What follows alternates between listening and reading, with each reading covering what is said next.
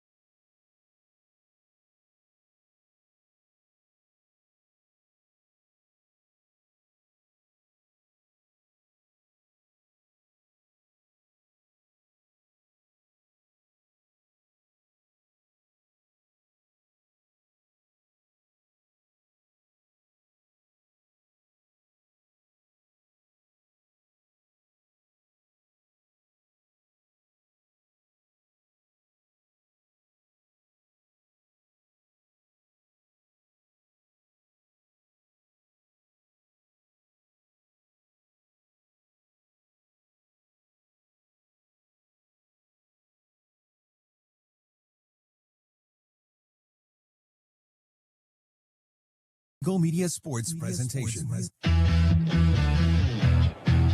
North Platte High Sports on NorthPlattePost.com, FM 98.1 and AM 1410 are brought to you by Justin Thompson Agency, American Family Insurance, Hands of the Heartland, La Casa del Rios, Dave's Place, Cole Jonason with High Street Insurance. North Platte will reset the offense. Eli Broman steps back for three in the corner again. That is 3 threes for Eli Broman today. 9 points, and a timeout going to be called by Alliance. Al's Lock and Save, State Farm agent Bobby Holtz, Bill Summers Ford Honda Nissan, Great Plains Foot and Ankle, The Fortify Group, Larry's Glass, Shelter Insurance agents Pete Boltz and Brett Rogo, Puro Clean.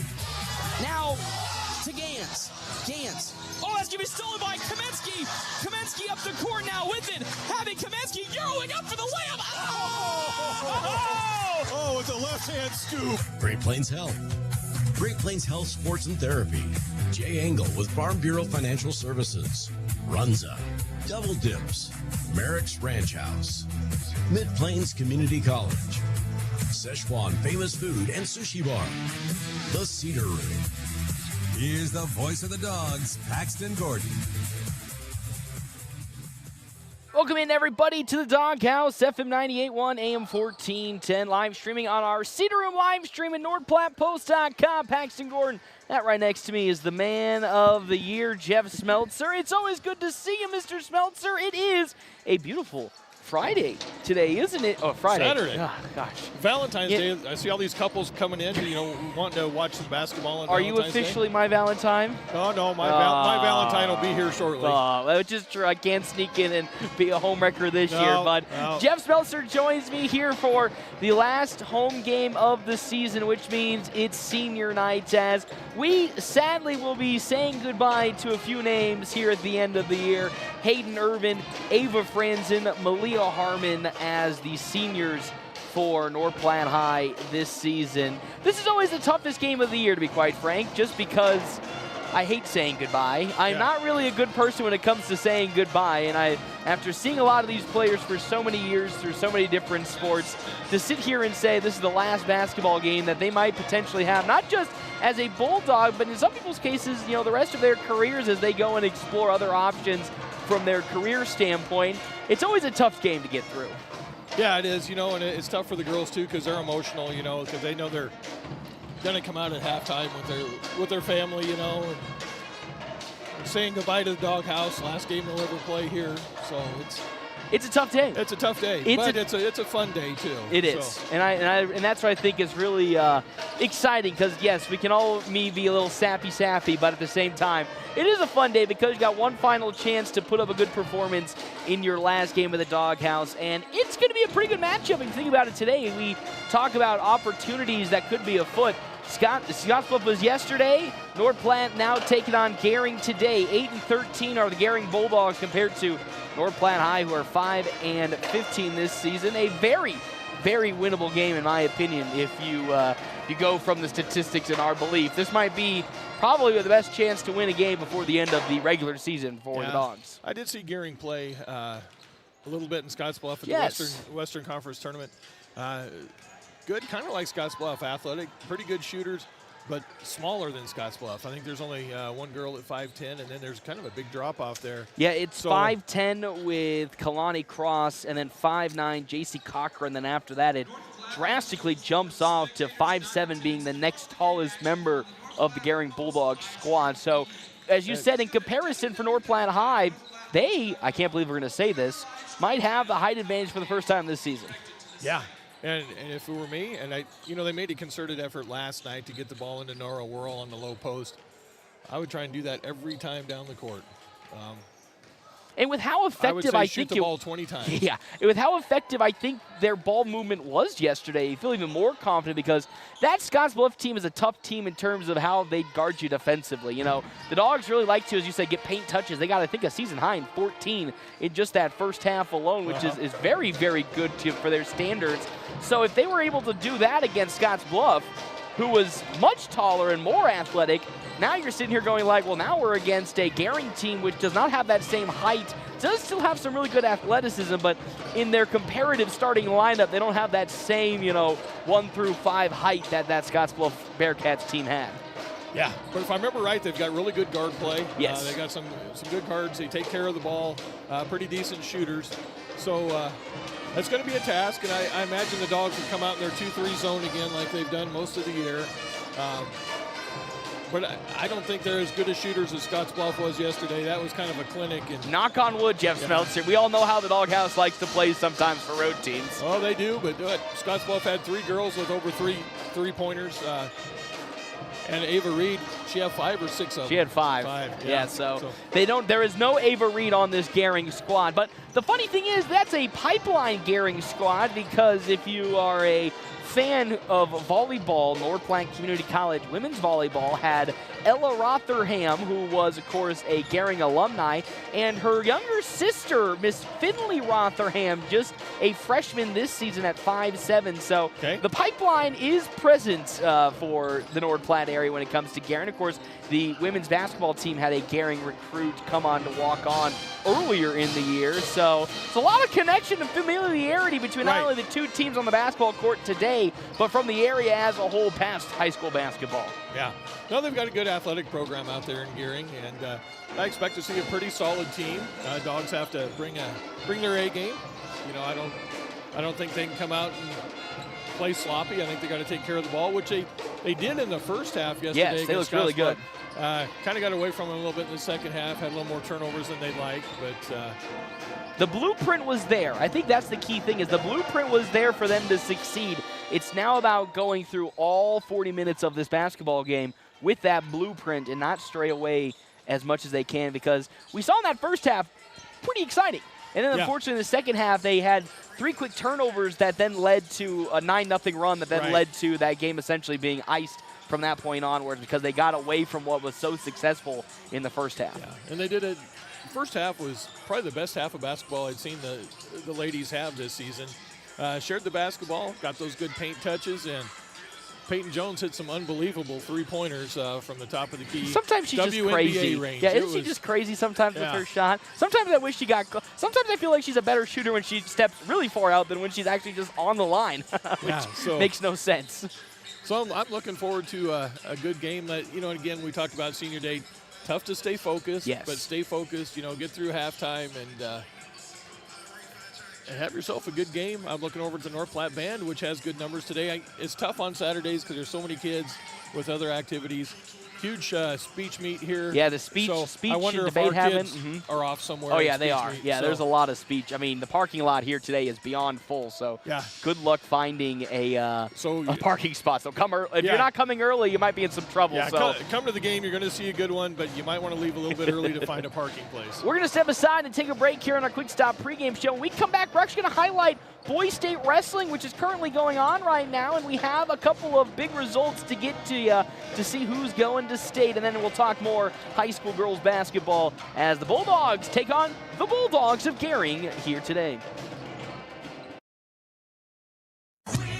Start your day with gourmet coffee with Quick Stop's 100% Arabica house blend and Quick Stop's Seattle Buzz coffees. Quick Stop Rewards offering exclusive discounts and fuel rollbacks. Savings up to 15 cents per gallon with Sinclair Dino Pay using your debit or credit card. Quick Stop can refresh with Frazzle gourmet slushes and for real shakes and smoothies. Or customize your favorite fountain drink with flavor shots and everyday low prices on your favorite beers. Always open right around the corner. Quick Stop. Are you in the market for a new or pre-owned car, truck, or SUV? Look no further than Bill Summers Ford Honda Nissan for your next vehicle. Look online 24/7 at BillSummers.com. Bill Summers is Western Nebraska's leasing headquarters, and they have aggressive financing to get you into the vehicle you've been dreaming of. Check out all the inventory at BillSummers.com anytime. Bill Summers Ford Honda Nissan, where families are our business. Highway 83 and Walker Road in North Platte, and online 24/7 at BillSummers.com. This is the Bulldog Pregame Show from FM 98.1 and 1410 AM. Presented by Quick Stop. Always open right around the corner. Quick Stop. Welcome back here. Quick Stop pregame show. 27 locations open 24 hours a day. Quick Stop always open right around the corner. I'm Paxton Gordon. Jeff Smeltzer sits next to me here today. A very, very star-studded gym here today for the Doghouse. Clancy Hammond showing up here today, of course, former girls volleyball coach. I've seen a couple of some softball players make their way here. James from the Bulletin is here, of course. Oh, yeah. I mean, I see him. It's been a while since I've seen James make his way in. And somebody who will be making a couple appearances today, from what I have heard, head coach for both North Platte Community College men and women's basketball, Jeff Thurman, and head coach Jacob Brandel will be, from what I've been told, in attendance today as well. Pretty rare occasion if they have a Saturday off. So I know, my good heavens. Yeah, good to see him come support the Bulldogs. So I'm sure they appreciate having a Saturday off in the middle of the season. But before we jump into our Owls Lock and Safe keys to the game, let's highlight Jeff Smeltzer, Class A boys wrestling, because guess what? North Platte High boys wrestling has their districts today, and I already have some district results coming in to tell you who is guaranteed to make it to state. All right, let's this hear year it. for the Dogs. Officially, 10 Dogs will be making it to state this year at the boys level. At 113, Roman Ochoa, the senior, making his way to state. He actually finished third in his match here today, so he's officially third place at districts. Carson Foote at 120 has made it. Ty Hanneborg, no shock there. He has been guaranteed a place at state this year. Now he's currently wrestling for a district championship. Let's see who else has one. At 138, Carter Still, of course, North Platte High boys football quarterback. Yeah. Guaranteed a spot at state this year. Kirk Wilson, also not a surprise, at 144 is making it. Jackson Ayers of North Platte at 150. And then we got to go down to 157. Gabe Foster also making it to his, I think, first state wrestling championship as well. Keegan Klaus, last year, I think, was the highest earner dog-wise when it comes to state finishes. He makes it again at 165. At 175, there is nobody for North Platte. At 190, Reese Perry, who has really come on strong towards the end of the year for the Bulldogs. Love Reese. Who doesn't love Reese? I know these junior boys, and I love Reese. He's a good kid. A lot of fun to be around. He's made it to state. And then at 215, the last Bulldog to make it, Will Rathjen. Of course, if you think about Fullback? Yes, if you talk to a lot of people in terms of who are the best chances for North Platte to win a state, championship at their weight class, Kirk Wilson, Ty Hanneborg, and Will Rathjen are the names that commonly come up. So great to see them making their way to a state championship, not Tuesday, but Thursday when they begin for the boys' side. The girls sending 5, including former North Platte girls basketball player Chloe Hannaford. Yeah. She, of course, made it to state as well in wrestling. So our coverage begins on Tuesday at 3 o'clock, NorthPlattePost.com, and on our Facebook page and SandhillsPost.com. We'll carry and cover all of the schools in the area. You know, Chloe kind of brought her wrestling game to the basketball court. Really, and now she's got it on the mat where it belongs. And are we shocked that she's really good there, though? Oh, no. No. She's really good at anything she does. And great kid. Wish her success at state. But, yeah, she's a natural at wrestling. She really is. Quickly, we'll jump into our offensive games, attack and ideas for Owls Lock and Safe keys to the game. Jeff Smeltzer, what do you got offensively for North Platte to come away with the victory today? Nora Whirl. Like I said, if she doesn't get 20 shots in this game, she ought to. And they might double her. You don't. But if you can get it to her and she'll kick it out. But, yeah, definite height advantage, and I think that should be success. Do what you did in the first half last night. Protect the basketball. Only 6 turnovers in the half, and that is super. That's winning basketball right there, Jeff Yeah, Nelson. That is it is. some winning basketball. We'll have to find out. When we come back after the national anthem, we will have our Double Dips Ice Creamery starting lineup. When we come back here to the Doghouse for senior night on FM 98.1 and AM 1410. Every step should feel great, but if foot pain, bunions, heel spurs, or injuries are slowing you down, Great Plains Foot and Ankle Specialists is here to help. Their expert team of doctors provide top-notch care, from routine foot health to advanced treatments and surgery. Whether you're an athlete, always on the go, or just tired of aching feet, they'll get you back on your feet pain-free. Step into comfort. Call Great Plains Foot and Ankle Specialists today, or see them online at gpfootandankle.com.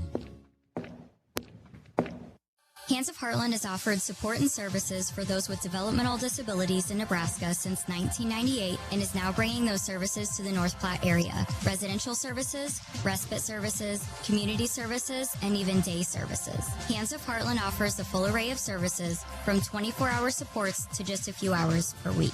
Learn more today online at handsofheartland.com. That's handsofheartland.com. Hands of Heartland, providing creative opportunities to live and grow. Did those cold winter breezes make you realize there's more air coming into your house than there is outside? If your windows are rattling, fogging, or just plain drafty, it might be time for new ones. At Larry's Glass, they specialize in high-quality replacement windows that keep the cold out and the comfort in, saving you money on your energy bills, too. Stop shivering and start saving. Call Larry's Glass today or stop in at 211 West 5th. See the difference new windows can make. The Bulldogs play here on FM 98.1 and 1410 AM. Head to Merrick's. Open Monday starting in February. Also, try the new Philly cheesesteak sandwich, the most authentic cheesesteak in the area. Merrick's. North Platte Post Sports. Welcome back here to the Doghouse, FM 98.1, AM 1410. Yes, video live streaming on our Cedar Room live stream, NorthPlattePost.com. All right, Jeff Smeltzer, it's time to jump into our Double Dips Ice Creamery starting lineup. Double Dips Ice Creamery in the historic Canteen District of North Platte offers 24+ different flavors of hand-dipped ice cream served in a variety of ways. Starting for Gering today at 5'4", the junior Aubrey Anderson gets to start. 5'5" senior Jacelyn Brown. Camry Lopez, the 5'7" senior. Ivory Bruckner, the 5'7" junior. And then JC Cochran, the 5'9" junior, gets the start for Gering today. Jeff Smeltzer, it's time to talk girls for North Platte High. Take it away. All right, for your Bulldogs, 5'8" junior J.C. Burke, 5'8" junior J.C. Fox, 5'6" junior Peyton Jones, 5'8" senior Ava Franzen, and in the post, 6-foot freshman Nora Whirl. Those are your starting lineups, of course, brought to you in part by Double Dips Ice Creamery. That was our Quick Stop pregame show. 27 locations open 24 hours a day. Quick Stop always open right around the corner. Jeff Smeltzer, are you ready for the final home basketball game of the year for the yes, girls? Sir. And what I will say beforehand, I was going to have a longer conversation afterwards. The final home basketball game for me as a Bulldog commentator. Oh, yeah, it's senior night for you, too. Yes, it is. Yeah. Of course, with Derek Beck moving on from the radio station, I have taken over his position, which means next year I will be an Ogallala Indian commentator, which is weird to say, but this is my last home game here for the foreseeable future for North Platte High School. Do we need to get you some flowers and walk you to center court, too? Do you want to hold my hand out? Jake can hold my hand out there. He can, as North Platte will win the tip-off here against Gering to start things off. As quick feed to J.C. Fox here in the right corner. Picking her dribble up, getting it down to Nora Whirl. Whirl and Cochran. She tries the backdoor cut it to Franzen, and it's turned over. A couple of blue jerseys were in the vicinity, and because of that, a turnover for North Platte. Cochran, up she goes, and she travels with the basketball. A turnover for Gering. She's probably their greatest threat. This Bulldog squad is for Gering. J.C. Cochran, the 5'9" junior. Kind of reminds you of Ava Reed in the sense that while she is a few inches shorter than Reed, has some great mobility at her height. Yep, come out man-to-man defense. Gering Bulldogs are. Jones almost lost the basketball, swings it to the far side now to Fox. Franzen, top of the three-point line. Dogs making some good movement to Nora Whirl at the free throw.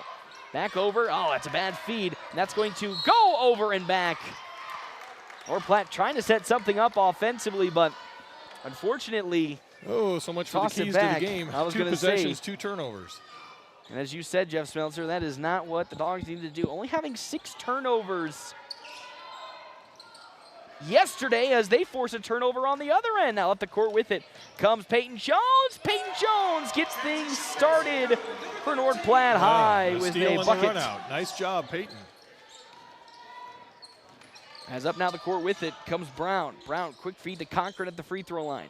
Cochran, double team, passes it back over to Bruckner. Bruckner to the near side. Aubrey Anderson surveys, quick pass to Ivy Bruckner. Down low, they try to go back to Cochran, but somehow he gets in the hand of Jacelyn Brown. The floater no good. Cochran gets the rebound. J.C. Cochran gets an offensive rebound in her first 2 points, and she answers back immediately with a bucket of her own. As now to the near side, here comes Ava Franzen. Oh, and a foul quickly called against Ivy Bruckner. Bruckner tripping up Ava Franzen. First team foul for Scottsbluff. First foul for Ivy Bruckner. And shout out to the student section. They have guys set up doing their own commentary. Yeah, they are. As, of course, that's Sam Stefka, and I'm not sure who else is over there. I think they're running some off. I think they're having a fake commentary conversation, which I love. Or maybe it's actually the real deal as there's a shot from, J.C. Burke. A little fall short, an air ball, and last touched by Nora Whirl underneath the basket. Now, of course, Bulldog Productions has really taken a step forward here for the North Platte High, and, I don't know if that's an official. Yeah, I'm not sure either. I'll have to talk to some people, because it'd be fun to have some of those youngins on here to talk about the Bulldog production. As Anderson, near side wing, trying to get past J.C. Burke, no good. They try to bounce it down low, and it gets into the hands of Brown. Brown throws it back out to the perimeter to Anderson for 3. It's in. A little bit of some hectic ball movement by Gering, but it works for them as it ends up in a 3. Oh, for Aubrey Anderson, as that's tipped away by Miss Aubrey Anderson from J.C. Burke's fingertips. It's the first 3 today for Gering. Inbounds from Fox to Burke. She is wide open from 3. She overshoots it. Oh, and there's going to be a foul underneath. I think that goes against Ava Franzen. Yes, Ava Franzen picks up her first team foul. Trying to fight for position. Dog's going to apply a little full court press. A 2-2-1. Brown up the court slowly. Guarded by Burke, and now Peyton Jones. She gets right past both of them with ease. Into the paint goes Brown. Brown's shot is up, and that's a coast-to-coast bucket for Jacelyn Brown. That's not how you want that press to work. No, of course not. As Jones on the attack, kicks it over to Nora Whirl. Whirl with the floater, no good. Looking for a foul potentially as Jacelyn Brown collects her first rebound. Oh, wide open down low is Camry Lopez. Second foul on Franzen. And Lopez didn't hit the shot, but had a wide open gap. And with that second foul from Ava Franzen, Adelie Terry now looks to check in.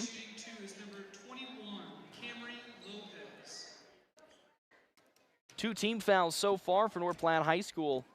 Both of them coming from Ava Franzen early on.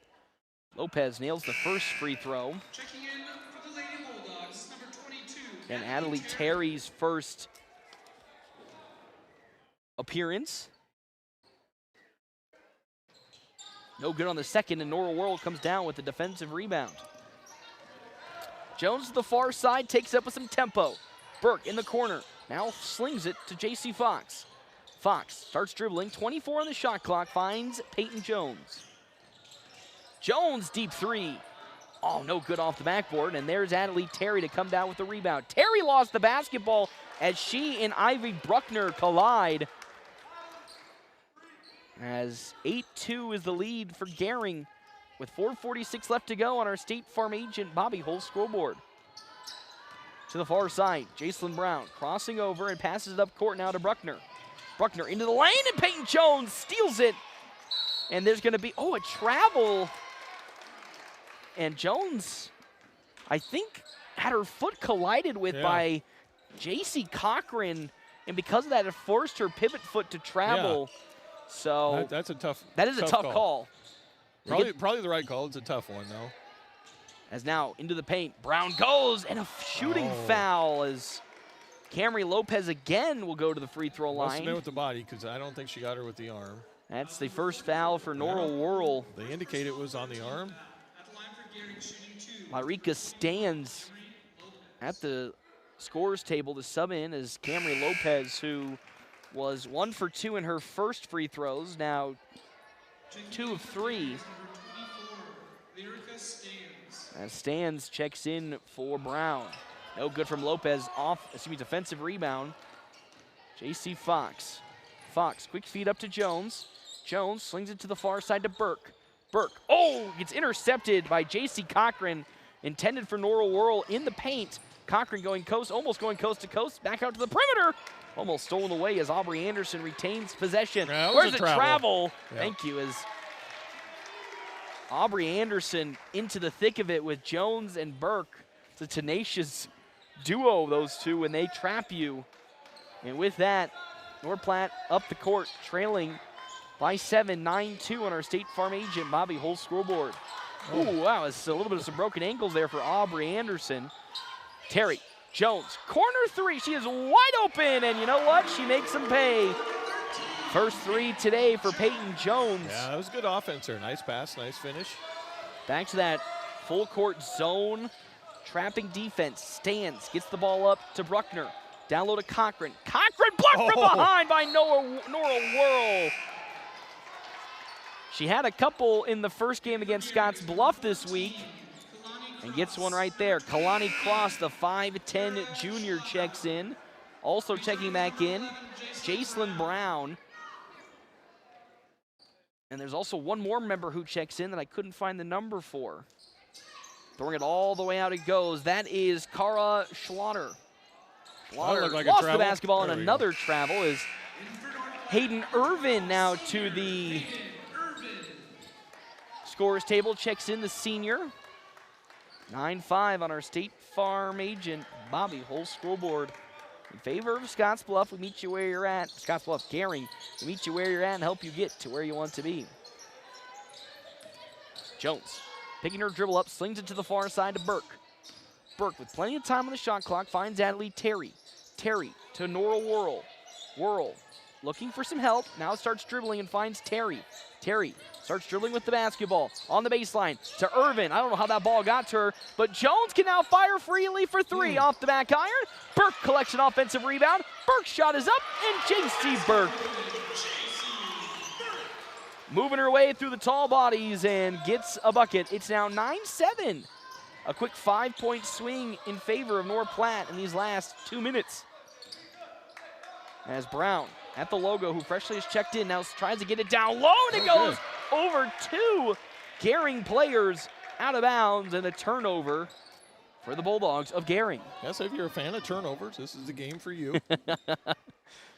You know, they just love the out of bounds so much. You know, it is Valentine's Day, so they're just trying to give everybody an extra touch. Sharing the love. Yep, sharing the love. Sharing the love with the cheerleaders down Jones now drives in on Brown. She throws up a floater, takes a couple of bad bounces, and we have an defensive foul against Hayden Irvin as she had her arms tangled up with Camry Lopez, as Aubrey Anderson will check back in and Ivy Bruckner checking in. So some of the young guns getting short stints before they're subbed back out. Camry Lopez checks out. 9-7 on our State Farm agent Bobby Hull's scoreboard as, Irvin quickly picks up 2. Foul number 2. Now that means checking back in will be J.C. Fox. And unfortunately for North Platte, that is their 5th team foul. Franzen and Irvin with a quick 2, which means Aubrey Anderson will go to the free throw line. She hit a 3 already in this ball game. Now to shoot 2 free throws. Hits the first. She has 4 points in this ball game. 3-point lead for Gering and the Bulldogs. Another free throw from Anderson. Takes a couple of bounces, but stays in the hoop. She has 5, 11-7. As up the court with the ball in her hands, J.C. Burke. Burke picking her dribble up, needing some help. Gets it to Jones. Jones drives it herself. Beautiful move by Peyton Jones. Where's a foul? As I believe there was some pretty good hand contact from a Gering defender. More contact than Nora Worrell's foul down there. So because of that, here comes Gering the opposite way. Anderson for 3. She hit 1 in the first, and she hit 1 again here in this first quarter. That's 2 of them. Quickly up by 7. It was just a 2-point lead not that long ago. 8 points for Aubrey Anderson as J.C. Fox. Down low to Peyton Jones, tipped away. Aubrey Anderson intercepts it. Anderson now with a 4-on-1 fast break. Goes coast to coast. She misses the layup, but somehow it's going to fall into the hands of J.C. Cochran and J.C. Burke, who battle with it, and it stays Gering's way. Camry Lopez checks in for Cochran. Couple of rough last possessions for North Platte High School, now trailing by 7. Oh, man, wide open. And missing that shot was Jacelyn Brown. I'm telling you, she had a wide open lane and just barely missed the bucket. I say that in transition. No, J.C. Fox lost her handle on the basketball, and she turns it over. Seven turnovers to 7 points. So we're nearing the cusp of more turnovers than points, and that was our Owls lock and safe keys to the game offensively, was limit the turnovers. Again, they only had 6 in the first half yesterday versus Scottsbluff, and already have eclipsed that. And another, if you are a fan of Gering, foul that might have been missed. Dogs get a little lucky there. Oh, good Beautiful pass. feed down low to Worrell. And my. the bucket. No foul either, but how about Nora Worrell? I mean, she really had to bend at an awkward angle to get that bucket to fall, but she is just so good when she gets that close to the rim. And now it's 14-9 as Peyton Jones trying to strip it away from Ivy Bruckner. And Jones. Oh, they're saying Terry. I didn't think she was even in the play. I was going to say, I think that might be a number mix-up, but I will not be angry because if we keep Peyton Jones out of trouble with her fouls, that's always a good thing. His first free throw will be missed from especially Jacelyn when he Brown. called it a blocking foul, which meant he would have been in front of her. Yes. Okay. Kurt Signetti with a long stare, and that's 0 for 2. I love that. I love all the little memes that come from Signetti. Burke crosses over. 37 seconds left to go. It's a turnover as that's stripped away by Anderson, and a hard foul committed by J.C. Burke. And that's, I think, 2 fouls against Burke now in this first quarter. Oh, no, that is her first, so a little bit of a saving touch. And again, Aubrey Anderson to the free throw line. She has been perfect when she's been at the line. She has a game and team high 9 points. Close up of the Bulldog commentators over there. I don't think that is Sam. I don't think so. Maybe I'm not sure. I don't think that's Sam Stefka as Anderson misses, and she has 9 points. Jones with the shot clock turned off. Now will swing it to the far side to Adelaide Terry. Terry with 24, back to Burke. Burke directing traffic and spacing things out. Burke gets past her defender. Floating one up, it's short. She tries to get the offensive rebound. It's off of a foot. We're still fighting for that basketball, and somehow Gering takes it away. And a turnover. But sling it over the other end. A turnover. Oh, coach is going way up high. Oh, he's coming around now. Oh, look who it is. Speak of the devil, and we'll, of course, have a talk with him when he makes his way, hopefully, on down here. Oh, here comes two of my favorite people right here. I was going to say, 7 seconds left to go. Peyton Jones steps up for three. In and out. Worrell gets the rebound. What a move from Norrell Worrell. I mean, she threw it behind her back and gets the bucket. And that is how this first quarter comes to an end. Norrell Worrell with an offensive rebound. Kind of a reverse putback. I was going to say, it's now 15-11 on our State Farm agent Bobby Hull's scoreboard when we come back here to the Doghouse on FM 98.1 and AM 1410. James and I are having a beef. About which Runza burger is best. It's the savory Swiss mushroom. Hands down. No, it's the double cheeseburger. 2 burgers, better than 1, 'cause math.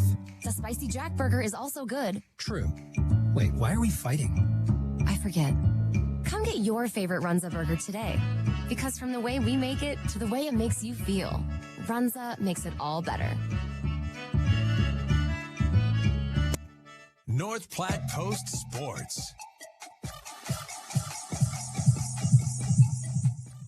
Welcome back to the Doghouse, FM 98.1, AM 1410, and of course, video live streaming on our Cedar Room live stream, NorthPlattePost.com. I'm Paxton Gordon, joined as always by my co-commentator, Jeff Smeltzer. 15-11 on our State Farm agent Bobby Hull's scoreboard. Not a clean first half for North Platte High School, as you would say, but somehow, some way, they only trail by 4 points even after a pretty clumsy first half quarter. 8 turnovers, 6 fouls, yeah, and you're only trail by trailing by 4. I think that's pretty impressive for North Platte. And again, goes to show. Oh, somebody inbound the ball. Oh my gosh, I was about to say we almost ran out of time. Timeouts are brought to you in part by Kevin McGann and the Fortify Group. Check out Kevin McGann and the Fortify Group at his location, 621 South Dewey, Sweet Oh my heavens to Betsy! There's a foul for Norrell Worrell. Second on Norrell Worrell, as she just hustling to try and dive on a loose ball. It might have been a travel as she slid a little bit with the ball. The Gering player did. Thank you to our other sponsors for today's game as well. Justin Thompson Agency with American Family Insurance. The ever-changing industry standards pride themselves in top-notch customer service no matter what type of insurance you're looking for. Schlauner with the basketball into the corner now to Brown.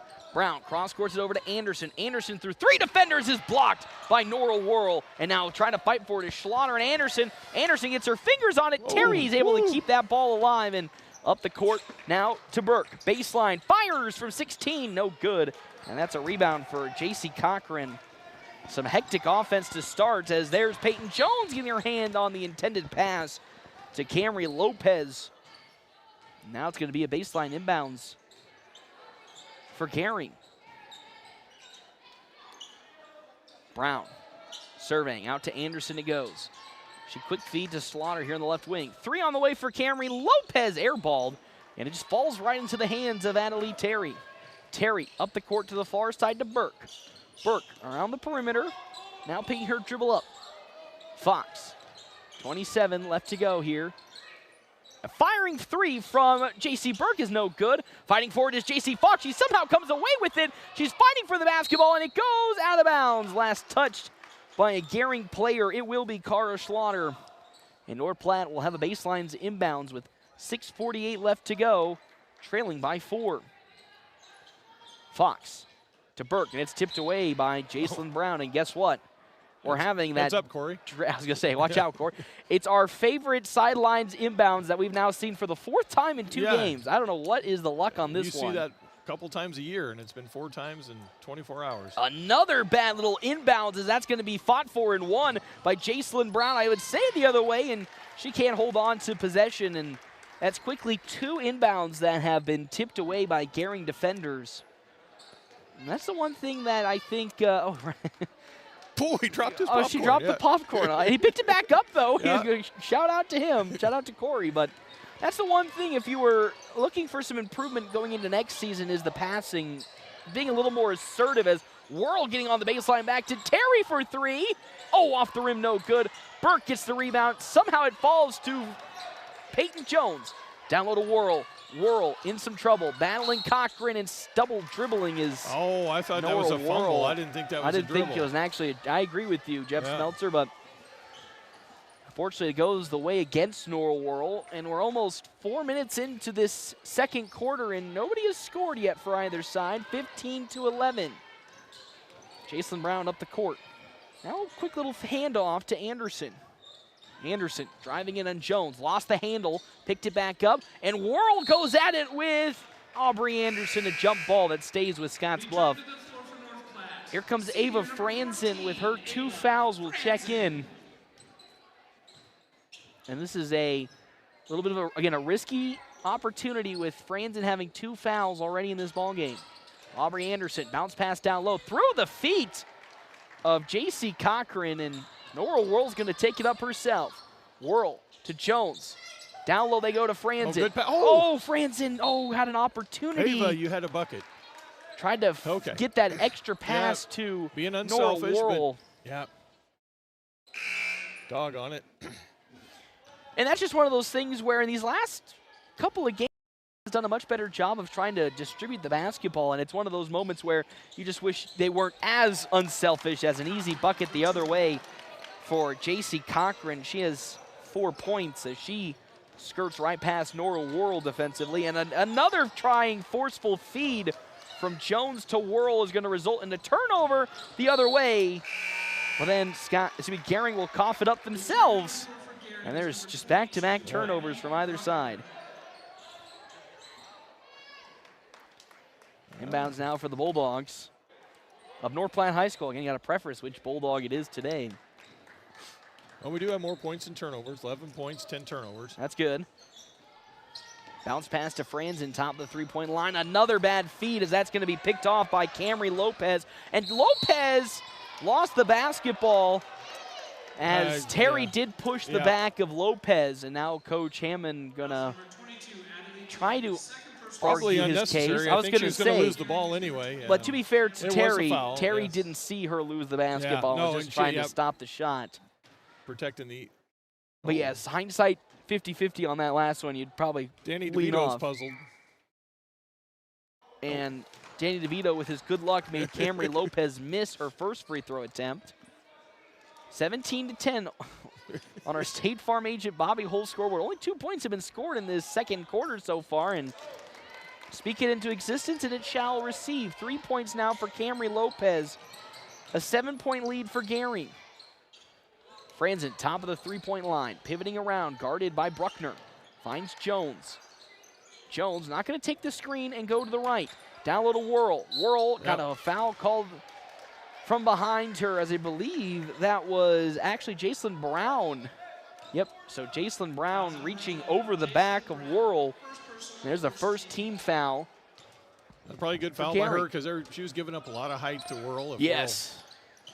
Fox bounce passes to Franzen. Franzen turns around, blocked. Worrell grabs the miss. Her shot is up. It's in, and we count the bucket.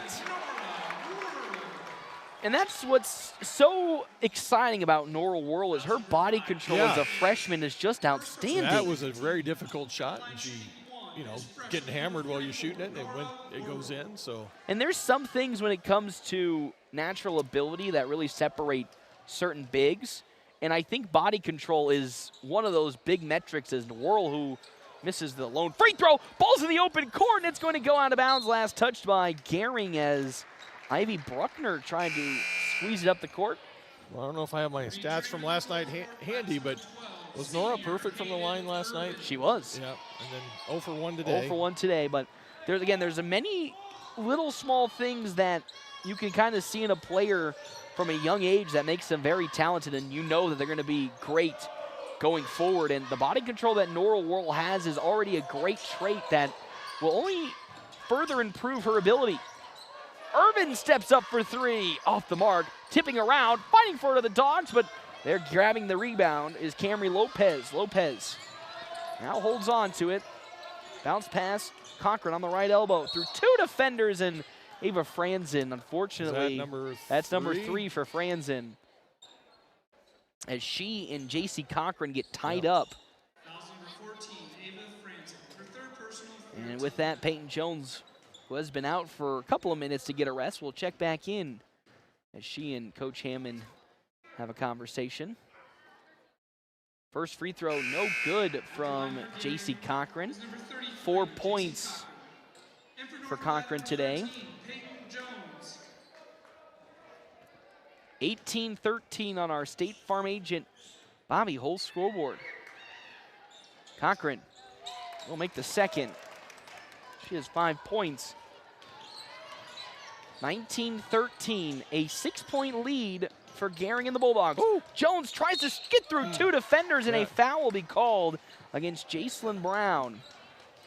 It was tough because she had 2 defenders on her, but boy, she had Nora Worrell wide open underneath. Camry Lopez is the one that actually will be assessed that foul for Gering. It's tough to make a pass when they're holding your arm. So Fox running out of time, throwing it all the way back to Jones with 35 on the shot clock. Fox. Gering going to a 2-3 zone from what I've seen. Irvin now picking her dribble up and passing to J.C. Fox. Fox driving to the far side of the court, kicks in the corner to Worrell. Back to Peyton Jones with 18 seconds left to go, and she will allow the offense to space out. Fox with 13 seconds near the sideline. Back to Jones. She steps up for 3. Peyton Jones just off the mark. Fighting for it was J.C. Fox, but it'll come down with a rebound. Are you kidding me? Coming down with a rebound. Camry Lopez, and there's a foul against North Platte. That's against Hayden Irvin. That's number 3 now for Irvin. And I don't even think Irvin had too much contact. I think it was just tripping from Jacelyn Brown instead on her own. So yeah, 2 Bulldogs with 3 fouls now, and 14 fouls. Worrell has 2, so she really needs to be careful here. 19-13 on our State Farm agent Bobby Hull scoreboard. A floater is going to be off the mark and rebounded by J.C. Fox as Jacelyn Brown tried to go coast to coast. They got to throw it all the way up to Burke in the near corner, crossing it over to Worrell, a little too high. Worrell tries to keep it alive, but the feed from J.C. Burke was a little off the mark. A little too tall. Yeah, even though Nora Worrell stands at a towering 6 foot. She got a hand on it, She did. which was impressive. But now checking in at the line, Kalani Cross for Gering. 3:07 left to go on our State Farm agent Bobby Hull scoreboard. Terry strips it away, and here comes Burke up the court. Burke to Peyton Jones. Jones floats it. It's up and in. Peyton Jones over J.C. Cochran. And look at there, it's just a 4-point game now. 19-15. At the free throw line, Bruckner. Bruckner gets right past Nora Worrell. The shot is no good. Cochran fighting for it. Terry and Fox were in the vicinity for the rebound, but Fox gets fouled by Aubrey Anderson. Second for Anderson, 4th team foul. So Cross checks in as well as Cara Schlatter. Check in. 19-15, as you said, only a 4-point lead for Gering. With how sometimes inefficient North Platte has been today offensively, again, consistent with the turnover battle. Only being down 4 is a pretty good accomplishment. Terry crosses it over to Peyton Jones. Jones now driving to the right, down low to Worrell. Worrell up she goes with a floater, overshoots it. Terry fighting for the offensive rebound. Burke's gonna grab it. Burke for 3, no good. And getting it is Ivy Bruckner. Another bit of some antsy ball movement from the Dogs. Results in a good shot, but Burke overshoots it. Bruckner, good defense from Terry to deflect the first pass. Over it goes to Lopez on the right wing. Now down low to Cross. Cross back to a cutting in Lopez floater. That's no good. Bruckner another offensive rebound, and she puts it back up and in. Offensive rebounds costing the Dogs on that possession. 21-15 on our State Farm agent Bobby Hull scoreboard. Terry, Fox, Burke now with it. Jones back to Adelie Terry in the corner. J.C. Burke thought about driving on Schlonauer. Now they fire it to Adelie Terry, who penetrates into the lane, and a moving screen from North Platte. I believe that's Nora Worrell. Oh no, that's 3 for Nora Worrell. No, it's 2 actually. Remember, they took the foul away. It's still 2. Okay. Janie Wagner now checks in for Worrell. Of course, with Ava Franzen in foul trouble, have to go to Wagner, who has seen some spot minutes this season for the Bulldogs. Tonight, missing that compression sleeve that she's been wearing on her right leg. She's been nursing a knee injury for the whole season.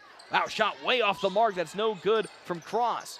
Bruckner back out to the perimeter to Lopez with 17 on the shot clock. 1:03 left to go in this second quarter. Schlonhauer driving into a double team, stolen away by Wagner. And North Platte up the court to Burke. Oh, look at Burke this. has so much daylight. Easy layup for J.C. Burke. Gering Bulldogs just fell asleep on that. Yes, they did. They were looking the opposite side of Yeah. the court on that transition offense. And J.C. Burke easily sets it in. I say that Brown looks to go coast to coast. A lot of contact. Rebounding is Natalie Terry, and then a foul going against she's gonna go to Jason the Brown, line. as now North Platte is in the bonus. The refs are letting them play somewhat today. Jason Brown colliding with Terry, fighting for the rebound, and then Brown reaches in and fouls Natalie Terry.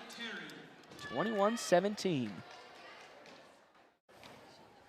How many points today does Natalie Terry have? These are her first 2 points she's going for. It is. She will Yep. nail the first free throw. Much better free throw form tonight. Yesterday she was hitting backboard, I think. And nothing but net there. J.C. Cochran checks in 21-18 with 36 seconds left to go. Checking in also at the table, Camille Shimmick, and another one made by Did I call backboard? Terry. Might have been back iron. I was going to say, she is the one Bulldog that does love to shoot Yeah. her free throws off the backboard. And as somebody who was taught that way, actually, it is kind of rare to see these days young players going for backboard free throws. Most of them go for, the swishes these days. Cochran had the ball turned over. Burke now in a one-on-one with Schlonhauer. Burke shooting, and a foul is called. Yeah, speaking of free throws, there's a fantastic documentary on Prime. ABA, it's called Soul Power. They talk about Rick Barry and his underhand free throws. Because if you didn't know, Rick Barry is the probably most famous free throw shooter when it comes to his underhands, because he shoots almost 20% better from an underhand. Off the iron, no good for Burke. Taylor Race will be checking in for the first time today for Natalie Terry. Race in the second half of the semester has been seeing a lot more action. Of course, one of the young, promising dogs that we've seen through the JV system. Jones gets the rebound and pulls up for three from the backboard. Yeah, we're talking about Bing backboards. Jones, Yeah. and guess what? Jeff Smeltzer, North Dogs Platte have the lead. with a 1-point lead with 9 seconds left to go.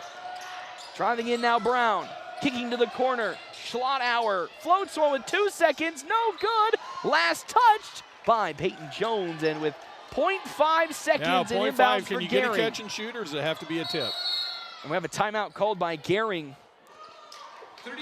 I think you can. Can't you? Half a second. You can can catch get and it, shoot? yes. Anything below half a second is Has to be a tip. Yes. As Callie Winkler, head coach, calls a timeout to get things set up. And to be honest, a little bit of a saving grace to see a timeout from Gering, because North Platte with 0.5 looked a little frantic on the defensive side, getting set up for that inbounds. But what a game so far from Peyton Jones, who has, again, this season been the Dogs' best three-point shooter and shows once again why she is. Timeouts are brought to you in part by Kevin McGann and the Fortify Group. See him on the one-ways, 621 South Dewey. Sweet beat. Yeah, Peyton Jones 2 for 6 from the three-point line here in the first half. I know that doesn't seem efficient. 10 points? Yeah, for her. it may not seem efficient, but she's No. taking these from so far away. Sometimes I wish she just gets a little closer. Well, the boys' national average for three-pointers in high school was 29. A wide open shot that rims in and out from Shimmick. And that is how we head to halftime. Jeff Smeltzer, North Platte High School leading, but go back to your statistic real quick here for the national average for boys. Yeah, it's about 28, between 28 and 29%. So girls, I don't think would be higher than that. So it'd be probably 28 or I think it's around 25 if I Yeah. remember looking at max so preps recently. if you're 2 for 6, that's 33%. So you're doing fine. And we know also from seeing Peyton Jones this season that she's even better than what 2 of 6, looks like. Yeah. So Pacers dance team now out there, but in all, after what had been kind of a hectic turnover battle for North Platte on the offensive side to start this basketball game, they head into halftime leading 22-21, Jeff Smeltzer. Talking about his second half turnaround for the Bulldogs. Yeah, and you did a lot of that damage with 2 starters on the bench with foul trouble there towards the end of the first half. So I'm going to tally up the turnovers here. Got a little better in the latter half of the second quarter. 5, 6, 7, 8, 11, 12 turnovers. They had 8 of them in the first quarter. Yes, they did. So So only getting 4 in the second quarter is a good marketable improvement for this Bulldog squad. We'll step aside and take a break. When we come back, it is our Quick Stop halftime show. 27 locations open 24 hours a day. When we come back to the Doghouse, North Platte leading 22-21.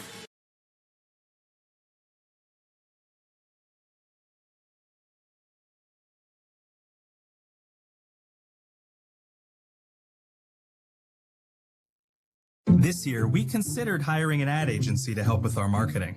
They pitched impressive visuals and a script that was inspiring. And exotic animal mascots to help grab your attention. In the end, we just decided to tell it to you straight. Shelter Insurance has award-winning customer service at affordable rates. Plus, our local agents are there to help you understand what coverage you need. Ask me, Shelter Agent Brent Rogo, how to protect what you have waited for. Find me at 405 East C Street in North Platte.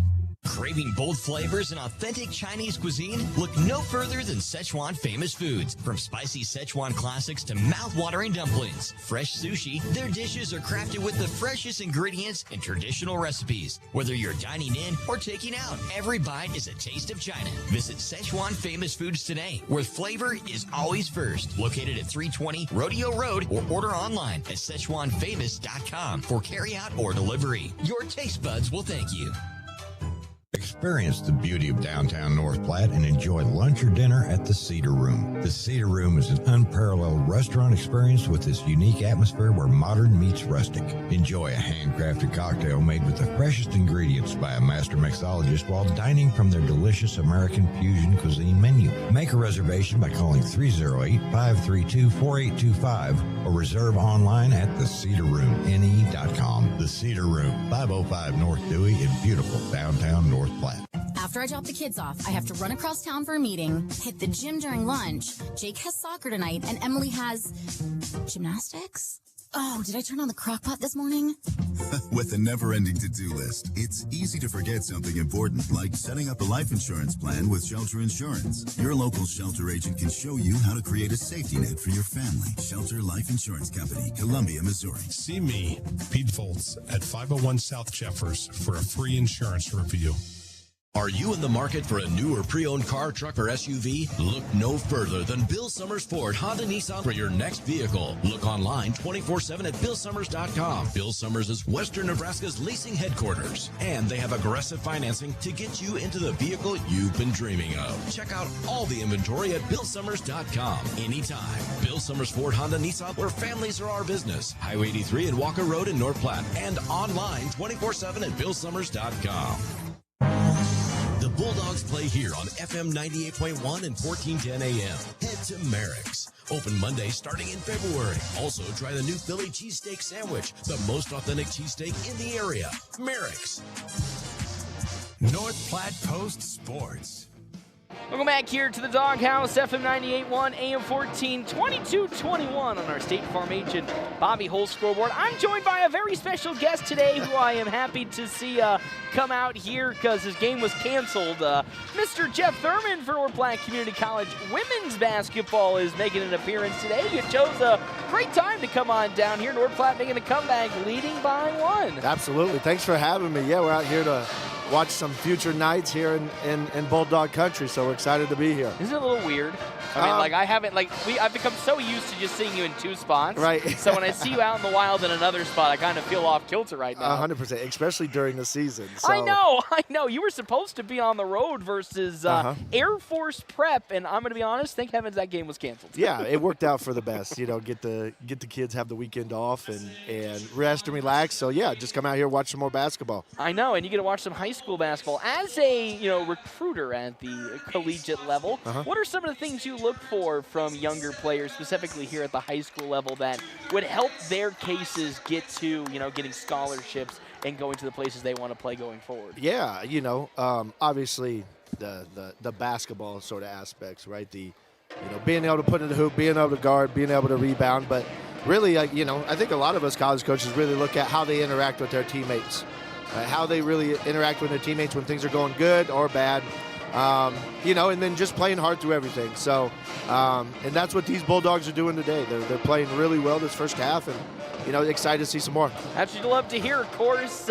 Getting a couple days off before you guys travel to Sterling to take on Northeastern Junior College. How has practice been going? We talked a couple days ago about practice, and how's it been in those couple of days since I've seen you?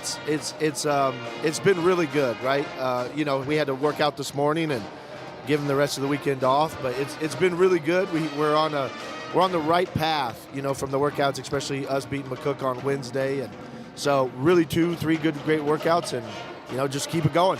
Coach, as always, thank you, sir. Thank you so much for stopping on by. Don't park too far away. No, absolutely not. If you are making your way here to, of course, the Doghouse today, it is a little packed with speech and debate currently going on at the moment. Jeff Smeltzer, you have some statistics for me today when we talk about how North Platte is doing? Yeah, we look at individual scoring. We've got 10 points from Peyton Jones, 2 for 6 from the three-point line, 2 for 4 inside the arc. Nora Worrell, 6 points on 3 of 5 shooting. Follow that up with 4 rebounds, 2 blocks here in the first half for Nora. And rounding out the scoring, J.C. Burke, pair of buckets in the paint, so she's got 4. So 2 really good first halves this weekend. Yes. Yeah, last night was a good first half. Today, fantastic first half. Battling through some foul trouble and turnover woes. But yeah, being ahead by a point, keep the momentum going. And now it's just up to, can they transition that in the second half? That has been kind of the dilemma, is can the Dogs transition what they saw really good in the first half into the second half to get a full 40 minutes of good basketball. And we've seen it in spurts, but in the recent games, we've yet to see one half transition into the other half if they have a good first half. Right. Boy, they must be honoring seniors between games. Or? I think they are. Yeah, I mean, that makes the most sense since we have no honors right now. No, we just had a Pacer performance at halftime, and that was all for the halftime festivities. So both teams are out warming up here, getting ready for the second half. And we will have more of our coverage when we come back to the Doghouse on FM 98.1, AM 1410, live streaming on our video live stream, Cedar Room, NorthPlattePost.com. Greatness doesn't happen overnight. It takes time, focus, and dedication. At Shelter Insurance, we understand that because we put in the hard work and dedication for decades. And that commitment is paid off with award-winning customer service for your auto, home, and life insurance. See me, Shelter Agent Brent Rogo at 405 East C Street, and find out why so many of our clients would recommend Shelter. Thanks for listening to the Quick Stop Halftime Show. Second half action is next on FM 98.1. Family first. My dad used to tell us that all the time. But family first wasn't just something he'd say to us. It was how he lived every day of his life. And it's how I try to live mine too. At Shelter Insurance, our agents are dedicated to helping provide personalized auto, home, and life protection that puts your family first. See me, Pete Foltz, at 501 South Jeffers for a free insurance review. North Platte Post Sports. I'm Paxton Gordon. Jeff Smeltzer is always joining me right by my right-hand side as we get you for the Battle of the Bulldogs here from the Doghouse, FM 98.1, AM 1410. How about this, Jeff Smeltzer? North Platte leading 22-21 on our State Farm agent Bobby Hull scoreboard. Gotta love that. They're looking good overall. I'm impressed with the way they played here in the first half. Start second half will be Bulldog basketball. Let's see if they can continue that momentum, of course. See, I was right either way if I said Bulldog basketball. That is true. Yeah, there is no wrong answer here in today's ball game. North Platte basketball. As Jones spinning to the basket. Oh, just barely misses. Worrell with the offensive rebound, can't put it back. And Ivy Bruckner finds defensive rebound number 3. Of course, you listened previously to our Quick Stop halftime show. 27 locations, open 24 hours a day. Quick Stop always open right around the corner. Dogs with that 2-3 zone defense. To the far side, Bruckner with it. Bruckner kicks to the corner now to Brown. Brown bounce pass and a nice shot from J.C. Cochran's no good. And Norwell World comes down with it. Dogs with some really good suffocating interior defense in this ballgame. Jones with a transition three. It's no good. And fighting for it is J.C. Fox as well as Camry Lopez. Smacked away, almost hit a cheerleader. Yeah, she's laughing over there. But 22-21, our State Farm agent, Bobby Holt's scoreboard. 7:04 left to go. Of course, scoreboard sponsor, State Farm agent Bobby Holtz, who meets you where you're at and help you get to where you want to be. Cochran's pass is tipped just by a little bit from Jones. Burke gets her hand on the ball, but Lopez throws it all the way out of bounds, intended for Ivy Bruckner. North Platte starting off really good defensively in the first couple of possessions against Gering. And that's, of course, always been head coach Tyson Hammond's claim to fame, has been his, not even claim to fame, but just actual fame when he's been the coach at North Platte High School has just been his suffocating defense. That's always one thing the Dogs will excel at as Jones steps up for three off the back iron, no good. Aubrey Anderson, the junior, rattles down her first rebound, up the court to Brown. Brown on the baseline, steps out of bounds. Oh. It's gonna be on Terry. Yep, Adelie. Oh, no. Oh. Peyton Jones finds her first foul. Is Jones even in the vicinity? I don't need that guy. I don't think so. Here comes the inbounds from Lopez. Cochran now just on the three-point line, gets the ball to Aubrey Anderson. Anderson picking her dribble up, slings it to Brown. Down low to Bruckner. Bruckner drives on a whirl. Out to Anderson. She hit 1, 2, and now her third three in this ball game. There's one person you cannot leave open on the perimeter, and it's Aubrey Anderson. Terry kicks out. Jones another three. She's short on it. Fighting for it is Terry, who gets the offensive rebound. Terry drawing a foul as she goes up for the shot, and Natalie Terry to the free throw line. And one thing I think has been a marketable improvement for North Platte, even just this season, has been their offensive rebounding game. Yes. And that's just boiling down to the effort and just the individual desire and want to get the basketball. And North Platte this season has done a fantastic job of getting offensive boards. You're always going to get a strong effort from Adelie Terry. She plays hard. Terry's second free throw is no good as World tries to grab the missed rebound, but it's picked up by Brown. Jacelyn Brown now steps back on the perimeter and swings it to Lopez.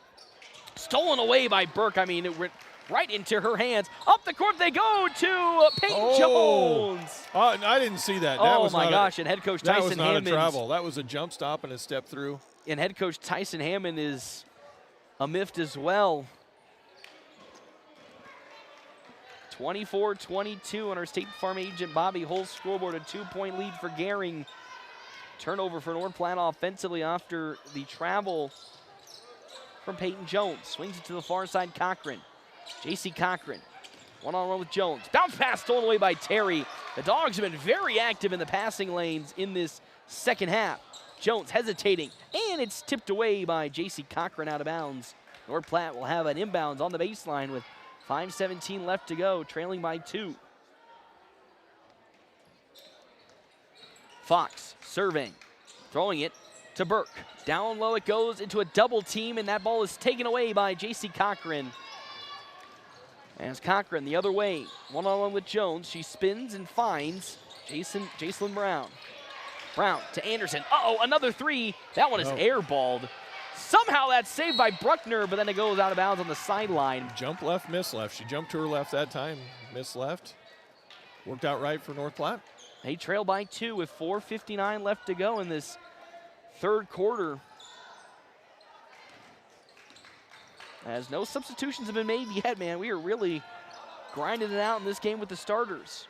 Jones now driving one-on-one, as that's going to be Brown who steals it away. Somehow Bruckner is able to keep it up to Lopez. Lopez short on the shot. Great defense from J.C. Fox, and then a foul on the other side by Camry Lopez. And now checking in is Cara Schlotauer. 7th rebound for Adelie Terry. Having a great game. That's 3 fouls for Camry Lopez. as Terry will inbound the basketball to Peyton Jones. Again, as somebody who's coming off the bench having 7 rebounds, that is just the hard work and effort that Coach Hammond loves to see from his young players. Cross-court pass to Burke.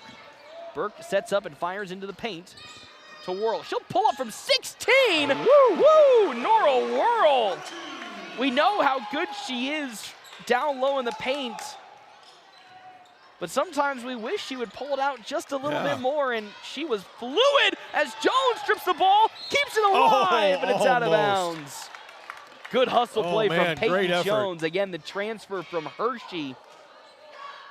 Had a concussion earlier in the season that made her miss a lot of time. Now she's back for the last 3 games and has just been another defensive stopper for North Platte. No! As Nora Worrell picks up foul number 3 as she blocks Jacelyn Brown. Ava Franzen with her free fouls will now check in for Worrell. With 3:59 left to go.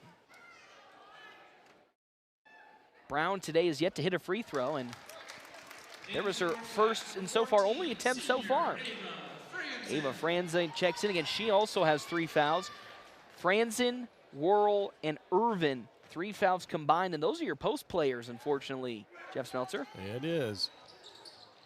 No good on the second free throw. That ball is tipped in the open. Oh, the Gering did not go for it, but it does get picked up by Jacelyn Brown. Brown down low. Whoa, they go to Bruckner, and it's way off the mark. A turnover for Gering. Again, Jake was open down there. They're trying to feed him the ball. He just didn't go for it. No. You know, he was on his phone. Oh. I mean, he could have had that. Imagine being on your phone in this ball game. 25-24 on our State Farm agent, Bobby Hull's scoreboard. Burke, jab stepping it out, going to the opposite side. Feeds to Adelie Terry. Peyton Jones thinking about getting it down low. Cross courts, bad read as Anderson tried to steal it, but Terry picks it back up. Jones has it. Peyton Jones with 15 on the shot clock, spinning into the lane, fading for a shot, looking for a foul, but it's rebounded by J.C. Cochran. A lot of contact, but foul call won't go the way as coast to coast, Jacelyn Brown is fouled and misses the shot. She took a nasty whack on the arm from Adelie Terry. That's her 3rd. Oh, dear heavens. When's the last time we've actually had a game like this where North Platte was actually in foul trouble as a team? Yeah. I'll say it's been a long time since we've seen something like that as missed free throw from Jacelyn Brown. The one thing about the Adelie Terry fouls, you don't question them.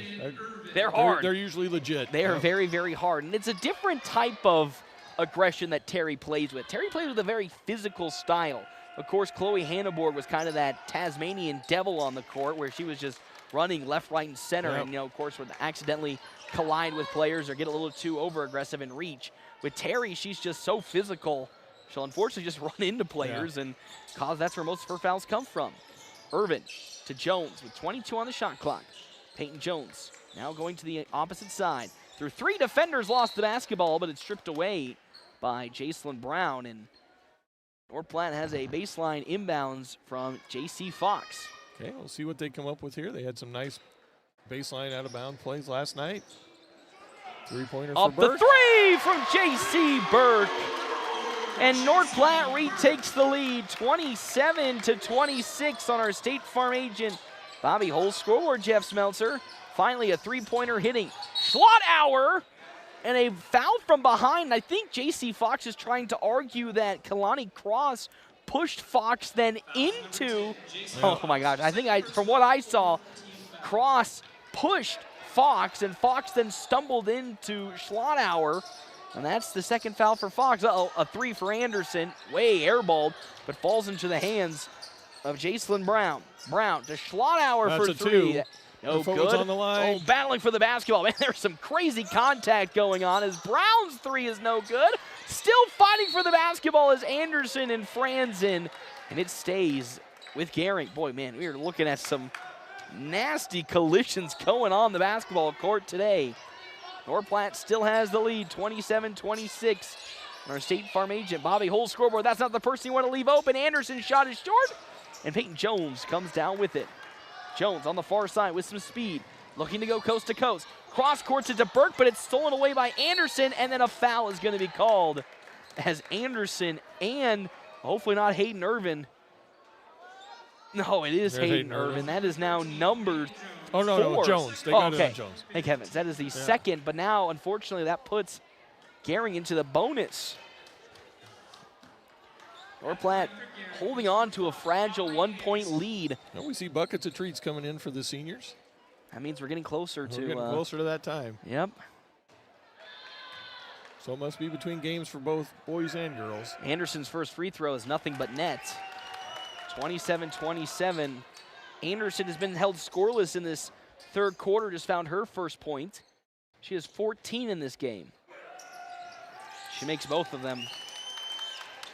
Gering takes a 1-point lead with 2:13 left to go. Up the court to Irvin on the wing.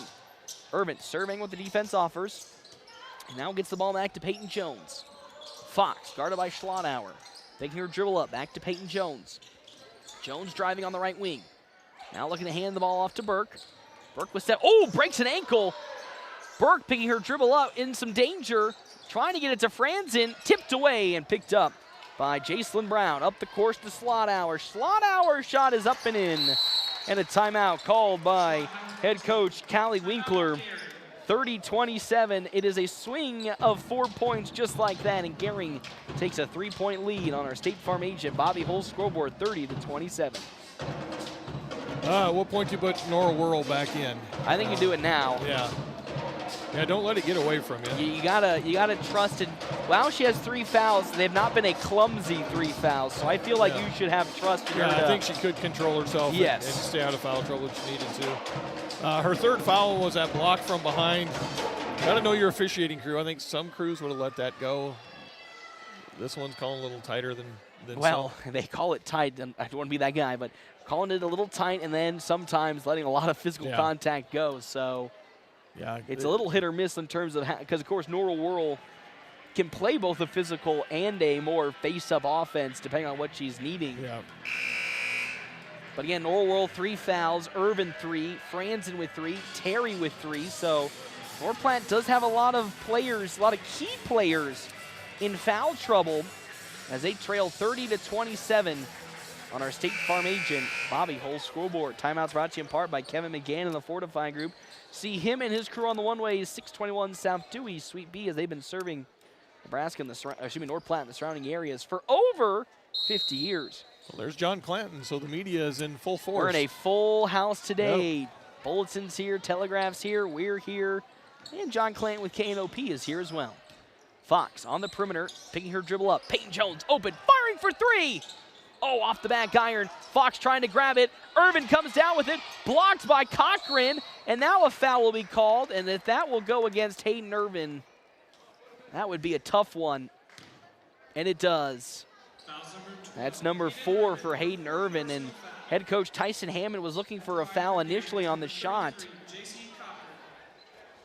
I think from Hayden Irvin, but instead Irvin commits the foul, and here comes Adley Terry with her 3 fouls. 30-27. State Farm agent Bobby Hull's scoreboard as the first free throw takes a nice bounce in for J.C. Cochran. I know you're a little worried about fouls, but maybe, what about the thought of putting Janie Wagner I was thinking in? the same thing. Can she give you a good minute here? 2 for 2 for Cochran. It's 32-27. She did some good things there when she was in the first half. And she of course has no fouls right now, so it's I think a risk worth taking. Just spell some minutes for some of these players to get into the fourth quarter with their fouls. As Terry to Jones on the right wing. Jones driving in on Brown. Steps back out. Now slings it to J.C. Fox. Fox picking her dribble up. Pivoting to Burke. Burke driving. Burke bouncing the ball through some legs. And it's unfortunately turned over to Jacelyn Brown. Brown at the logo. Cross courts it over to Anderson. Anderson lost her handle on it. Keeps it alive. Schlotauer. Schlotauer into the paint. Off the backboard, no good. That's going to go out of bounds. Last touch by J.C. Cochran. Okay, Bulldogs down by 5, 41.8 seconds left to go here in the basically third. It's just survived through this third quarter to bring Nora Whirl back in. As Peyton Jones, quick sling to the near side to Burke. Right. Oh, bad feed as it's stolen away by Abby Anderson. Well read by Anderson. The shot's no good. Where's the thank you? I was going to say, where's the foul is? Schlotauer collides with Burke. That's the second personal, third team foul for Gering. And Schlotauer with her 2 personals. Shot clock is turned off, so North Platte will have the final shot of this third quarter. Trailing again by 5, 32-27. Jones hesitating, now through her legs, feeds it to Burke in the corner. Burke in some trouble, now in a double team. A lot of trouble, and a foul's going to be called. Will that Still go against Jacelyn Brown? Yeah. Let's see who they ring it up. That is Jacelyn Brown. 1 foul away from the bonus. 10 seconds left to go in this third quarter. Fox to Burke with 10 seconds. J.C. Burke. Jones with 7. Pink shoes. Deep 3 for Jones. Short front win. Anderson with 2 seconds. Anderson with 1. No good. And that is how this third quarter comes to an end. And Norwell Whirl immediately checking in at the line. We come back here to the doghouse on FM 98.1 and AM 1410. It's the beauty of downtown North Platte and enjoy lunch or dinner at the Cedar Room. The Cedar Room is an unparalleled restaurant experience with its unique atmosphere where modern meets rustic. Enjoy a handcrafted cocktail made with the freshest ingredients by a master mixologist while dining from their delicious American fusion cuisine menu. Make a reservation by calling 308-532-4825 or reserve online at thecedarroomne.com. The Cedar Room, 505 North Dewey in beautiful downtown North Platte. You ever feel like there's no time for cooking dinner? On the go, all the time. Dave's Place can cover your hunger wherever you want to eat. Stop into Dave's for lunch and dinner at 502 East Francis. Order carryout and take it on the go or DoorDash it straight to your couch. You can enjoy Dave's anywhere. And what goes great with pizza? Wings. Plus the big game on to watch with your friends. Let Dave's Place do dinner for you. 502 East Francis in North Platte. Mom, I'm hungry. I know where to go. Whoop, whoop. North Platte Post Sports. Welcome back to Senior Night here from the Doghouse, FM 98.1, AM 1410, and video live streaming on our Cedar Room live stream at NorthPlattePost.com. 32-27 the lead for North Platte High School.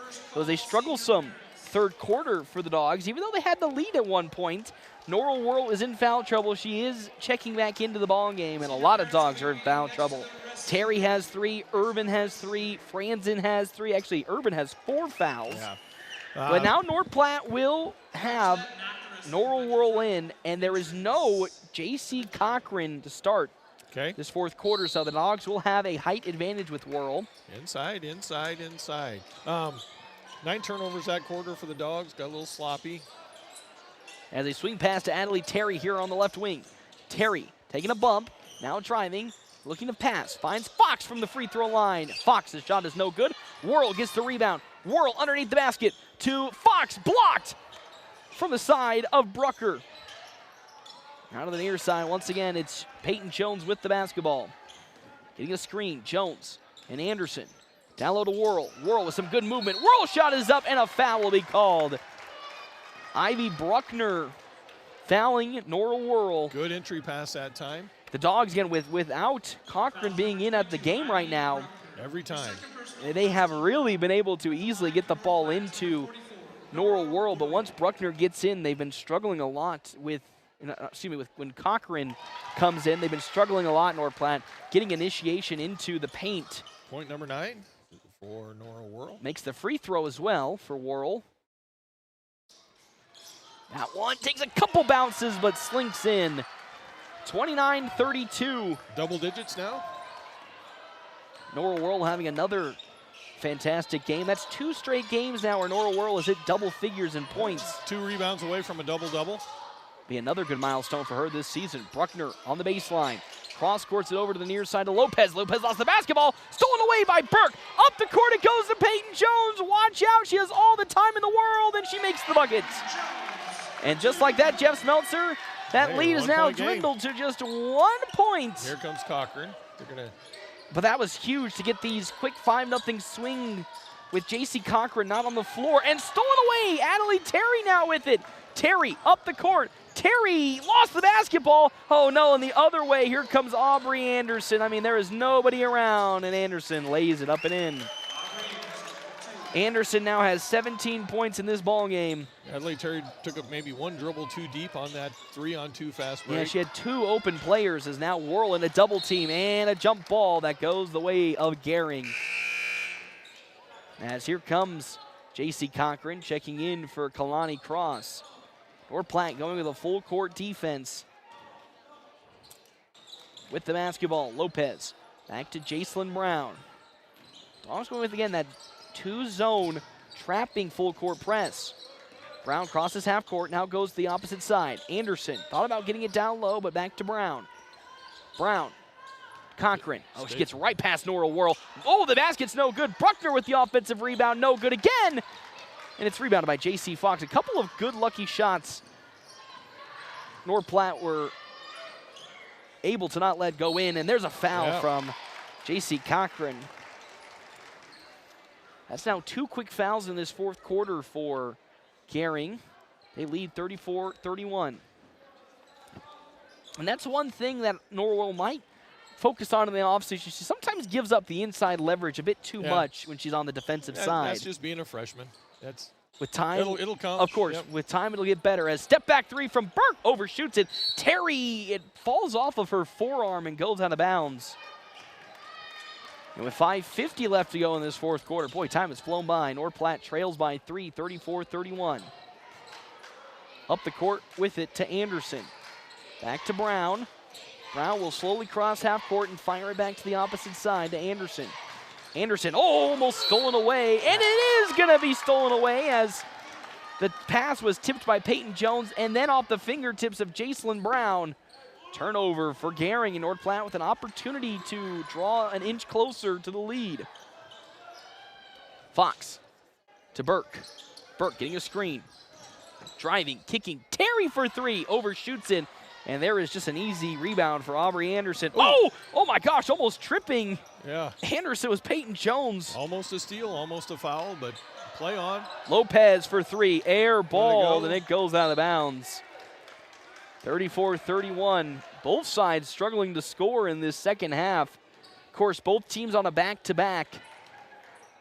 Both playing the late game yesterday, Gering versus McCook, and that's a really good McCook girls squad. And then, of course, North Platte playing Scotts Bluff the night prior.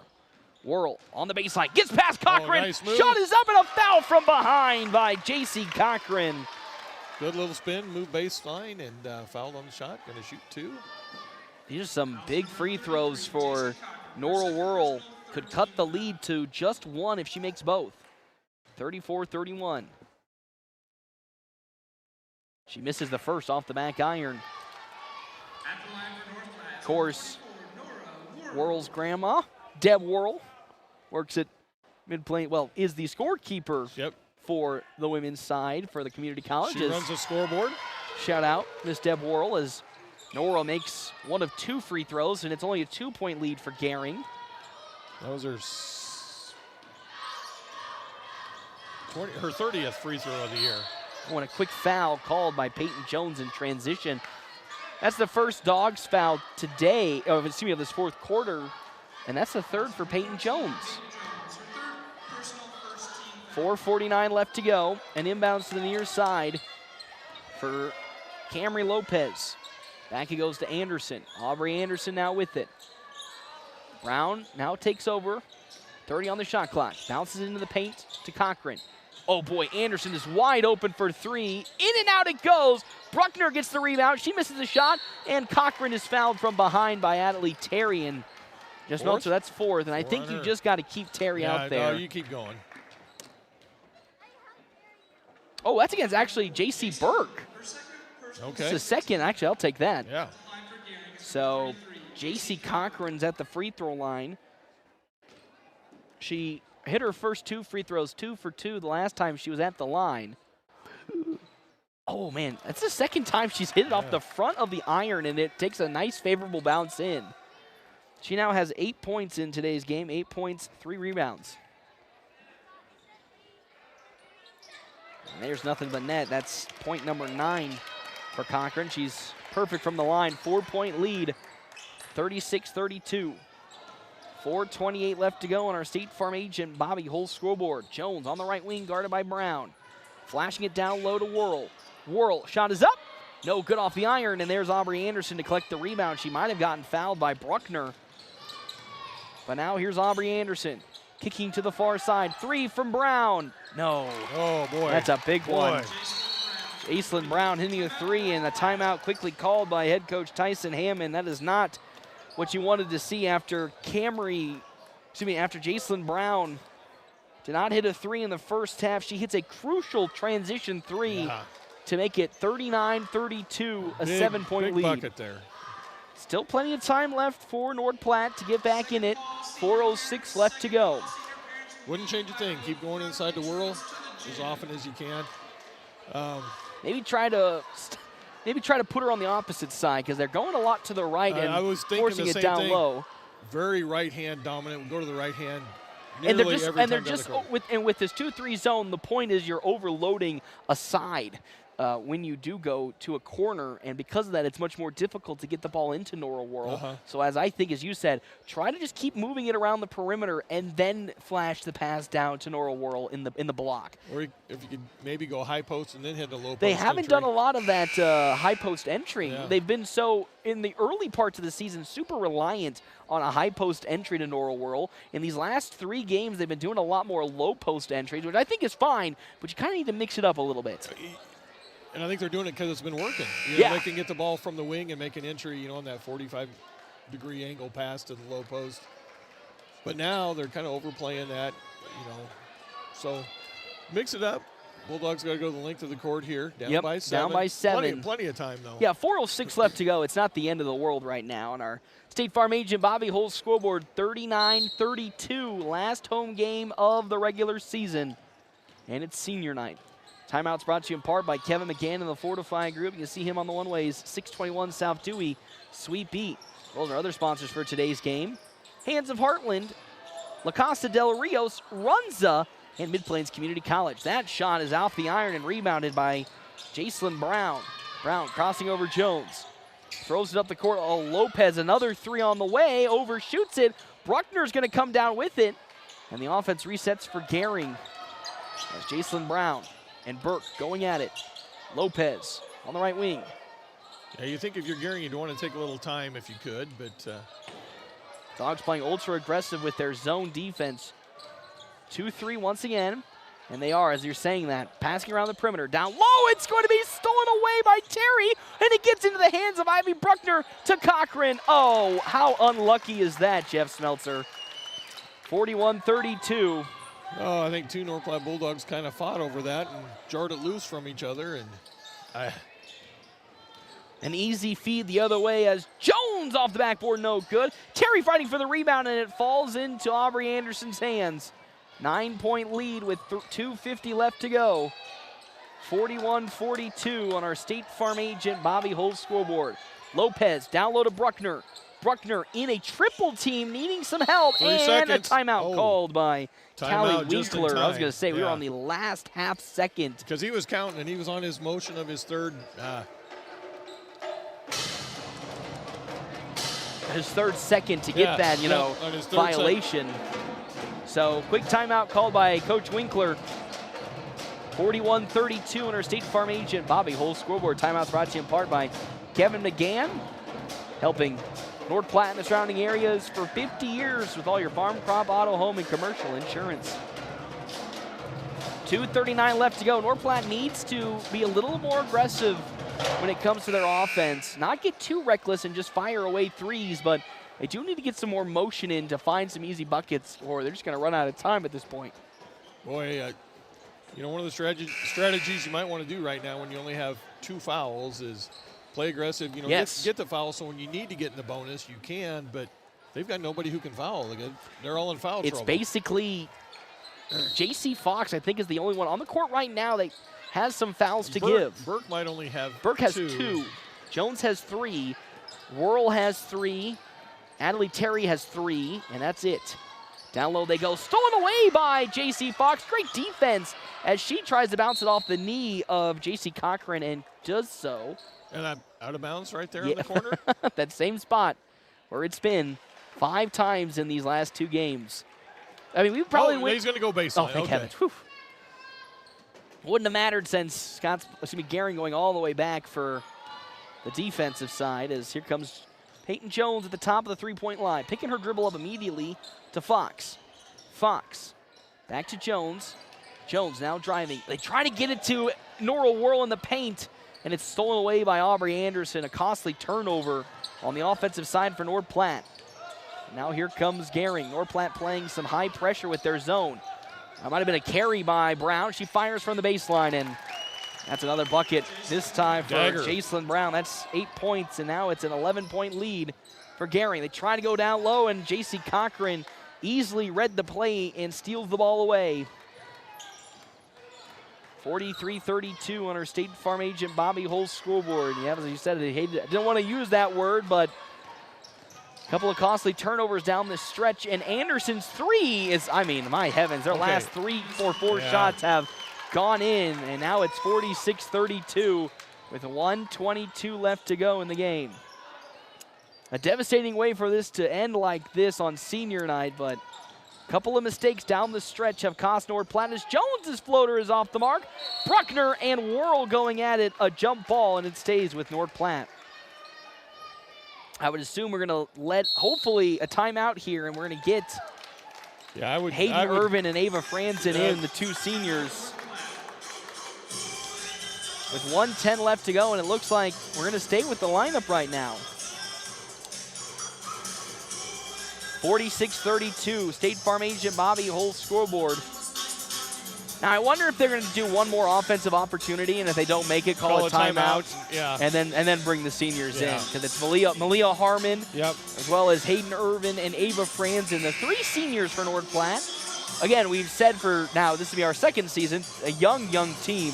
2 years in a row now where they haven't had too many seniors depart. Last year, I think it was only 2 in Abby Kamensky and Addison Euling. This year upgraded to just 3. I'd like to see the seniors go in and then maybe call a timeout so they can leave, you know, and get the ovation. I think so, and I think that's the plan right now. They're give this one last offensive possession, maybe get a quick foul to bring them in. As, they are tapping to Malia Harmon on the bench as Fox throwing into the corner now to Burke. Down low, they try to go to Whirl. Inadvertent bad feed, and that's a turnover. So Gering's going to get, and here comes a foul from Fox to get the timeout, and here comes the seniors. Yep, so they tried to have one more offensive possession and a foul. Here comes Hayden Irvin, Ava Franzen, and Malia Harmon, the 3 seniors for North Platte High School that will check in. So a happy moment for a final time here this season at home for the seniors of North Platte High School, as they'll get in for the final minute of play here from the doghouse. 46-32 on our State Farm agent Bobby Hull's scoreboard as Burke almost gets the steal, as Taylor Race as well as Annalena Mora will look to check in for North Platte High School. See now a whole list of starters for Gering at the table to check in, as Anderson with 12 seconds to Lopez in a double team. And that is unfortunately how Hayden Irving's day is going to come to an end, as she fouls Camry Lopez, as Janie Wagner, Annalena Mora, and Taylor Race check in. That is a tough way to see Hayden Irvin's day come to an end. A foul where she just barely touched. 5 seconds, 6 seconds? Yes, barely touched the defender, or the ball player, as I think we're going to have to reset the clock. Oh, still need a shot clock or no? I don't think so. I think the clock started too early. A lot of substitutions for Gering. All right, here we go. We ready? It is Camille Schmick as well as Kara Schlotauer. Also checking in, Danae Savala. To the far side is Alexi Lohr. And I think also checking in, Parker Palzer. Basketball gets into Schlotauer. And we've got about a 0.2-second shot clock, game clock difference in the ballgame right now. 3 on the way from Palzer, no good. Oh, Janie Wagner tried to get the rebound. She comes down with it. Wagner gets her first rebound. Wagner going to take it up on the far side herself. Janie Wagner Now to Taylor Race. Wide open on Aaliyah Moore in a corner three. Airballed it. Brought back down from Faith Libsack. And now the other way up the court is Gering. Taylor Race tips the ball away with 5 seconds left to go. We'll get one more inbounds, and that is how this game will come to an end as Gering gets the inbounds off with no problems whatsoever. 46-32 on our State Farm agent Bobby Hull scoreboard is how the final game for North Platte High School at home for the girls comes to an end. And it feels like deja vu all over again, Jeff Smeltzer. A good couple of quarters, but down the stretch they were unable to consistently find the offense needed to come away with the game. And also shout out to Gering. I mean, they hit their last 4 shots before the timeout called by head coach Tyson Hammond, one of those including a 3. And that is how we got to our 46-32 mark. They were clutch coming down the stretch, hit shots when they needed to. And yeah, you hated to see that happen because it was a 4-point game with how much time left? 3 minutes. 3 minutes and 40 seconds left to go. And ends up being a 14-point deficit. So, yeah, congratulations, Gering. Nice victory for the Lady Bulldogs.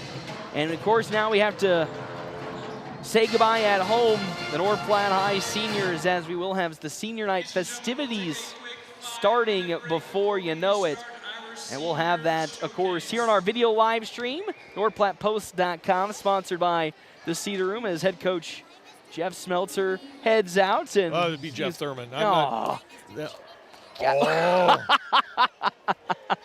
As Thurman heads out. Smeltzer's not heading out just yet. He's still standing right here, but saying goodbye to the crew of Thurman, just getting his wife and his kids. harassed by second graders. Is that always what happens? Second graders just harassing the heck they out just of me. don't like. I don't know what you did to them, I don't know, Smeltzer, but you did something. But thanks again for Jeff Thurman stopping on by. We'll step aside and take a break. Quick stop post-game show when we come back on FM 98.1, AM 1410, video live streaming on our Cedar Room live stream, NorthPlattePost.com. Farm Bureau Financial Services agents have built relationships with you, one conversation at a time. And we're as committed as ever to providing you with that level of service. As part of your community, we're here for you, answering insurance questions and helping make sure your financial goals are on track. In North Platte, visit Jay Engel at fbfs.com/find-and-agent. Farm Bureau Financial Services. It's your future. Let's protect it. When cancer touches your life, you need care you can trust without traveling far from home. Great Plains Health Callahan Cancer Center delivers that expert care every day. We're thrilled to welcome Dr. De Silva, a board-certified physician with over 3 decades of experience treating cancer patients. Quality cancer care is closer than you think. Call the Callahan Cancer Center at 308-568-7386. Your health is our mission. Great Plains Health. Hands of Heartland has offered support and services for those with developmental disabilities in Nebraska since 1998 and is now bringing those services to the North Platte area. Residential services, respite services, community services, and even day services. Hands of Heartland offers a full array of services from 24-hour supports to just a few hours per week. Learn more today online at handsofheartland.com. That's handsofheartland.com. Hands of Heartland, providing creative opportunities to live and grow. Start your day with gourmet coffee with Quick Stop's 100% Arabica house blend and Quick Stop's Seattle Buzz coffees. Quick Stop Rewards offering exclusive discounts and fuel rollbacks. Savings up to 15 cents per gallon with Sinclair Dino Pay using your debit or credit card. Quick Stop can refresh with Frazzle Gourmet Slushes and For Real shakes and smoothies. Or customize your favorite fountain drink with flavor shots and everyday low prices on your favorite beers. Always open right around the corner. Quick Stop. It's the Quick Stop post-game wrap-up. Quick Stop never closes, with 24 locations open 24 hours a day. Welcome back here to our Quick Stop post-game show. 27 locations open 24 hours a day. Quick Stop always open right around the corner as we get ready for senior night here from the Dog House. North Platte falls in this one 46-32. Leading the way for Gering is Aubrey Anderson, 17 total points. JC Cochran had 11 in this game. Nora Worrell finishes the night, 11 points for North Platte High School.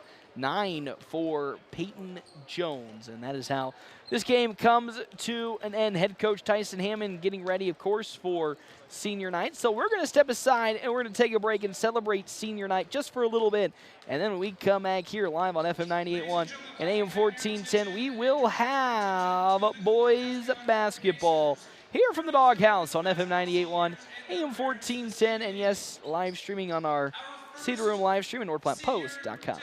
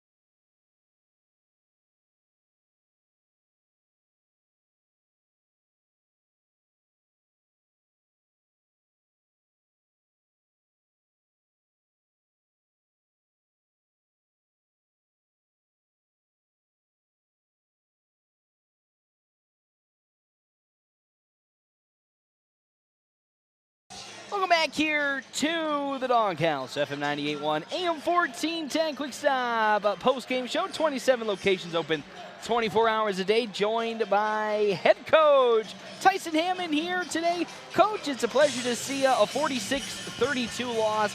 It was a really competitive game all the way until about that last 2 minutes when Gering just seems to have found some magic touch, hitting the last 4 shots, a big 3 as well, and you fall here in your last home game for senior night this season.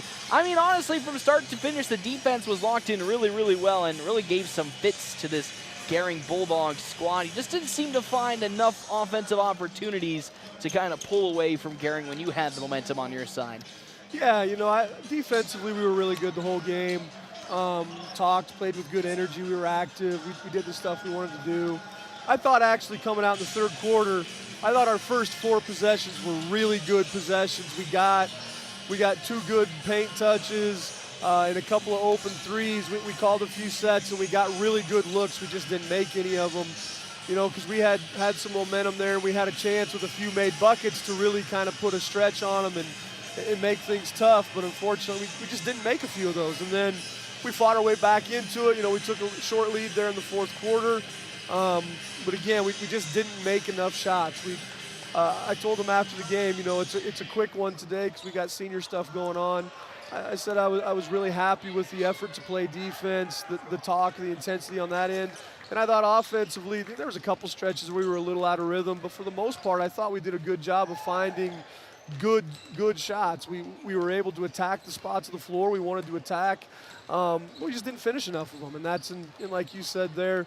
You know, it's a 3-point game with about 2 minutes left, and we knew we were going to have to kind of push it on defense a little bit, and a couple of people that we kind of wanted to shoot it for them made a few shots, and that's when you're behind and you have to scramble a little bit, you know, you're kind of banking on forcing it into someone's hands that maybe you want to have shoot it, and they did, and they made them. So you got to give those kids credit on the other side is, you know, they stepped up in big times and made a few shots. And that's just how the game of basketball goes sometimes. You know, you had the right people locked down, and again, you were banking on those players that you just considered streaky players that aren't too high a focus sometimes to make them step up and shoot and make a bucket. And you know what? They did. And that's just how it goes. And you got to give those kids credit because, you know, throughout the course of a season, there's going to be times like that. And, you know, like I said, we kind of forced it to where we wanted it to, hoping to force a quick shot, and they took a quick shot. But they made them. Yep, and I think an improvement from yesterday and today was, you know, when we got into that that second half, a lot of those turnovers turned into a lot of antsy offensive possessions where we reverted back to the old style where there's a lot of one-on-ones trying to dribble the ball out instead of trying to find an open path to set the offense up. I thought today was a much better game from you guys in that department where there was really no lengthy stretches where you went away from the offensive scheme or the offensive game plan that you had. And I thought that, as you said, it gave a lot more opportunities late in the game for you guys to have those chances to come back. It just, in tonight's game, it's tough. Had a back-to-back yesterday and a grueling long game against Scottsbluff. You know, legs may have been a little dead and trying to make that extra little bit of effort to make a shot might fall a little short. But I thought from an offensive standpoint, there was a continual effort into the second half of that ball movement that we saw so successful in the first half as well. Yeah, like I said, I thought we did a really good job of, you know, that there was one set in there that we didn't execute real well that we thought we were going to get a good look out of. But outside of that, I thought we did a good job of, we don't run a lot of sets, but the few that we ran, I thought we ran pretty well. And just our regular half-court offense, I thought we were doing a good job of finding the movement we wanted. You know, yesterday we kind of talked about movement without purpose doesn't always do you a lot of good. I thought our movement had purpose today, and we were getting good looks. Like I said, that's the game, and when you get good looks at this level, you have to make those shots. And we just didn't quite make enough of them, and that's, you know, part of what I think we're going to get better at as we grow and get older is, you know, the more comfortable we get in those situations, you know, I think we'll do a better job in the future of finding ways to make those shots and knowing that, hey, like, this is the one that we're looking for. Like, I can shoot this with confidence, and it's a good shot for me. And sometimes you have to understand that if you miss one, it's not the end of your world. Because, you know, sometimes with young kids, that's hard too, because you miss a couple shots, and then we get a little bit reluctant to take shots. And, you know, it's good to be a little bit self-conscious, but at the same time, if we want you taking a shot, you got to be willing to take it. That's right. And, of course, another year of some young talent here, but you do have a couple seniors that will be making their way out here. Ava Franzen as well as Malia Harmon and Hayden Irvin. As we said, still a young team, not a lot of that just older experience when it comes from like a senior leadership department, but really take me through those three and the impact that they had on not just this season, but throughout their entire career here at North Platte High School. Well, Malia started with us as a freshman, and then took a couple years off and decided she wanted to come back and play again this year. Malia's a great kid. She works hard every day in practice, is supportive of everybody around her. And to me, it's exciting to see a kid like her that knows that, maybe the playing time's not going to be a lot, but is willing to want to be a part of it because she knew she really enjoyed it as a freshman. So, coming back as a senior to do that was pretty cool, and, super proud of her and her ability to play throughout the season, even though the minutes weren't a lot, but to be there every day and work hard. Hayden Irvin was new to us this year. Hayden came in and made friends pretty quick, and, has been able to, kind of step in and help us with a lot of different things. And, in a short amount of time, I know that the friendships that she's able to make with the kids around her are pretty important ones. And, we were happy to be able to provide that and give that opportunity to her and to be a part of the team. And it is a pretty cool thing when you've only got a year to do it. And then, Ava has been with us for all 4 years, and, she's just worked her way through from, freshman to sophomore to junior to senior, and has worked her way up and earned opportunities to get minutes.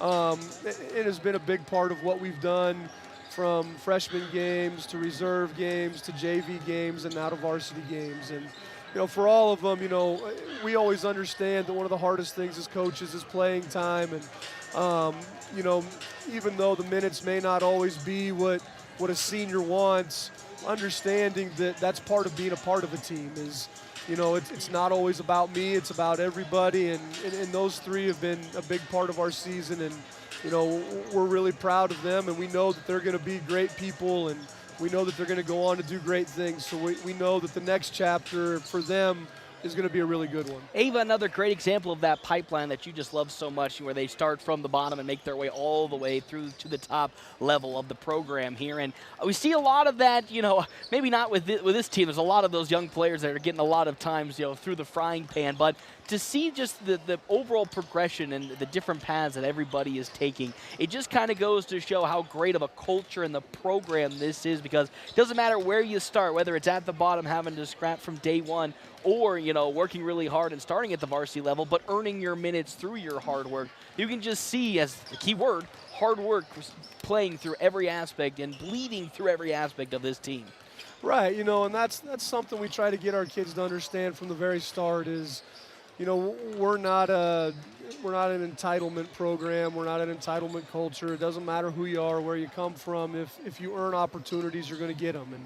And, we always say that, practice is where you earn the opportunity to get into the game. And then once you're in the game, that's where you earn the opportunity to stay in the game or get back in the game. And, kids learning that the ability to fight through adversity and to understand that they got to be a part of something bigger than themselves is a big part of the culture we try to build. And, we always talk about we, not me. It's the team before everything else. And, those aren't easy lessons. And, for some people, their path is to get there a lot quicker, and other people's path is a lot windier and a lot rockier. But in the end, it's all the same. Hopefully at the end, you learn things about life through team sports that'll help you be a better person when you get older. Got 2 guaranteed games left here in the season. Got Sydney next week, and then, of course, the district matchup, so we'll see who we wait to play that one. But really take me through what kind of things you not only want to work on, but want to see continue to be worked on as we get closer and closer to, of course, the end of the season, and more importantly, district time. Right. It's a quick turnaround for Tuesday, so, we'll get in a practice to get ready for Sydney on Monday, and we'll get there Tuesday, and then we'll have a little bit of a waiting game till the end of next week to find out who it is district-wise. And as soon as we know, that's what we'll prepare for. And get ready to go compete, and that's the name of the game this time of year is being ready for whatever's in front of you. And like I said, we won't know quite what it is until the end of next week, but once we do, we'll get ready for that, and we'll be ready to go play hard, and we'll get after people. Coach Hammond, as always, thank you so much for stopping on by, as that is our La Casa del Rio's postgame coaches interview with the women's head coach, Coach Tyson Hammond. We'll step aside, and when we come back, it is boys basketball time here, FM 98.1, AM 1410, and video live streaming on our Cedar Room live stream at NorthPlattePost.com.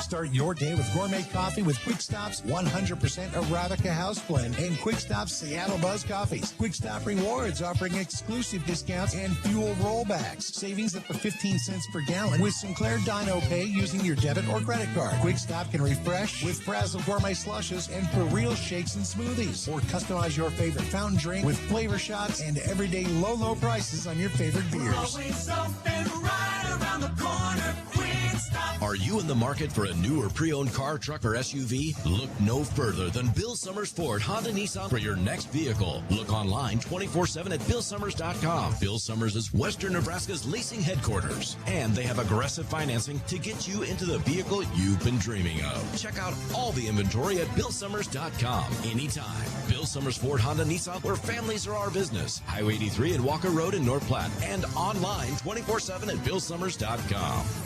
You ever feel like there's no time for cooking dinner? On the go, all the time. Dave's Place can cover your hunger wherever you want to eat. Stop into Dave's for lunch and dinner at 502 East Francis. Order carryout and take it on the go or DoorDash it straight to your couch. You can enjoy Dave's anywhere. And what goes great with pizza?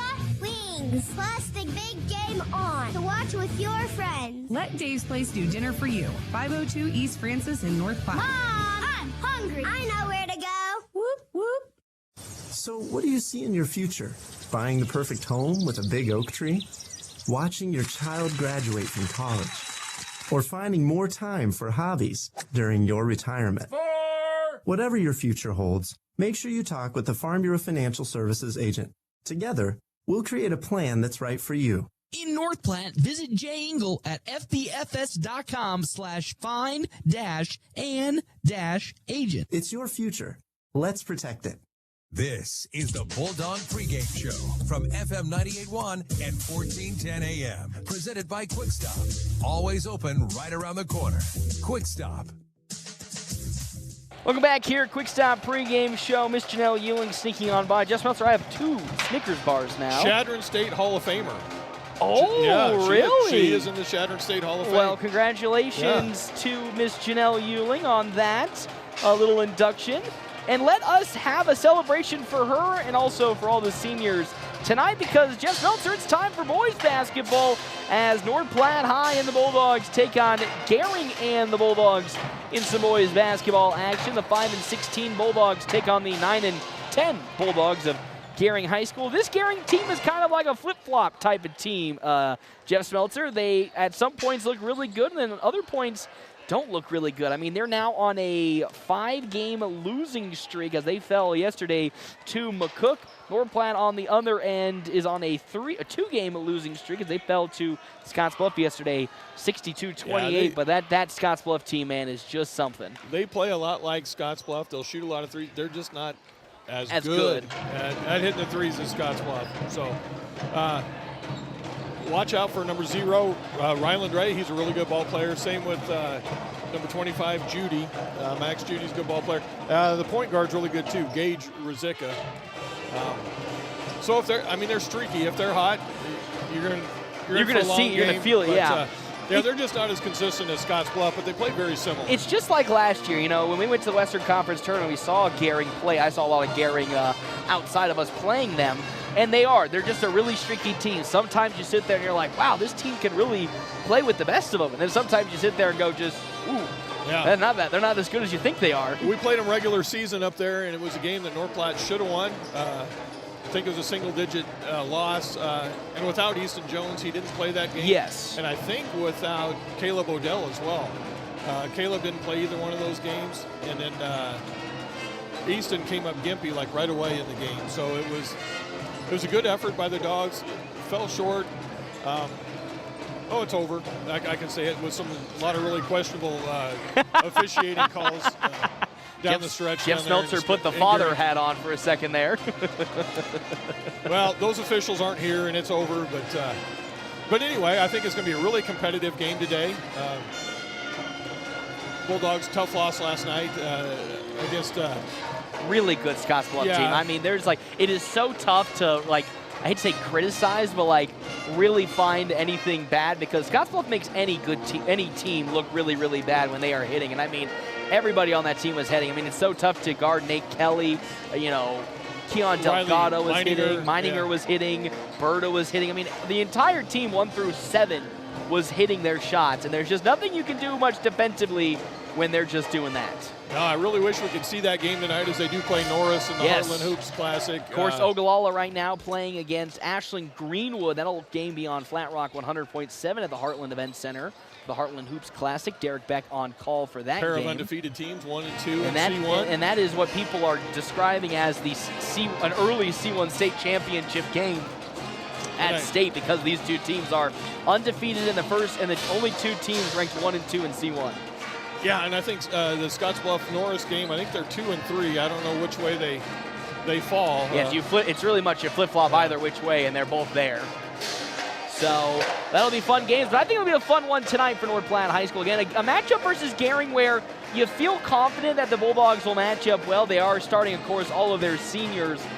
Caleb Odell, Harper Whitney, as well as Sam Euling will be getting the start for the Bulldogs here today. So I don't want to steal a little bit of our Double Dips Ice Creamery starting lineup, but you feel good because this feels like a winnable game for North Platte High School from the get-go. Yeah, much better feeling about today than we did last night. But yeah, I think this is a winnable game. Gering Bulldogs coming off a beating last night down in McCook. Yeah. So they're looking for revenge. Yep. And of course, they're looking to spoil the festivities here with senior night for North Platte High School.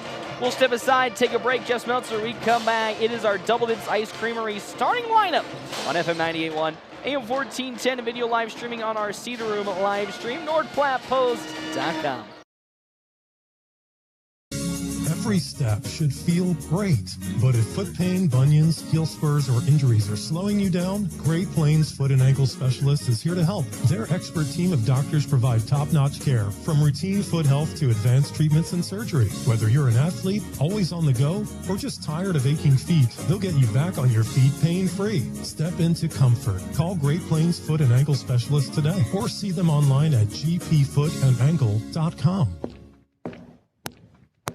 Hands of Heartland has offered support and services for those with developmental disabilities in Nebraska since 1998 and is now bringing those services to the North Platte area. Residential services, respite services, community services, and even day services. Hands of Heartland offers a full array of services from 24-hour supports to just a few hours per week. Learn more today online at handsofheartland.com. That's handsofheartland.com. Hands of Heartland, providing creative opportunities to live and grow.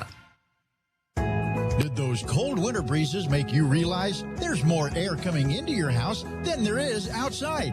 If your windows are rattling, fogging, or just plain drafty, it might be time for new ones. At Larry's Glass, they specialize in high-quality replacement windows that keep the cold out and the comfort in, saving you money on your energy bills, too. Stop shivering and start saving. Call Larry's Glass today or stop in at 211 West 5th. See the difference new windows can make. Hey, Nebraska parents, did you know your local community college is offering free tuition for early entry in dual credit classes? At Mid-Plains Community College, your high schooler can jumpstart their future right now, saving money while earning real college credit. Picture this: the next nurse saving lives, the next entrepreneur building a better Nebraska, and it all starts while they're still in high school. Talk to your school counselor or visit npcc.edu to learn more. Students are responsible for course-related fees and must attend a Nebraska high school or homeschool to qualify. The Bulldogs play here on FM 98.1 and 1410 AM. Head to Merrick's. Open Monday starting in February. Also, try the new Philly cheesesteak sandwich, the most authentic cheesesteak in the area. Merrick's. North Platte Post Sports. Welcome back here to the Doghouse, FM 98.1, AM 1410. Jeff Smeltzer It's time. It is time. It is time for our Double Dips Ice Creamery starting lineup. Double Dips Ice Creamery in the historic Canteen District in North Platte offers 24 plus different flavors of hand-dipped ice cream served in a variety of ways. Starting for Gering and the Bulldogs, Rylan Ray, the 6'3 junior, Gage Ruzika, the 5'9 senior, Ayler Bell, the 5'11 junior, Max Judy, 6'3 junior, Coulter Shalito, the junior at 6'1". It's time for North Platte High School on senior night. Jeff Smeltzer, take it away. Yeah, senior night. Dogs are going to go with a 6'2 junior, Logan Hayes. 6'2 senior, Sam Euling, playing his last game in the doghouse. 6'3 junior, Jake Kincaid. 6'1 senior, Harper Whitney. And the third senior, Caleb Odell, 5'8 senior, number 15. It's going to be a fun one. It's going to be a fun one. Again, a very packed doghouse right now for senior night. Guess who was in the building, Jeff Smeltzer? We all said hi to him. Jacob Brandel for North Platte Community College. Appreciate the head coaches of the men's and women's basketball teams for showing up today. If you want to give a quick shout out as well to this, Caleb Odell receiving an offer from North Platte Community College last night, according to Twitter. So it's good to see not only the community college offering out to some of the, local kids around the area, but especially for North Platte High School. Yeah.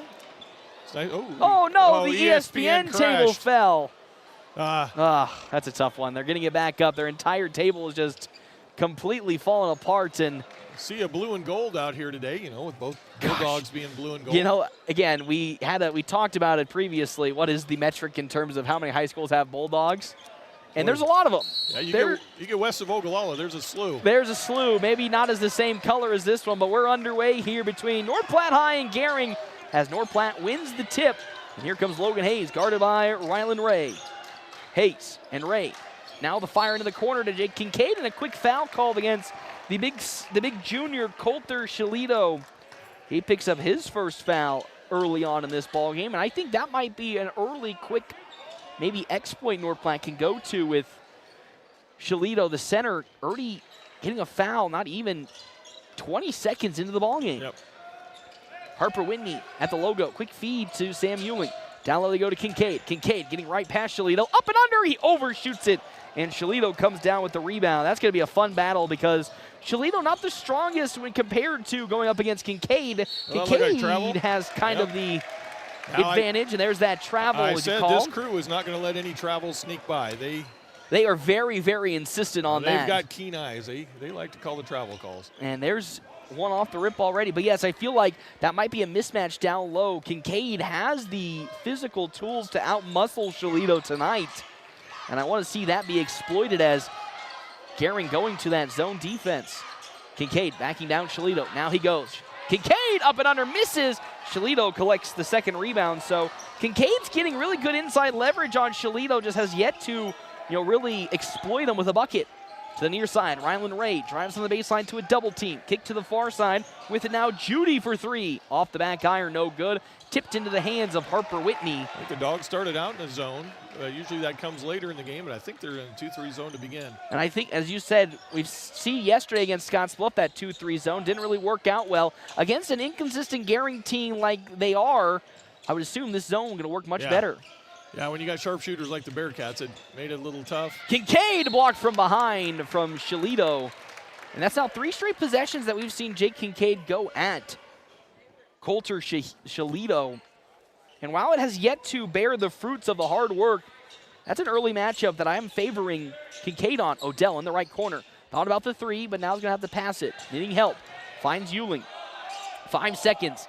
Sam Euling into the paint. Sam Euling fading with his shot. Sam Euling short, and that's rebounded by Gage Ruzika. And the other way comes Gering to start another possession. Rylan Ray back to Ruzika. Now to the near side of Max Judy. Wide open three on the way for Bell, and there's a bucket. First three today for Ayler Bell. Somebody that, again, you are okay keeping open for three because he is inconsistent, but that time made the Dogs pay with that 2-3 zone. Hayes getting a screen from Euling. Now going baseline on Rylan Ray. A foul called, and guess what? That's now 2 against Shalito early on, as Coulter Shalito was going to be the recipient of that foul. And with that, we're going to see Zika Garcia check in. Another tall, lengthy member, Garcia, the tallest on the team at 6'4", but very, very, thin compared to Jake Kincaid. And that's something I think that's going to be another one of those matchups that is, I think Jake Kincaid should continue to try and exploit. Yeah, I wouldn't change a thing. Jared Smeltzer takes off his warm-up. And now here comes Jared Smeltzer. I wonder who he'll check in for. Probably Harper Whitney. Carter Dishman. Shout out to Dis at the South Dakota School of Mines, as Logan Hayes misses the first free throw. That was always our favorite substitution last year. Yes, it was, and I kind of miss that substitution. Yeah. It's always fun to make that comment. 140 pounds checking in for three. Big 310. As Hayes does make his second, he's 1 of 2. It's 3-1, the lead for Gering on our State Farm agent Bobby Hull's scoreboard as Judy's 3 is off the mark. And there's Logan Hayes with the rebound. Now Hayes with some speed the other way. Coast to coast, Logan Hayes! And we're tied at 3 apiece. There was not a Gering Bulldog body that was put on Hayes as he's made his way all the way to the rack. Ray, quick feed to Judy. Judy up the court.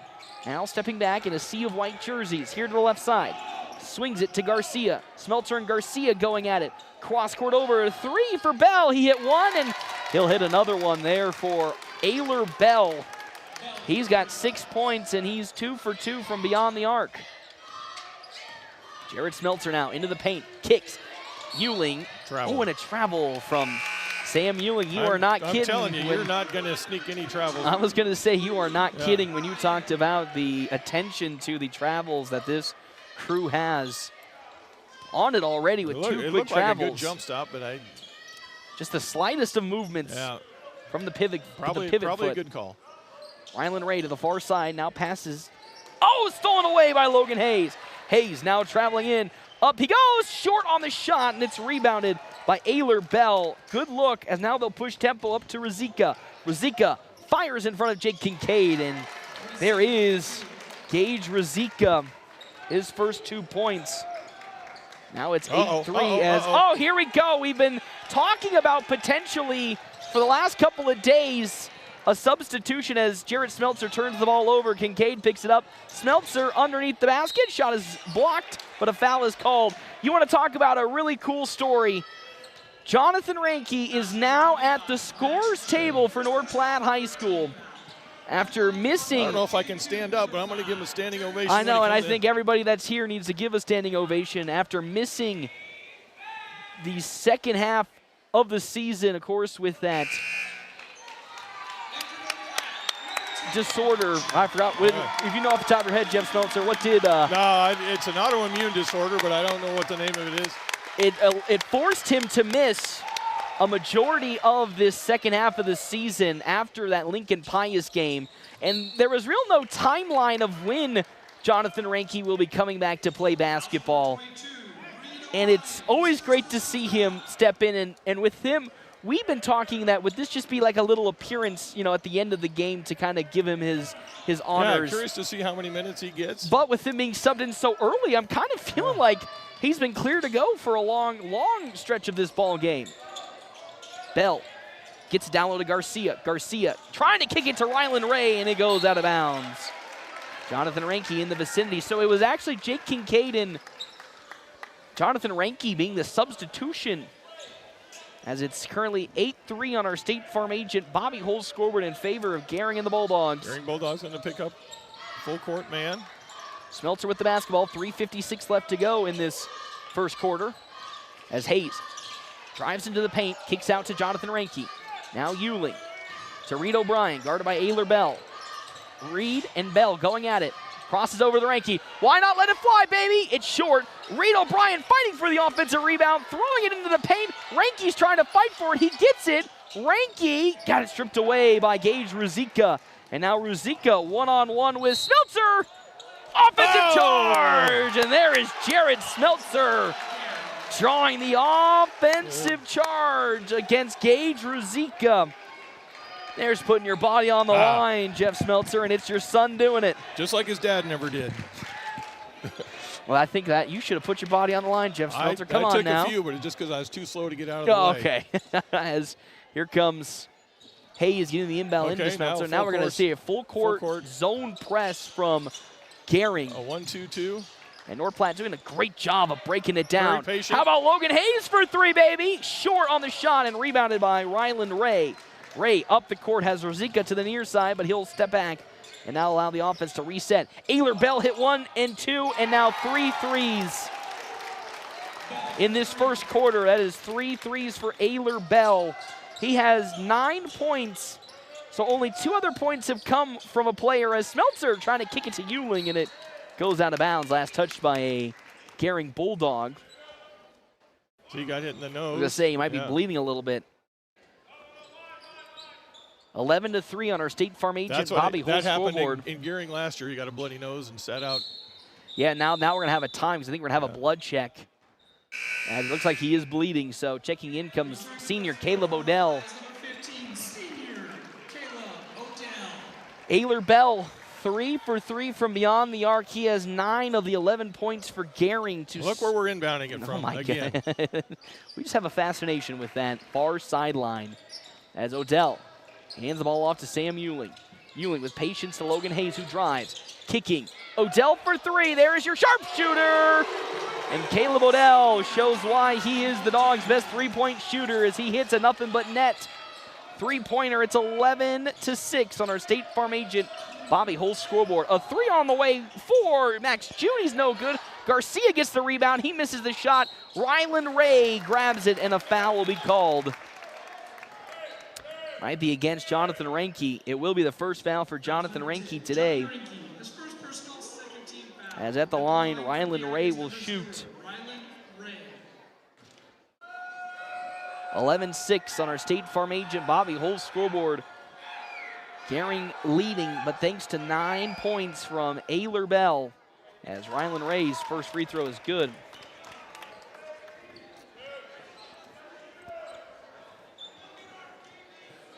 Six-point lead for Gering. 2:24 left to go here in this first quarter as we have a substitution quickly for Gering as 2 for 2 is Ray. And checking back in with 2 fouls is Colter Shalito. That's a pretty risky call to move Shalito in, but now you have 2 big, Shalito and Garcia. As another full court press for Gering. And Sam Ewing now up the court, bounces it to Odell. Odell on the perimeter, now drives, kicks to Logan Hayes, and the offense will reset. Hayes going baseline. Hayes up and under, short. Reinke trying to fight for the rebound. Ryland Ray keeps it alive and somehow gets it to Shalito. And here comes Gage Rosica up the court quickly for Gering. To the corner. Oh no, Ayler Bell again. It's short this time. He gets the miss. Rosica now will pull up from straightaway center, no good. And there's Sam Ewing coming down with it. Lucky for North Platte that Ayler Bell and Gage Rosica didn't hit. As here comes the inbounds. And now Logan Hayes up the court, guarded by Ryland Ray. As Hayes splitting through 2 defenders. Down low to 1, Reed O'Brien blocked from behind. Oh no, Jonathan Reinke can't put it back, and Shalito gets the 3rd rebound. Didn't mean to cut you off there, Jeff Smeltzer. No, with that rebound by Reinke, that's only the 3rd rebound for the Dogs today. And that's another 3. Struggling on the boards. Ryland Ray hitting a 3. He's got 4 points in this ball game as Shalito steps out of bounds. As Jake Kincaid checks in for Jonathan Reinke. Good short stint for Jonathan, but know that the court rust needing to be shaken off a bit. Yeah, you know, he's been out for about 60 days. I think the last game he played was on December 28th. 28th, you said, against Fillmore Central. No, it was actually the Pius game. Yeah. Oh, Jake Kincaid, beautiful, gets around Shalito. And finally, the fruits of the labor had been shown as Shalito had been getting ran around by Jake Kincaid, and he finally takes advantage and scores the bucket. And Dogs back to this 2-3 zone defense. Into the quarter now, Ray driving right past Reed O'Brien. Uh-oh, Ayler Bell to Rosica. He'll pull up with a hand in his face. Off the rim, no good. Ryland Ray gets the rebound, and Kincaid fouls Ray with 55 seconds left to go. And there's Kincaid's first foul. You talked about only 3 rebounds for North Platte in this first quarter. Not good. No. turnover numbers manageable. Only 2 turnovers so far here in the first quarter. But 8-point lead for Gering. Yeah, so not the end of the world. It's just it's just the rebounding department that has given Gering second chance opportunities. As Ray, another free throw is good. As we had a substitution stand up, being Max Judy, but he won't go to the scores table. 17-8 on our State Farm agent Bobby Hull's scoreboard, and now Judy heads to the table. Rylan Ray makes all 4 of his free throws so far. He has 8 points in this ball game. 18-8, 10-point lead with 55 seconds left to go in this first quarter on our State Farm agent Bobby Hull's scoreboard. Hayes turning up tempo, drives up to the far side and hands it off to Kincaid. Kincaid now to Odell, who got a beautiful screen. Odell with his second 3, and that's a big 3-pointer for North Platte High School.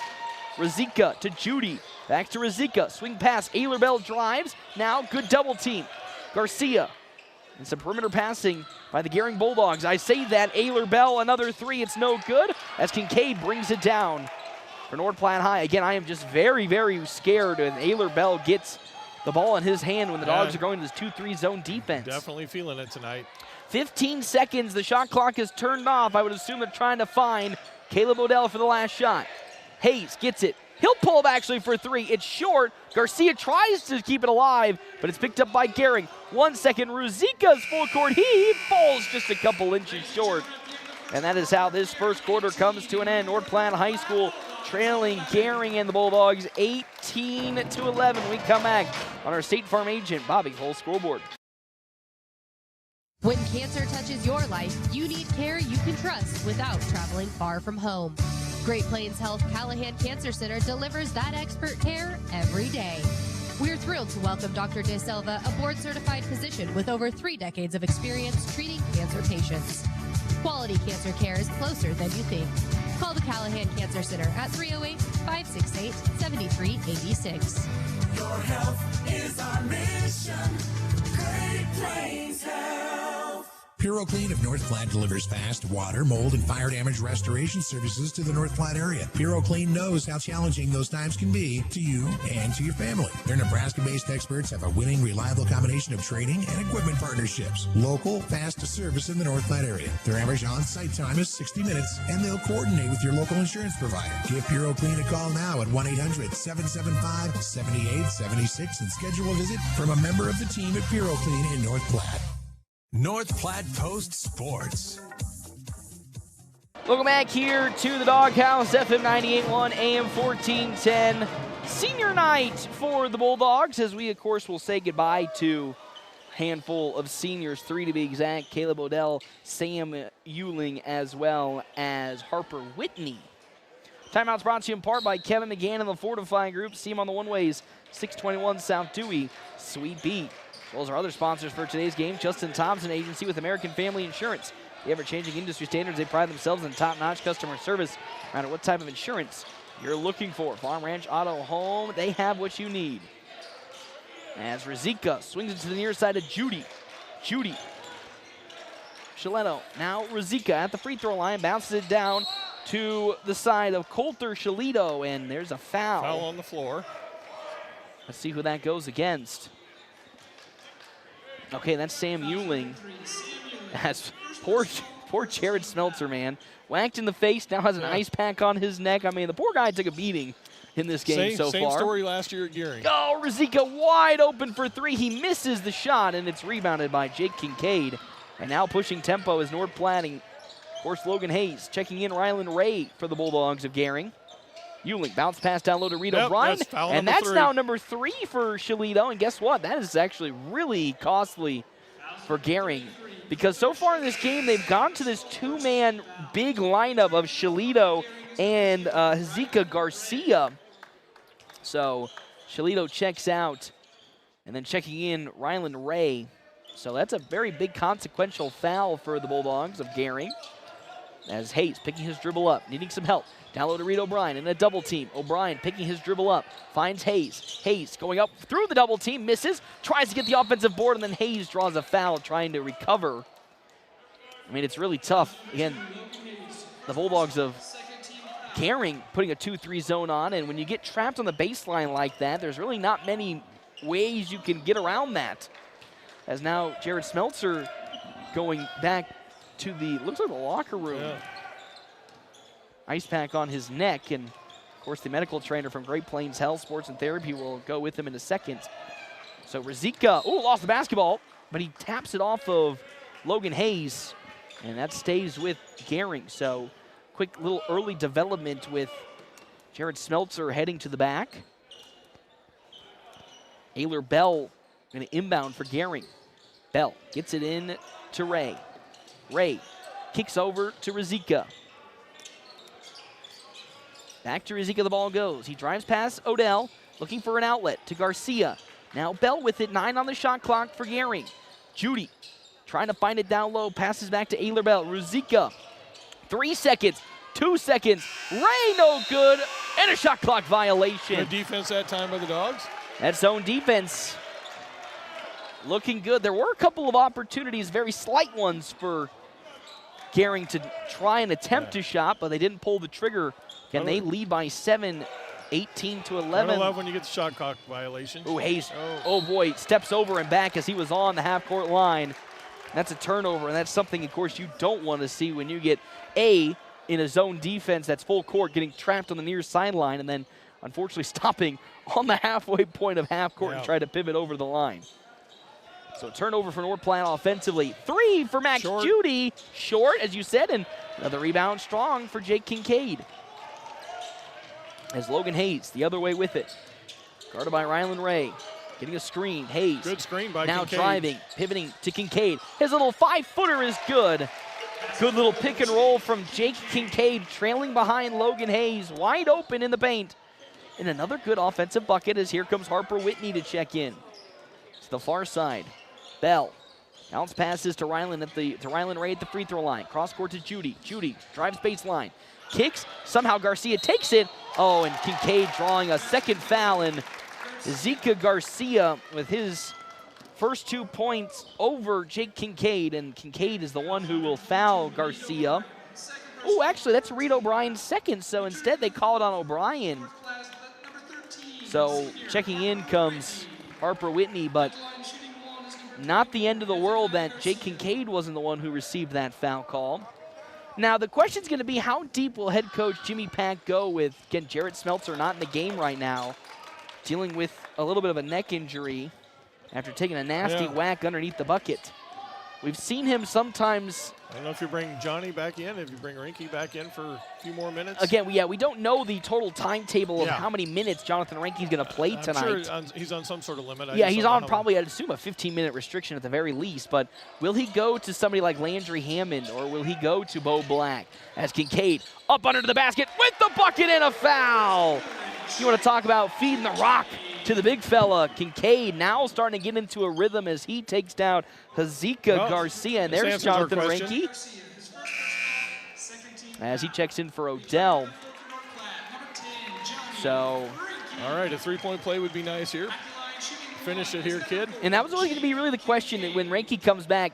I hate to say who would he take the starting position over, but you'd assume it'd be somebody like Harper Whitney or Reed O'Brien, who's gotten the spot starts last couple of times. He's going to be coming off the bench here for the rest of the year. Of course, 100%.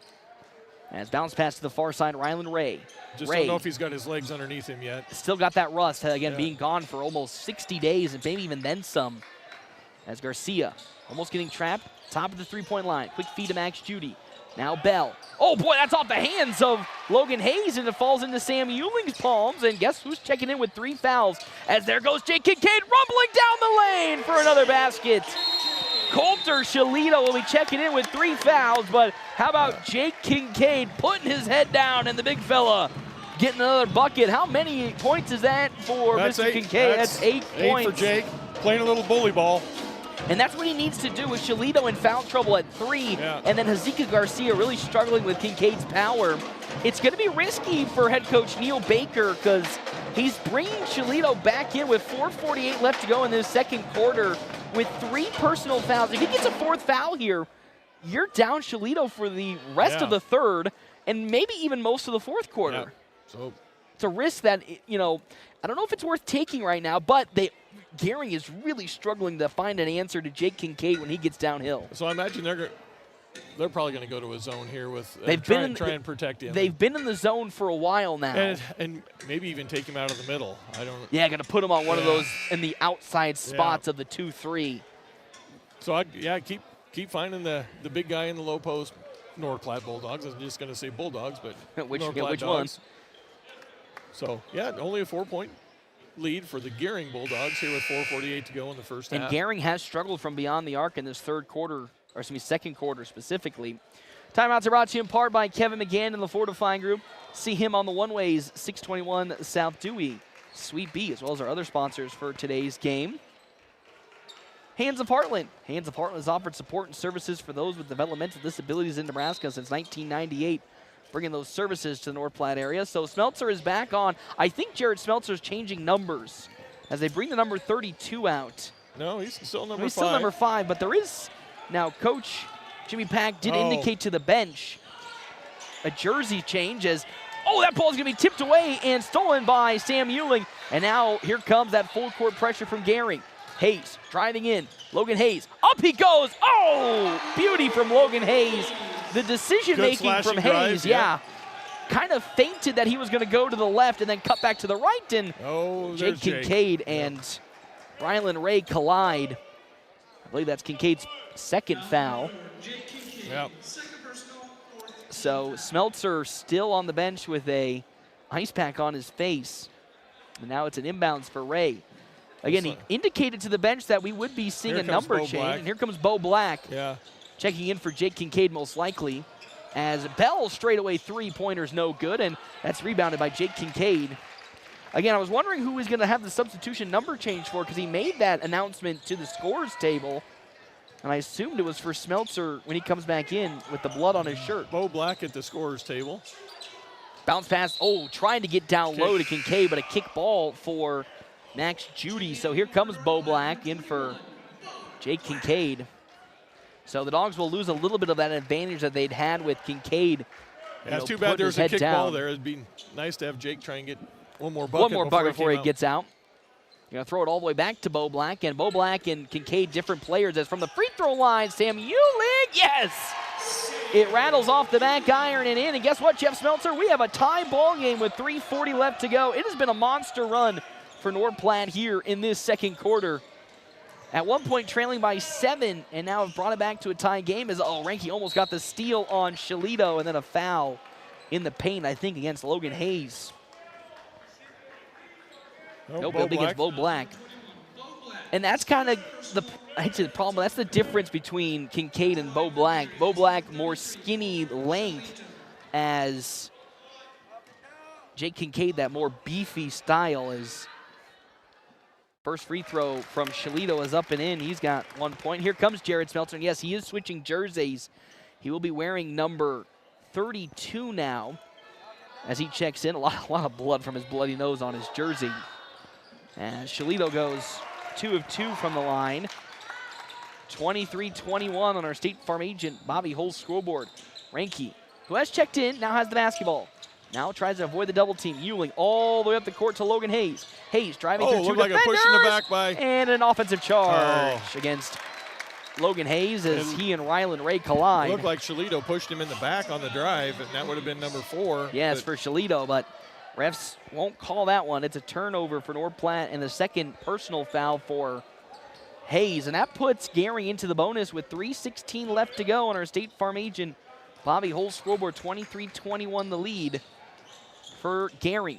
Oh boy, that pass going way out of bounds after it was tapped away by Euling. By Sam Euling. And here comes Caleb Odell as Jared Smeltzer still having his jersey cleaned as Jonathan Ranke will check out. Of course, good minutes for Jonathan. Even though he has not yet to really record a statistic, just seeing his defensive presence out there with his height has been a big difference maker when Jake Kincaid's been out. He does have a pair of rebounds. Oh, does he? Good. Okay, at least that's good. But yeah, just his impact from a height standpoint, I think, is what's going to be the big difference maker in this matchup. Because yes, Bo Black is out there right now, but we got to get the approval of the jersey by the officials. Yeah. So they're trying to keep Jared Smeltzer with his number 5. They have a backup jersey just in case. Oh, now they're sending him.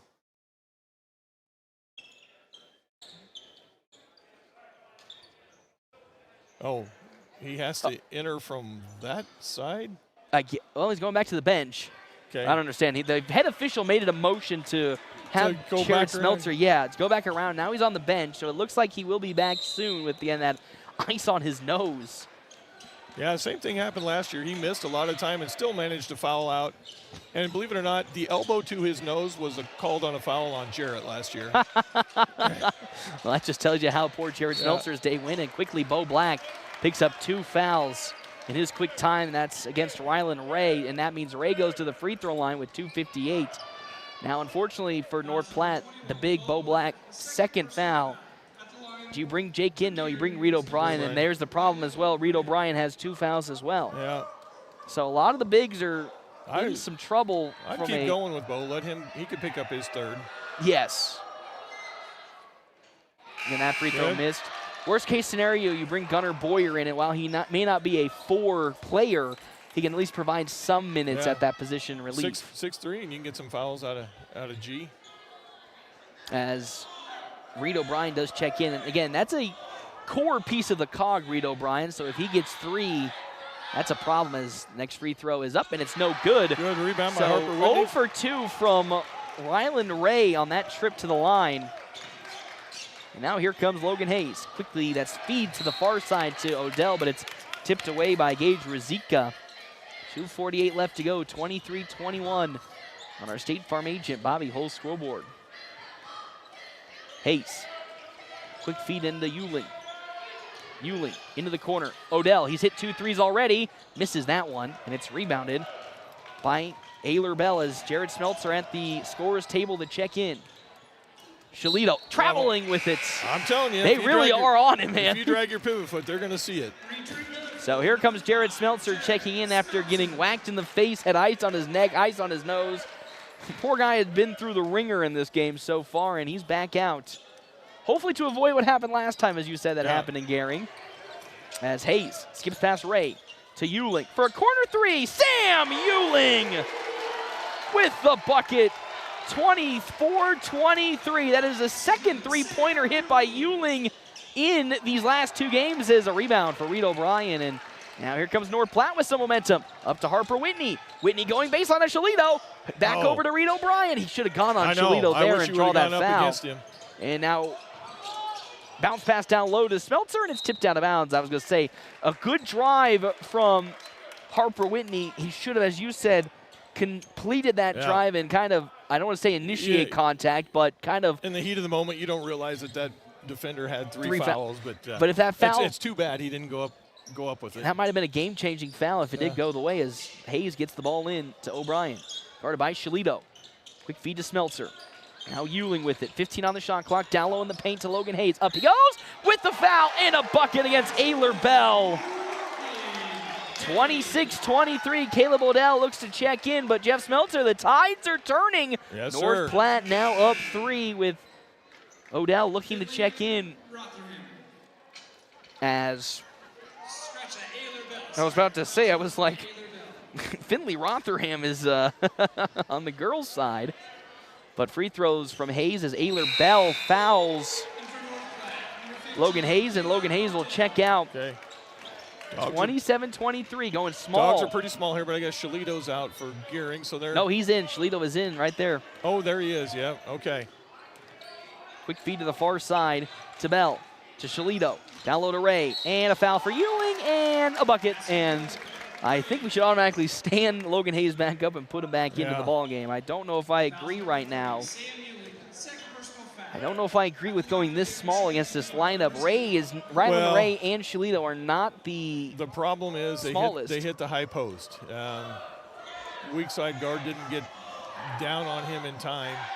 Ray missed his last 2 free throws, but he answers back with a big one. And now it's only a 1-point lead for North Platte, and here comes a full court defense from Gering as Jake Kincaid looks to check in. Oh, bad feed from Reed O'Brien. Turned over Ray the other way. Ray misses the shot, and Rito Bryan at least comes down with it, so Kincaid with his 2 fouls will check in. I think that's a wise move, and have him attack Shalito again, who has 3 personal fouls in this second quarter. The handoff to Whitney. Now Odell, man, he has some space and fires for 3. In and out it goes, and Rylan Ray finds his first rebound. Ray the other way with some speed. Now to Bell. Bell drives, kicks to Shalito. Shalito steps back out, guarded by the much smaller Odell. Shalito cross courts over to Ruzicka. Not a good feed. He splits through 2 defenders. Oh, Ruzicka now somehow hands it off to Rylan Ray with 15 seconds. Good defense from Smeltzer. Max Judy. Drop, high post. Shalito lost the ball. Caleb Odell picks it up. And now here comes North Platte. Harper Whitney with some speed. Bounce pass to Rito Bryan. That's number 4. Yes, it is. That's number 4 on Shalito. And how about... And we're counting the bucket too, right? Yes, I would assume so.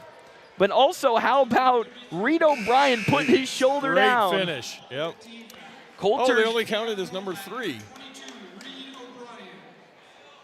It should be 4. But still, that's 3 fouls against Shalito. So unless they took back, as Rito Bryan makes that basket didn't go? No, I guess it didn't count. Okay. I guess they call it on the floor, so it's 29-26. Shalito still has some foul trouble as he checks out. I was going to say. They're not in the bonus. No, so he missed that shot? I guess he did.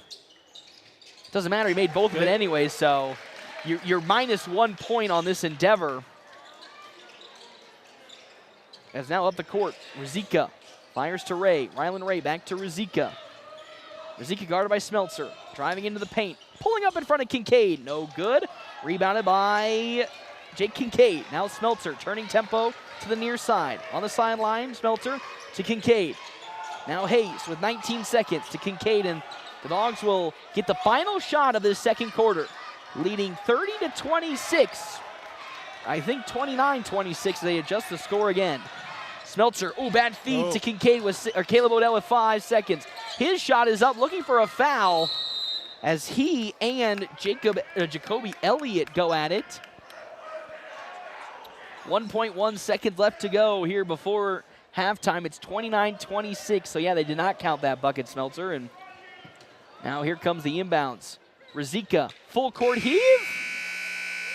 Off the mark, as that backboard's a little broken with the lighting. But that is how this first half does come to an end. North Platte High School leading 29-26. Our State Farm agent, Bobby Hull's scoreboard. It's been a good first half, Jeff Smeltzer, for the Dogs here today. From yesterday, where it was a struggle on the offensive side, putting up 29 and really keeping this Gering squad in check.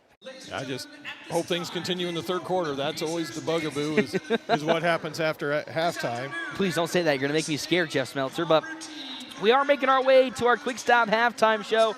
So with this, we'll step aside and take a break. Jeff Smeltzer will get his statistics. We might be able to talk as well with head coach Jacob Brandel if he makes his way down here on FM 98.1, AM 1410, video live streaming on our Cedar Room live stream at NorthPlattePost.com.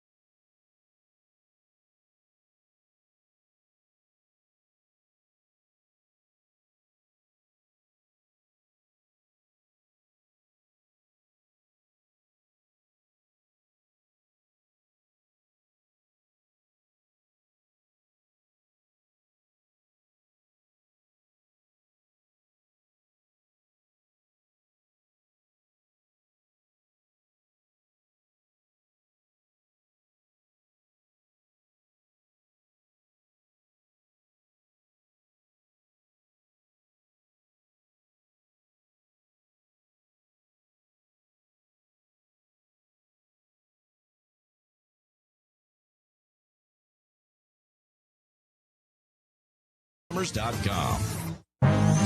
The Bulldogs play here on FM 98.1 and 1410 AM. Head to Merrick's. Open Monday starting in February. Also, try the new Philly cheesesteak sandwich, the most authentic cheesesteak in the area. Merrick's. North Platte Post Sports. Welcome back here to the Doghouse, FM 98.1, AM 1410, and live streaming on our Cedar Room live stream at NorthPlattePost.com. A 29-26 victory, or lead right now for North Platte High as they have that small advantage versus Gering and the Bulldogs. But I'm joined by another special guest today. He's in the house, back from his trip from Colorado and Columbine specifically. Head coach Jacob Randall is stopping by here today. Coach, first off, it is a pleasure to see you. Doesn't it feel a little weird that we're having this conversation not in our usual spots, because we've become so normal with at the studio or at the McDonald Belton Gymnasium? It kind of feels weird to see us out in the wild, not in our normal spots. Yeah, I know, and it's awesome to be back at the Doghouse. Like, it's been a long time since I've seen a game out here, and I'll tell you this much: I do miss a good pep band. I love a good pep band, and North Platte's pep band right now is rocking and rolling. This is what high school basketball is all about. We Mid-Plains, we gotta get some stuff going on. Get a nice old pep band. Not that Trosper doesn't do a great job with the music, but I'm telling you, that's an easy thing to put in now. Let's get the juices flowing with this drum line over there. As a former pep band member myself, I was too. I was too. Look at you. Yeah. All right, big dog. I see ya. Good to see you again. It's a weird time because you've gotten in such a rhythm of having games on Saturday. You get a little bit of break before we see you travel to Sterling on Wednesday to take on Northeastern Junior College. How has this break kind of been?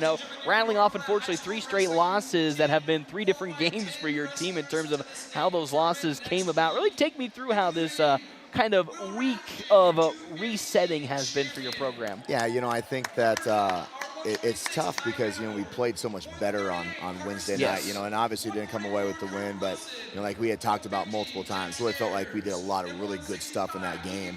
And so it stinks that we don't have one today to be able to keep that, good juices flowing there a little bit, but it was definitely a needed break for our guys. We did some stuff on Friday to keep us sharp, but then we took this weekend off. We tried just with what we have going on and with stuff coming up in the next weekends, and so last chance for guys that are around the area to be able to get back home.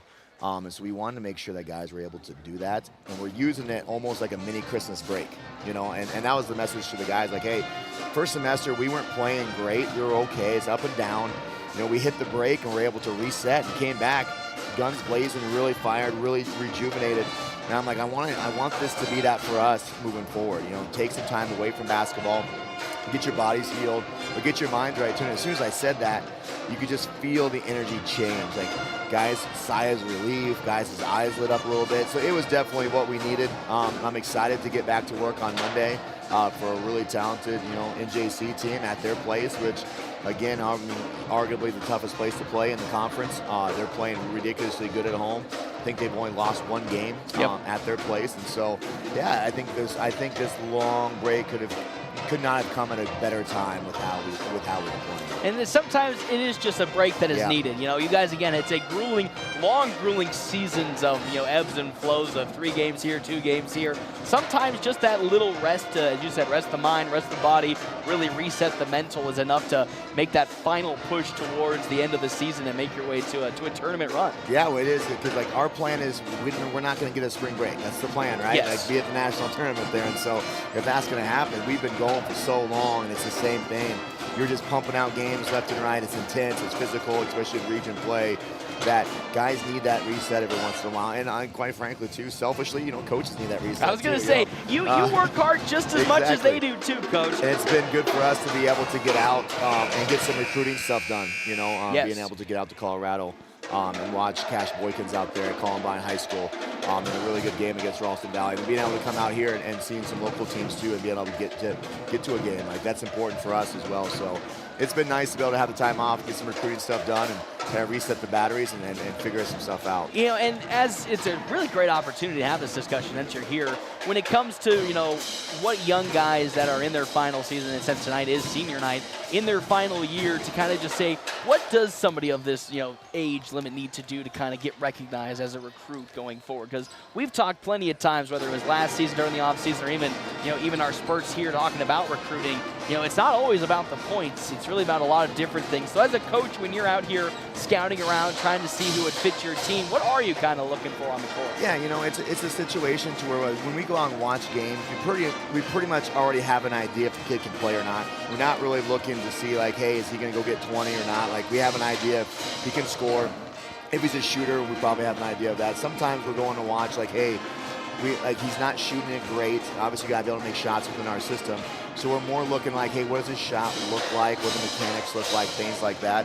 But the biggest thing for me is I'm watching his attitude and how he is as a teammate. How does he interact with his coaches if he's having a bad game? What is he like interacting with his teammates? How is he like with the coaches, officials, all that type of stuff? And quite frankly, too, I listen for the parents. If I can figure out who the parents are, sometimes that kid doesn't get recruited. I mean, it's just how it goes, And so it's a situation where we're looking at a lot of stuff. I know that's not a popular opinion like that, but it really is. Like, body language and how they are with all the other stuff are, to me, way more important than the basketball side, because we already know that. There's so much film out there. There's so much other stuff that we already know if a kid can probably play or not. We're looking for the intangibles, but that's going to be a good fit for us from everything. That's what you love to hear. And, of course, a new offer. Caleb Woodell getting an offer last night, according to his Twitter feed. So good to see the local guys, of course, getting some hopefully good reps going if they choose to go to North Platte Community College, because it is always good to see the local team pick up the local guys, because that's always just a good motivation for them, but also it's heartwarming to see them get that recognition for putting in all the work. Yeah, and I was a local guy, and was able to play at Mid-Plains, and I loved my experience there, and that's pretty special for our coaching staff too, as well as to be able to get guys that have that NE next to their name. Not always internationals in Colorado and all that stuff, and now we still recruit that way, but it's always good to get a local guy too. Coach, thank you as always for stopping on by. Go enjoy your time here today, as there's head coach Jacob Randall here talking with me during our Quick Stop halftime show. 27 locations open 24 hours a day. Quick Stop always open right around the corner. I'm joined back by Jeff Smeltzer. It's 29-26 on our State Farm agent Bobby Hull's scoreboard. Going to need a score adjustment. Jake Kincaid making a bucket in front of Coulter Shalito. It's 31-26. Good to see you. How was listening to Coach Randall there on the side? I know, isn't he so informational? He is. Tough to hear him, though. The band was in good form, and I really couldn't hear him that well. As now driving in, Razika, and a foul will be called. I think that goes against Caleb Odell. And again, we've talked many times. We love to see the band out here, and they are.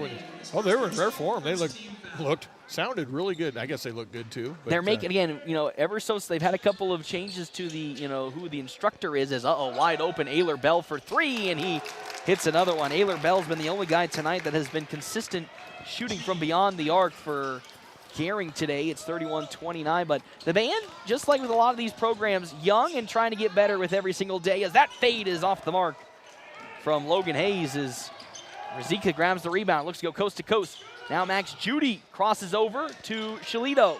Shalito to Razika for three. Ooh, oh boy. And just like that, Jeff Smeltzer, that is a quick 6-point swing in favor of Gering, and they take the lead 32-31. But the North Platte Dogs have scored, so we're not going to go for that scoreless third quarter. No. Has plagued us in the past. Now driving Harper Whitney. Harper Whitney up and in over Ayler Bell. His first 2 points today, and North Platte retakes the lead. Razika gets the ball back immediately to Bell. Now Max Judy driving baseline, kicking it back to Shalito. Shalito around Hayes. Razika driving past Odell from the free throw line. Gage Razika, who was relatively quiet in that first half, now popping off for a quick 5 points in this quarter alone, Jeff Smeltzer. Yeah. He was one of your key guys that you highlighted to keep an eye on. And I think first half he was kind of pass first. Now he's looking for his shot. Man-to-man for the Gering Bulldogs. How about Kincaid for three? Yes, man. Jake Kincaid having a great night tonight. His first three today. It's 36-34, the lead for North Platte High School. Ewing almost steals the ball from Rylan Ray, and Ray's shot is in and out. Harper Whitney comes down with the board. Far side, Hayes with some tempo, slows down and fires back to Whitney. And North Platte's offense resets. Uh-oh, Hayes, wide open for three, baby. Oh, off the back iron, no good. Shalito comes down with rebound number 4. Now Rizika on the right wing. Thought about shooting, but now steps back. And heavy pressure from Caleb Odell. Dogs still staying with that 2-3 zone defense. And a 5 seconds call on Rizika. Turnover for the Gering Bulldogs. Good. You love to see that. You love to see that in the shot clock violation. That's a sign of good defense. What I love, too, is, you know, Gering went on that quick 6-0 run. And guess what? The Dogs didn't crumble. They put the foot down, stayed resilient, and now they are the ones who have the momentum again. Kincaid on Shalito. Good backdoor feed to Odell. Blocked from behind, though, by Max Judy. And now here comes Ray the other way. Rylan Ray at the three-point line. Uh-oh, Rizika now drives in on Odell. Swings it. Stolen away by Logan Hayes. Hayes now one-on-one with Rylan Ray. Hayes leans into it. Blocked from behind, but a foul is called against Rylan Ray. As Logan Hayes. He's going down hard. Not quite as hard as last night, but. Yeah, thank heavens. Yeah. Of course, if you don't remember, Logan Hayes had a scary moment where he fell on his back and we thought hit his head, but he came back in the game later. As here comes Reed O'Brien at the scorer's table to check in for North Platte High and most certainly Harper Whitney. 4:53 left to go in this third. A 2-point lead for the Dogs. Make it 3 from Logan Hayes' free throw. So actually it's Jake Kincaid that's checking out.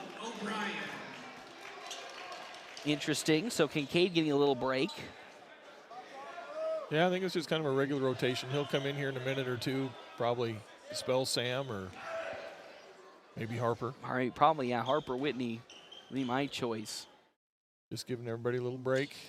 Hayes misses the second free throw, and there's Ray coming down with it.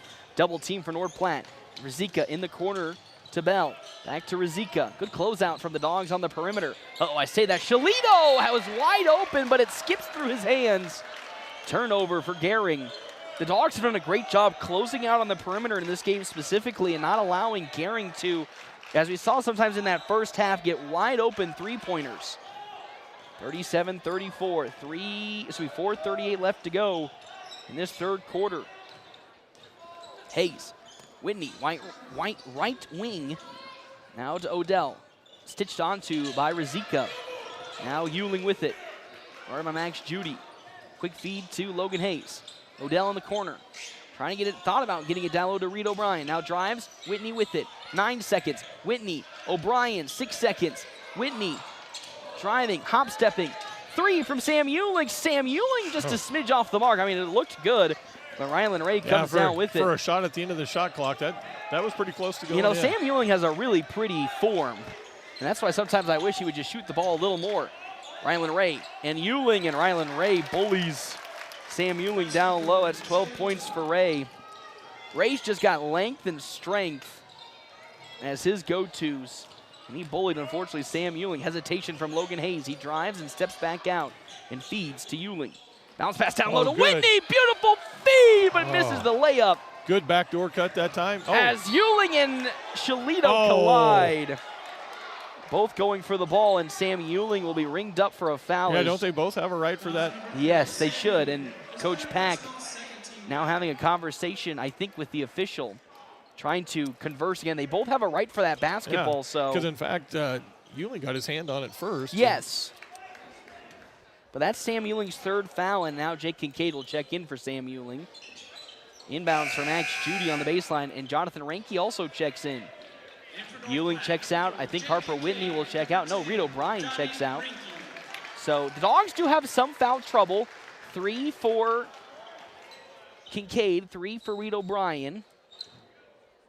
Inbounds for Judy to Rylan Ray. Rizika. Now a 3 on the way for Max Judy.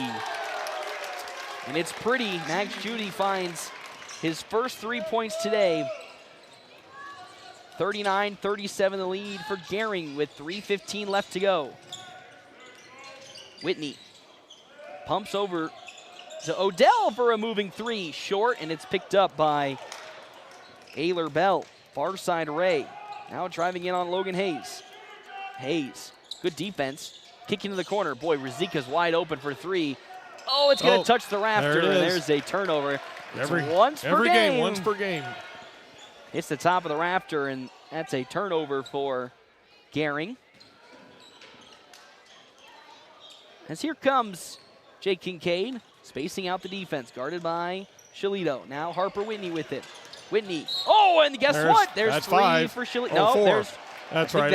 Our counts didn't match. Yeah, our counts didn't match. We'll see which. That is 4 for Coulter Shalito, and that's actually pretty big with 2:46 left to go. Hezekiah Garcia. So, Hezekiah Garcia is going to check in. And there's somebody that, guess what? Jake Kincaid can bully down, as well as, Jonathan Ranke, again, who's still trying to get his basketball feet under him after missing almost 2 months worth of basketball. Hayes into a double team. And stepping out, actually called out. Timeout called by head coach Jimmy Pack. First timeout today for Pack. Timeouts are brought to you in part by Kevin McGann and the Fortifying Group. See him on the one-ways, 621 South Dewey. Sweet B, 39-37 the lead for Gering. So they'll have a quick timeout to talk things over. What a game it's been, though. After what was a disappointing game, and head coach Pack was not too thrilled with how some of the efforts went from his team, this is a pretty good bounce-back game, you'd have to say, for North Platte High School.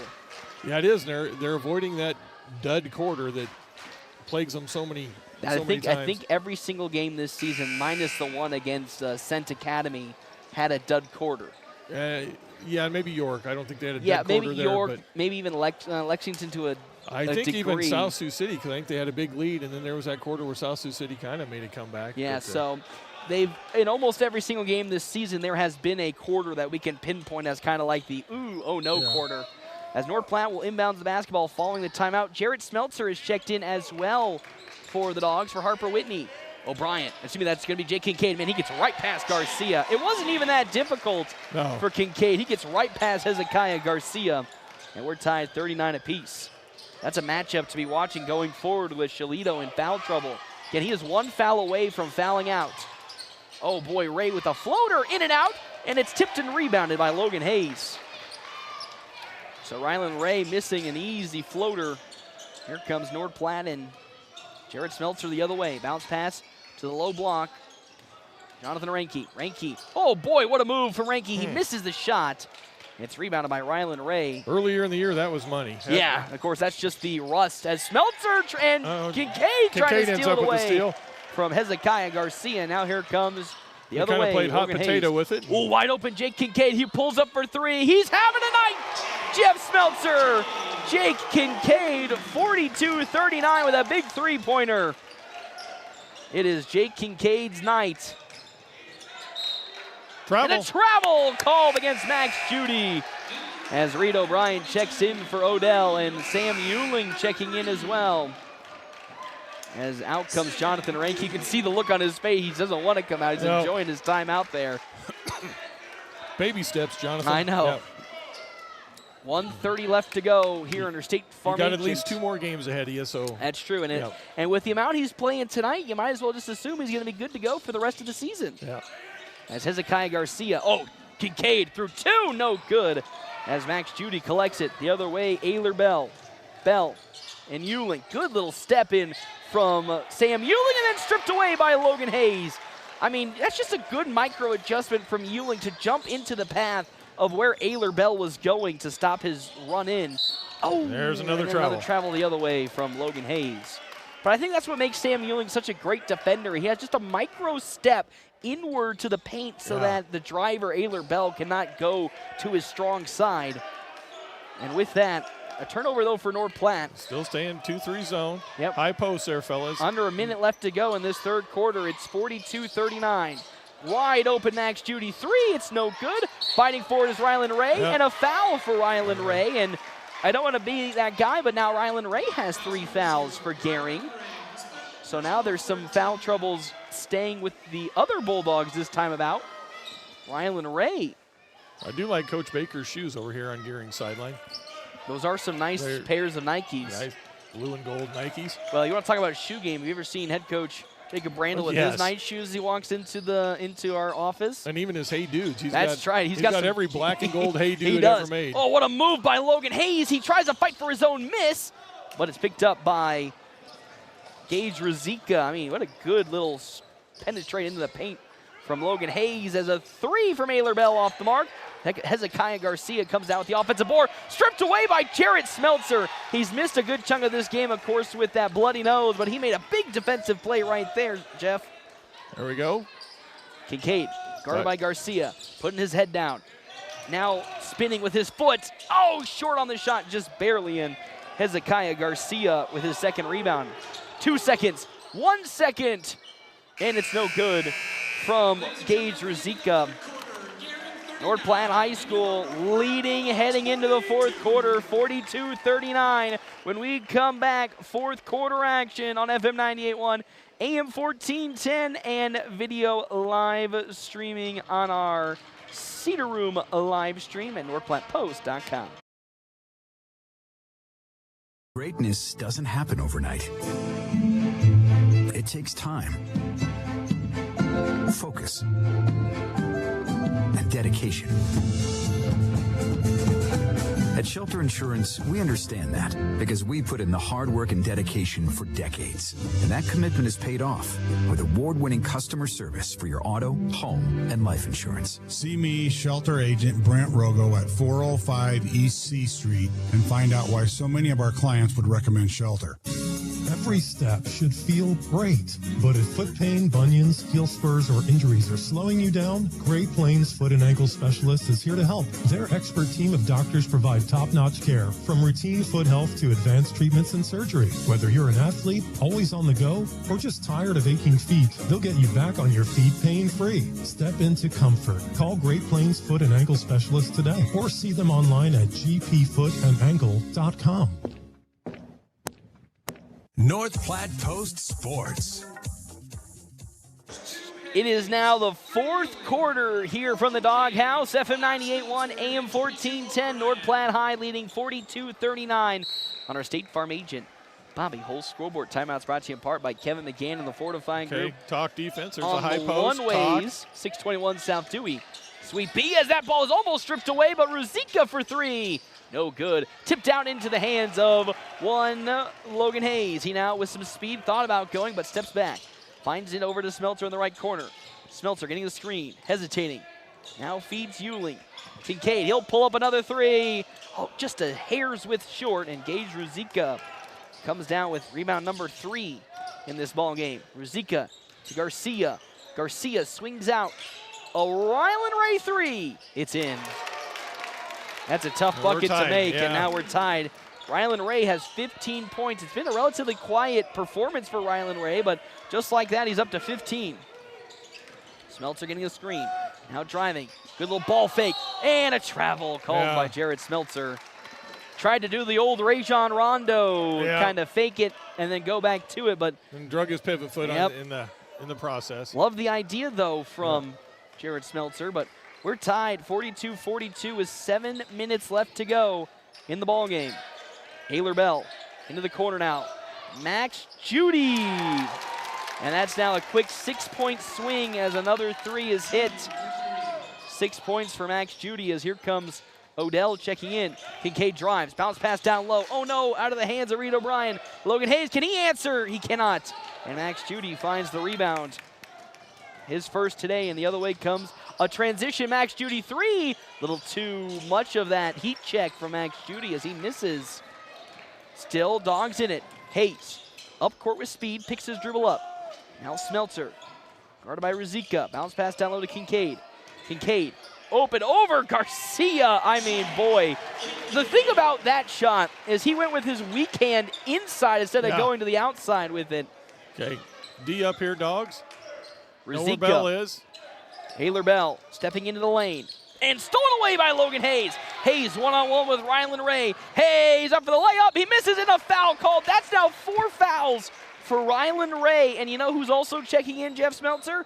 Coulter Shalito with his 4 fouls. Oh, so I didn't see him down there. I just saw Harper Whitney and Caleb Odell. So there are 2 Gering players that have 4 fouls to check in. Did that shot not go in? It did not. It did not. Okay.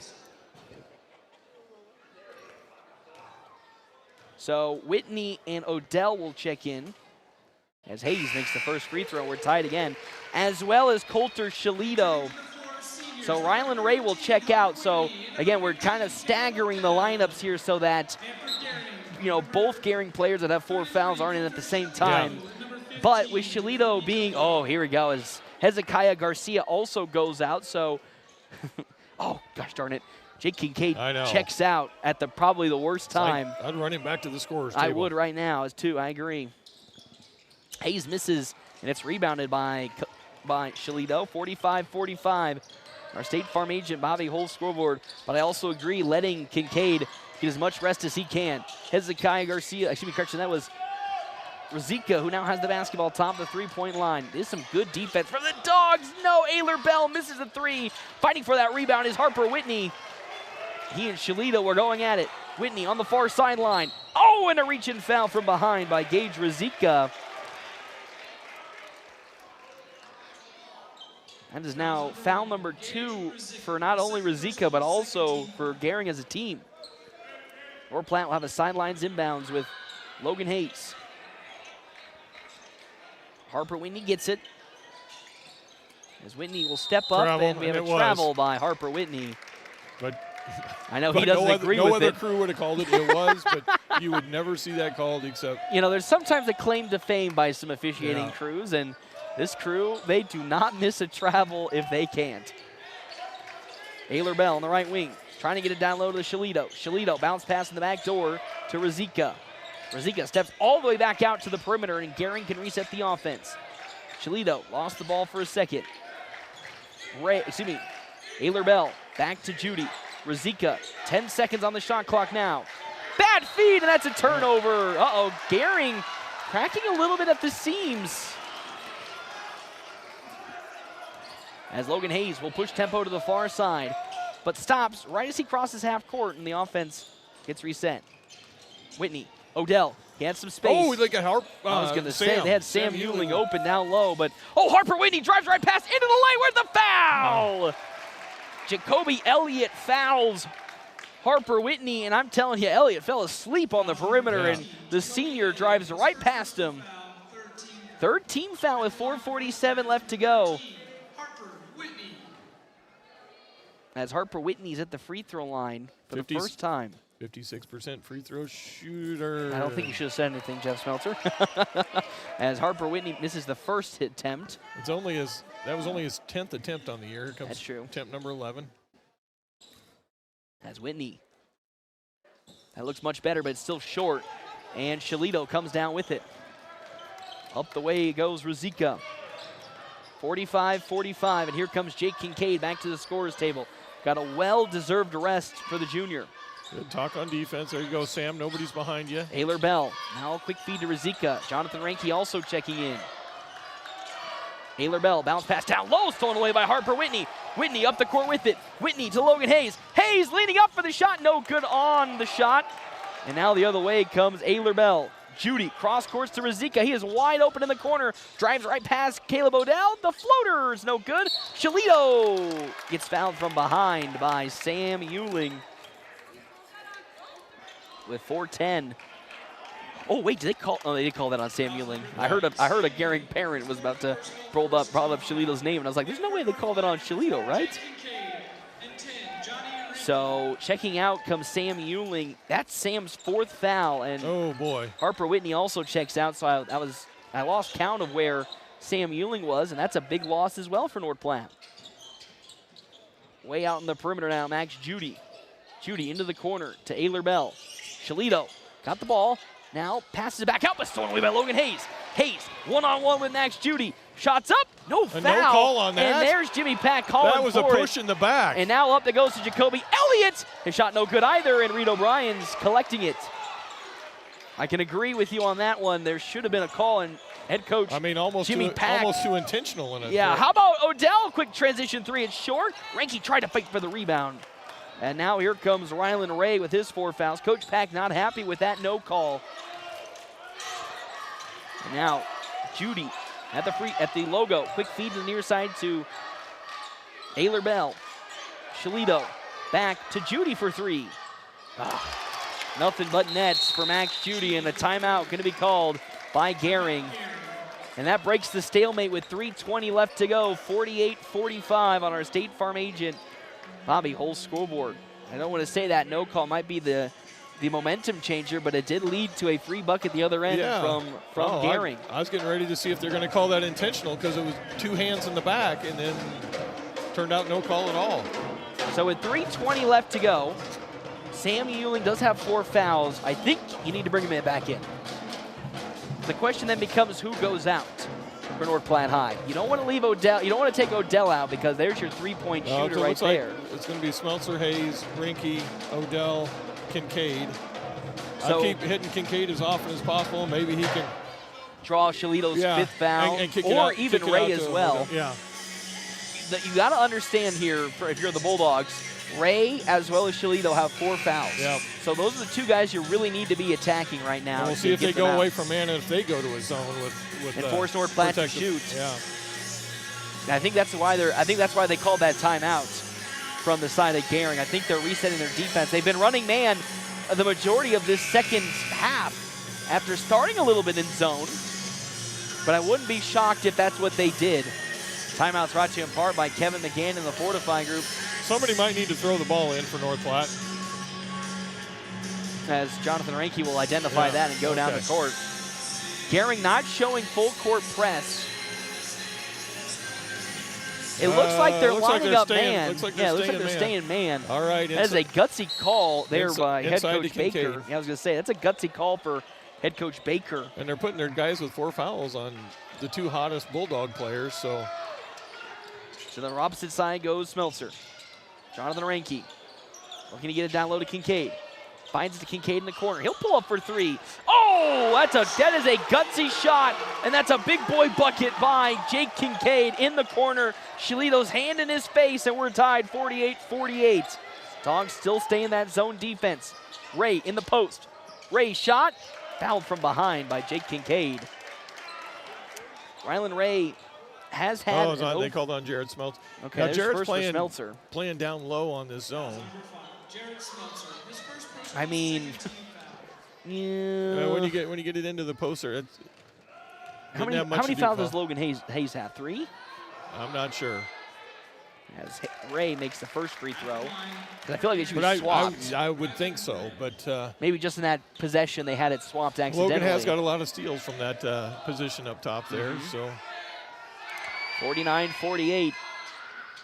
Ray misses, and it's going to somehow tip into the hands of Gage Razika. And now they switched. There we go. Yeah. Gering will now start the offense again. Back he goes to Razika. Judy trying to get it down low. Oh, that's going to be almost stolen away by Logan Hayes. So close. Now they're switching back. It looks like it right now. So 2:40 left to go. 49-48 in their State Farm agent Bobby Hull's scoreboard. Gering up just by 1 point. Gage Razika. Down low, it goes, tipped away by Kincaid, but it's slashed off his fingertips. Gering trying to really force feed the ball into the paint to Shalito or Rylan Ray. Back out it goes to Ayler Bell. 15 seconds. Almost stolen away by Jonathan Ranke. Razika to Ray down low. Back out to the perimeter Bell. Oh boy, Razika's open for 3. That looks like money. It's short. Rebounded by Shalito. Blocked by Kincaid. Smeltzer throwing it all the way up to Caleb Odell. Odell from behind is fouled by Gage Razika. Jake Kincaid is having a game today. Ah, darn it, I was right, and I didn't see the long pass. As now Caleb Odell is at the free throw line to shoot 2, his first free throws today. As Jimmy Pack having a conversation with the official. So that's 4 fouls for Gering. Next one will be the bonus for the Bulldogs. For the North Platte Bulldogs. These are some big free throws for Odell, as here comes Sam Euling to the free throw line. First free throw is good from. Good free throw from Caleb Odell. Jonathan Ranke will check out. Yeah, 73% shooter coming into the night. It's probably the best on the team. Well, yeah. I'm going to say, I think Logan Hayes might have the best. Rinke was 72, but. That's a small sample size. There's clutch buckets from Odell. He goes 2 for 2. And North Platte takes a 1-point lead, 50-49. To the near side, Ayler Bell. Actually, that's Judy. Oh, wide open down low is Ryland Ray, and he gets a 2-pointer, easy money. Now under 2 minutes to go in the ball game. Smeltzer on the right wing, getting a screen from Kincaid. Smeltzer with some moves, out to Euling. Euling now bounce passes down low to Kincaid. Kincaid up and over, 2 defenders! Jake Kincaid with good body control puts the Dogs of North Platte up 1. 52-51. Oh boy, Ryland Ray again on the back door, wide open, and head coach Neil Baker calls a timeout. That's back-to-back on the baseline move from Ryland Ray that he's wide open. 53-52, 1:38 left to go in this fourth quarter, Jeff Smeltzer. Woof! Oh, it's getting our money's worth. No kidding. Yeah, Valentine's Day special here at the Doghouse. Timeouts brought to you in part by Kevin McGann and the Fortifying Group. See him on the one-ways, 621 South Dewey. Sweet beef for all your farm. 25 points on the night for Jake Kincaid. Oh, really? Yeah. That's got to be a season high for Jake Kincaid.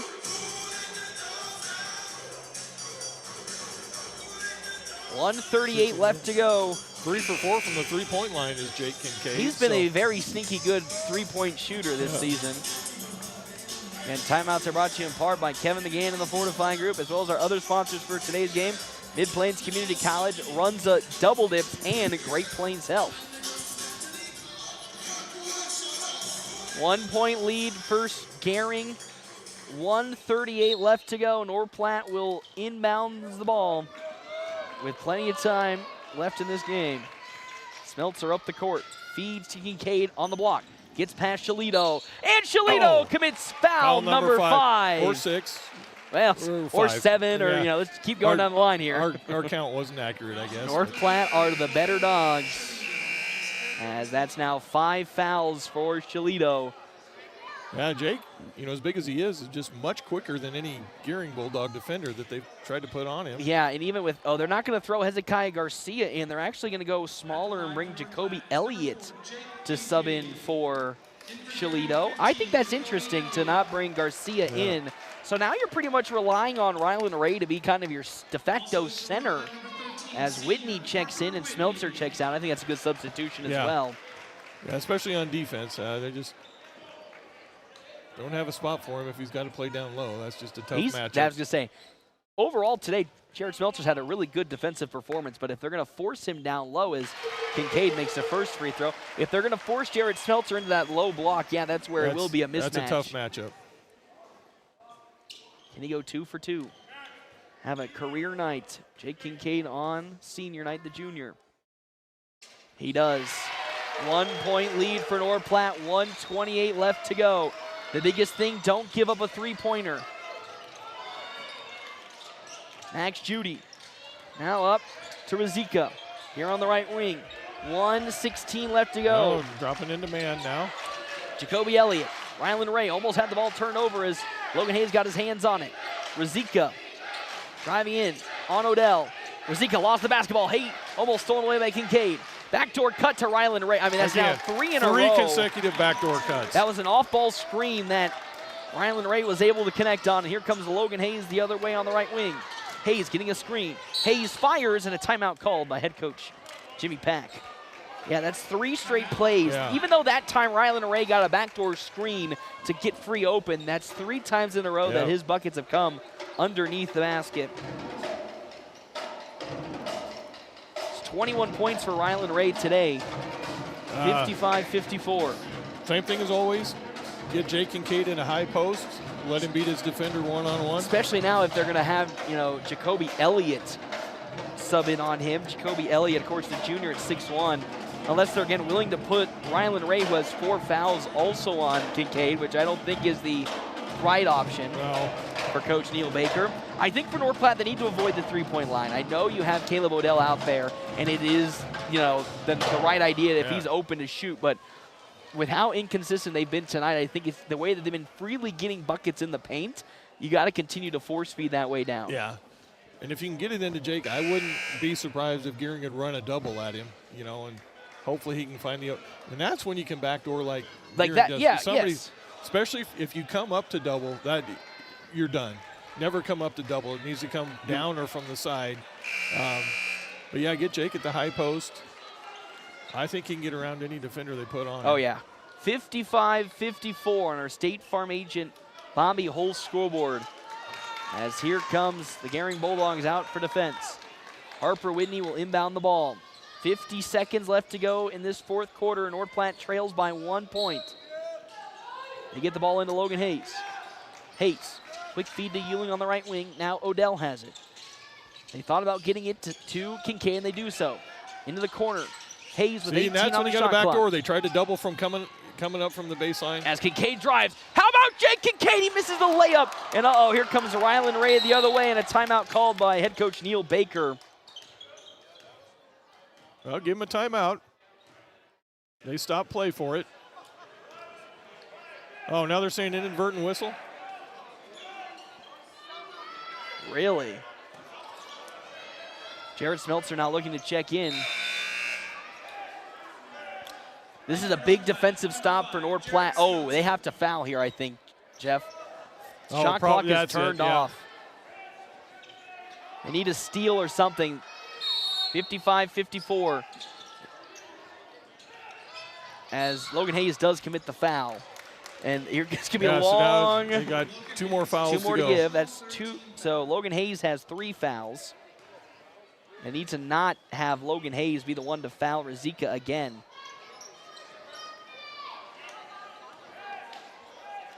Ayler Bell getting it up to Rylan Ray. Ooh, and a big collision between Odell, Ray, and Smeltzer.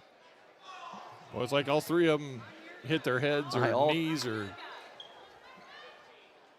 And with that, still 1 more foul to give. That's the first today for Odell.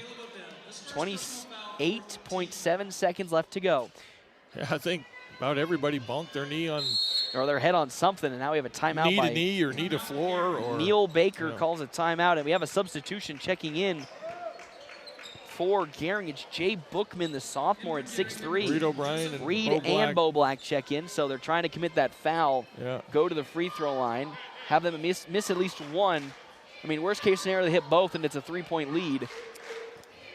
And that kind of complicates things just a little bit for North Platte, because they're only going to get about 1 shot, 1 shot at best, maybe 2 in this ball game left. You'd have to get Odell back in if they do. No, he's out. He's not out. Yeah, there. he's out. So if you do foul him and make both free throws, I don't know what we are in timeout situation, but somehow you need to. Well, if you foul them, you can at least put them at the scorer's table and bring them back in. Yep. But again, it's all dependent on if they can get that foul. I mean, if they get a steal, because Logan Hayes has done that. Hayes has 1 foul left to give in this ball game. He's got 3. He's not out there. So yeah, they bring. So you got Bo Black, Reed O'Brien, Harper Whitney, Smeltzer. Designated foulers out there. Smeltzer and Kincaid. As here comes the inbounds from Gering and Ayler Bell. Bell inbounding the basketball. Wide open there. Bo Black fouling. And now he finally fouls him, and there's 4 seconds off the clock. As here comes Logan Hayes will check in. And will they bring Odell in? He gets back to the bench. Also checking in, now Grayer Henton, so they're not going to bring Caleb Odell in. And that's a free throw So I made. think if they go up by 2, do they foul? Or if they go up by 3? Oh, Gering? I think so, honestly. Get away from, and here comes the substitutions for North Platte of Ewing and Odell, and they will let them sub in. I think that's crucial, because sometimes they don't let them sub in for the second free throw if they're not there in time. 25.9 seconds, 56-54, 2-point lead for Gering. This is a big free throw for Max Judy, who has 10 points in this game so far. He hit the first one. As Judy with his second. It's in. Lane violation against Gering. Oh, here. Okay, now, what do you do, Jeff Smeltzer? Odell is out there. Do you go for 3 or do you go for the 2? Oh, you go for 2. Smeltzer up the court. Shot clock turned off. North Platte trailing by 2, 56-54. Kincaid has the basketball. Kincaid hands it off, or thought about handing off to Odell, and a timeout called by head coach Jimmy Pack. Didn't like how the offense was setting up, and I think they were trying to hand the ball off to Caleb Odell. It looks like they're going, I hate to be that guy, it looks like they're either going for the win with Odell if they don't hand the ball off to him, or Kincaid to drive into the paint. Timeouts brought to you in part by Kevin McGann and the Fortifying Group, located 621 South Dewey Suite B, helping Nebraska families, businesses, and much more for over 50 years. One of the closest games of the season, Jeff Smeltzer. And what a way for this regular season at home to potentially end for senior night. You play for 2. I'm sure they know. I'd go Jake Odell. I'm sure Jake Kincaid. I'm sure Gering's aware of that too. Or maybe you clear out and let Logan Hayes drive. So one of those two options, I think you got to give it to the hot hand and give it to Kincaid. Because who's guarding Kincaid right now? I mean, it's got to be either Jacoby Elliott. It's got to be Jacoby Elliott who's checked in. Somebody else has checked in. Grayer Henton has checked in for Gering.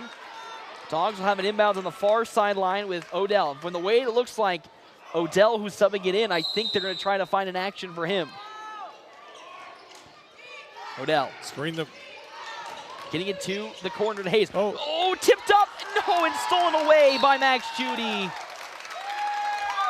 It was the right idea because Sam Ewing was wide open. But the length of Max Judy to tap it into the air and steal it. And that's a foul for Logan Hayes. And with that, to the free throw line, Max Judy goes. He was 2 for 2 in his last appearance. He needs to at least miss 1 for the Dogs to have a chance as head coach Jimmy Pack will call a timeout. No. That's tough. That is a heartbreaker right there. I mean, it was the perfect idea because Gering Gering overcommitted on the perimeter to Jake Kincaid and left Sam Ewing wide open, and Logan Hayes unfortunately elected to go with the over Max Judy throw instead of trying to bounce pass it past him to Ewing down low. And then Max Judy collects the ball, and wise from Logan Hayes to foul Max Judy, but who was perfect from the free throw line last time out. Max Judy now goes again. Dogs have one timeout left. Oh my gosh. Boy. Okay. That's how that ends, but how about another lane violation on the free throw? That would be helpful. Because again, 2 made free throws for Max Judy, game over. Yeah. 1 of 2, you have a chance to get it up the court in time. I'd assume maybe Gering, if they miss the free throw, just let them go and score the 2. If they drive in. I would assume that's what's going to happen, but because you probably wouldn't even need to inbound it after that. No, you probably inbound it and just call it a day. Max Judy again. He was perfect from his last appearance before he got that lane violation. Shooting 2 with 8.3 seconds. Judy today has 10 points, 56-54. Max Judy sets, and he hits it. I mean, Max Judy is a great free throw shooter for Gering. 57-54.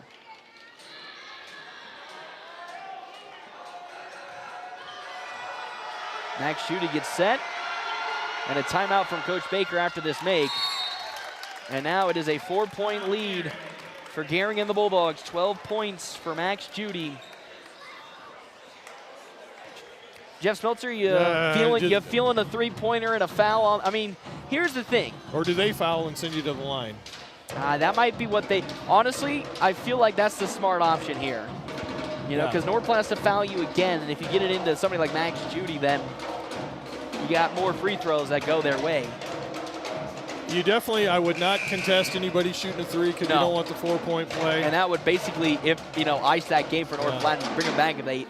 Honestly, unfortunately, that's the only way North Platte gets into this game is they get the ball somehow into Caleb Odell or Kincaid, who've had really good shooting tonight from beyond the arc, and then pray that one of the young players for Gering commits an error when it comes to the shooting and fouls North Platte.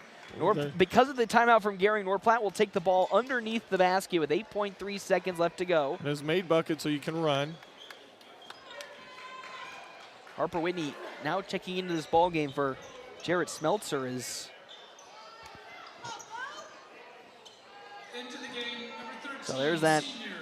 It looks like Gering's trying to apply a full court press with 8.3 seconds left to go. As the officials talk it out. Odell standing in the corner. In the corner. Oh, man, now they notice him. Maybe. Looks like somebody does notice him. It's Garcia. Or excuse me, not Garcia, Henton. Here comes Logan Hayes up the court now with it. Bounce pass to Whitney. Whitney throwing it as he almost stepped out of bounds, and unfortunately that is how this game will come to an end. The Dogs had an opportunity, but a late defensive stop by Max Judy gives Gering the victory, ending their 5-game losing streak as the Bulldogs fall in this one, 58-54. In one of their closest games this season, unfortunately for North Platte High, they were unable to come out on top. And while I think the emotion right now is devastating since they lose, you got to say this is probably one of the best games North Platte has played this season. Yeah, really good effort. Didn't have that clunker of a quarter like has happened in the past. So played hard, you know, good way for the seniors to go out. It would have been better for a victory, yeah. But good effort all around. Now back at it on Tuesday. Yep, against Sydney. And that is at least a relatively short travel to Sydney High School, but that is a really, really good Sydney squad as well. They're at full strength now. Yes, they've been missing a couple of their key pieces for a couple of weeks. Missed 3 starters for the beginning, because they were in a state championship football game. Yep. Just kind of had some bumps and bruises for a month, and now they're fully healthy. And that's a tough one for North Platte High to go up against. And then after that, we get to see who their opponent will be when it comes to district time. I will, as we get to our break here, I will look that up to see what the current rankings are right now. Jeff Smeltzer already kind of had an inkling that it might be, Omaha Buena Vista potentially being the destination that North Platte will go to. But unfortunately today, 58-54 loss for the Bulldogs boys team as they fall to Gering and the Bulldogs. We'll step aside and take a break. When we come back, it is our Quick Stop post-game show on FM 98.1, AM 1410. Video live streaming on our Cedar Room live stream at NorthPlattePost.com. Thanks for listening to the Quick Stop Halftime Show. Family first. My dad used to tell us that all the time. But family first wasn't just something he'd say to us. It was how he lived every day of his life. And it's how I try to live mine too. At Shelter Insurance, our agents are dedicated to helping provide personalized auto, home, and life protection that puts your family first. See me, Pete Foltz, at 501 South Jeffers for a free insurance review.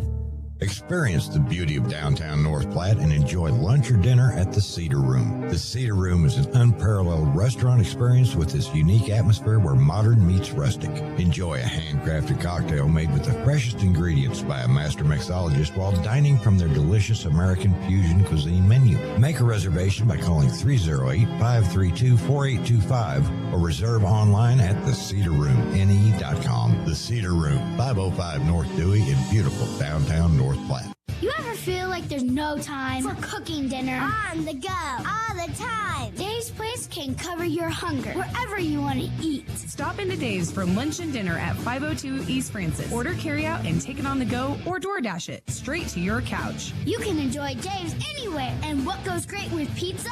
Wings. Plus the big game on to watch with your friends. Let Dave's Place do dinner for you. 502 East Francis in North Platte. Mom, I'm hungry. I know where to go. Whoop, whoop. For over 85 years, Farm Bureau Financial Services agents have built relationships with you, one conversation at a time. And we're as committed as ever to providing you with that level of service. As part of your community, we're here for you, answering insurance questions and helping make sure your financial goals are on track. In North Platte, visit Jay Engel at fbfs.com/find-an-agent. Farm Bureau Financial Services. It's your future. Let's protect it. When cancer touches your life, you need care you can trust without traveling far from home. Great Plains Health Callahan Cancer Center delivers that expert care every day. We're thrilled to welcome Dr. De Silva, a board-certified physician with over 3 decades of experience treating cancer patients. Quality cancer care is closer than you think. Call the Callahan Cancer Center at 308-568-7386. Your health is our mission. Great Plains Health. Hands of Heartland has offered support and services for those with developmental disabilities in Nebraska since 1998 and is now bringing those services to the North Platte area. Residential services, respite services, community services, and even day services. Hands of Heartland offers a full array of services from 24-hour supports to just a few hours per week. Learn more today online at handsofheartland.com. That's handsofheartland.com. Hands of Heartland, providing creative opportunities to live and grow. It's the Quick Stop post-game wrap-up. Quick Stop never closes, with 24 locations open 24 hours a day. Welcome back here to the Doghouse, FM 98.1, AM 1410. North Platte High falls to Gering and the Bulldogs here today. 58-54 on our State Farm agent, Bobby Hull's scoreboard. Jeff Smeltzer, it was so close. Until, unfortunately, in the very end, North Platte High School could not just find that final shot to go. It was a great idea from Logan Hayes to get it into Sam Ewing down low, but a great tip from Max Judy to keep that ball into Gering's hands, and that is fortunately how this game came to an end, because after that it was just a free throw battle that Gering came out on top with. Yeah, the Max Judy, was he 3 for 4 down the He stretch? was 3 for 4. He was technically 4 for 4. But he had a lane violation, so one of them went away. So, the stretch was a 3 backdoor drives or finishes by Ryland Ray. Yep. 2 of them just off the zone backdoor cut, and the other one was a nice drive by Ruzicka, and then found him on the backdoor cut. That was 6 straight points there. I give it to Gering. They played a good game. And, so North Platte just fell a little short. But probably their best game of the season. York was pretty good, but I think in a loss, this was probably a great answer. And I think the key point to this was we didn't have that dud quarter. I think every quarter was a good quarter for North Platte High School, and now they just need to, with 2 games left, it's not a lot of time, but find ways to come away with victories now when they do put together 2 good quarters instead of, down the stretch letting a few of them get away. Yeah, and only 8 turnovers on the game. So was it 2 straight games with low? Well, how many turnovers do you remember they had yesterday?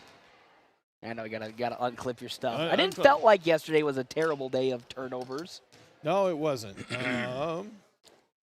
5, 6, 7, 8, 9 yesterday. Yeah, so that's 2 straight games of under 10 turnovers.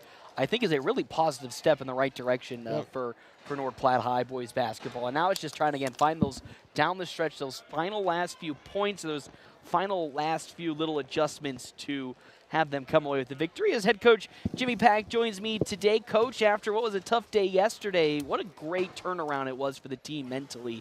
I know it's senior day, so that, of course, gives it a little extra, oomph for the team to get up and play some basketball. But I thought from start to finish, this is a really well-engaged game, and your team from start to finish did not have a dud quarter and played their hardest from, again, the drop of that whistle to the end of the whistle.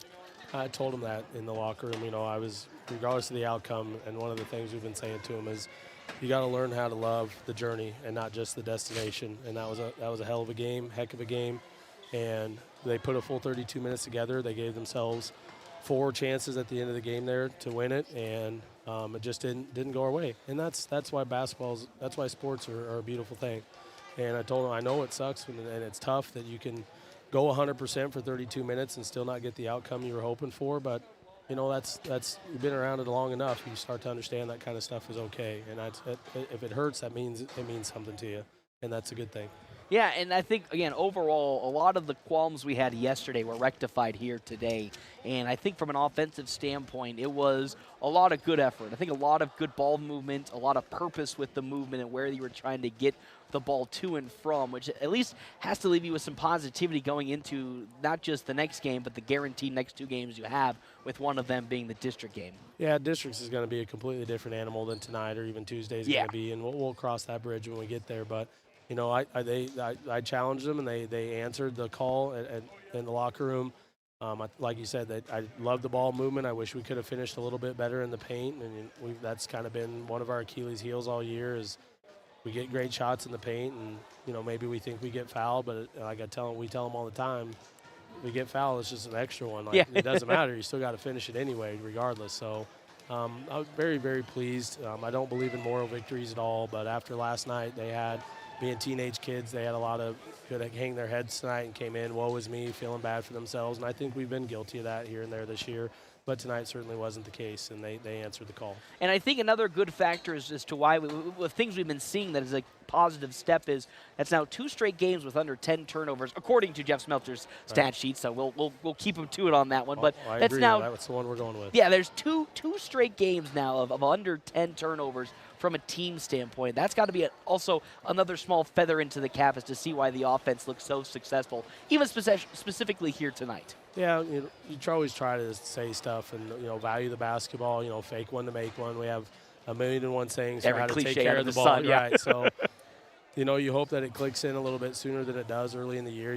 They're still getting the jitters out and getting used to having a basketball in their hand again. But by this point in the season, that's kind of where we should be, taking care of the ball, shooting a little bit better tonight. Obviously their pressure is nothing like what we saw last night with Scotts Bluff, and probably made it a little bit easier. I really like that 2-1-2 zone that we came out in tonight. We only got out of it the last couple of minute maybe, and that's because they finally figured it out and they got some pretty wide open layups, so we had to get out of it. And I thought our defense, our hands were up. We were actually flying around. Last night I called them ball watchers. The ball was going our head, and we're looking up at it like we're a center fielder in T-ball, just watching them look at the squirrels jumping over our head, and we didn't do that tonight.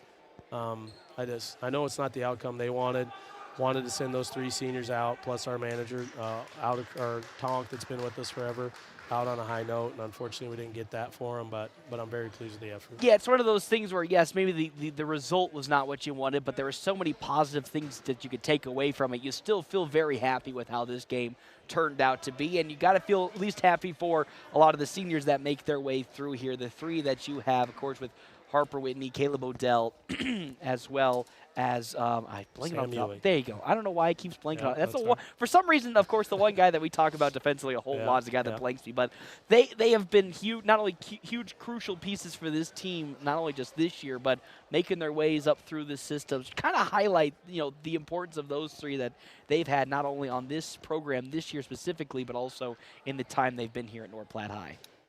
I mean, some of them, Caleb Odell has been one of the premier shooters in the program at the varsity level for the last year and a half. He really came on last year, kept us in the district game.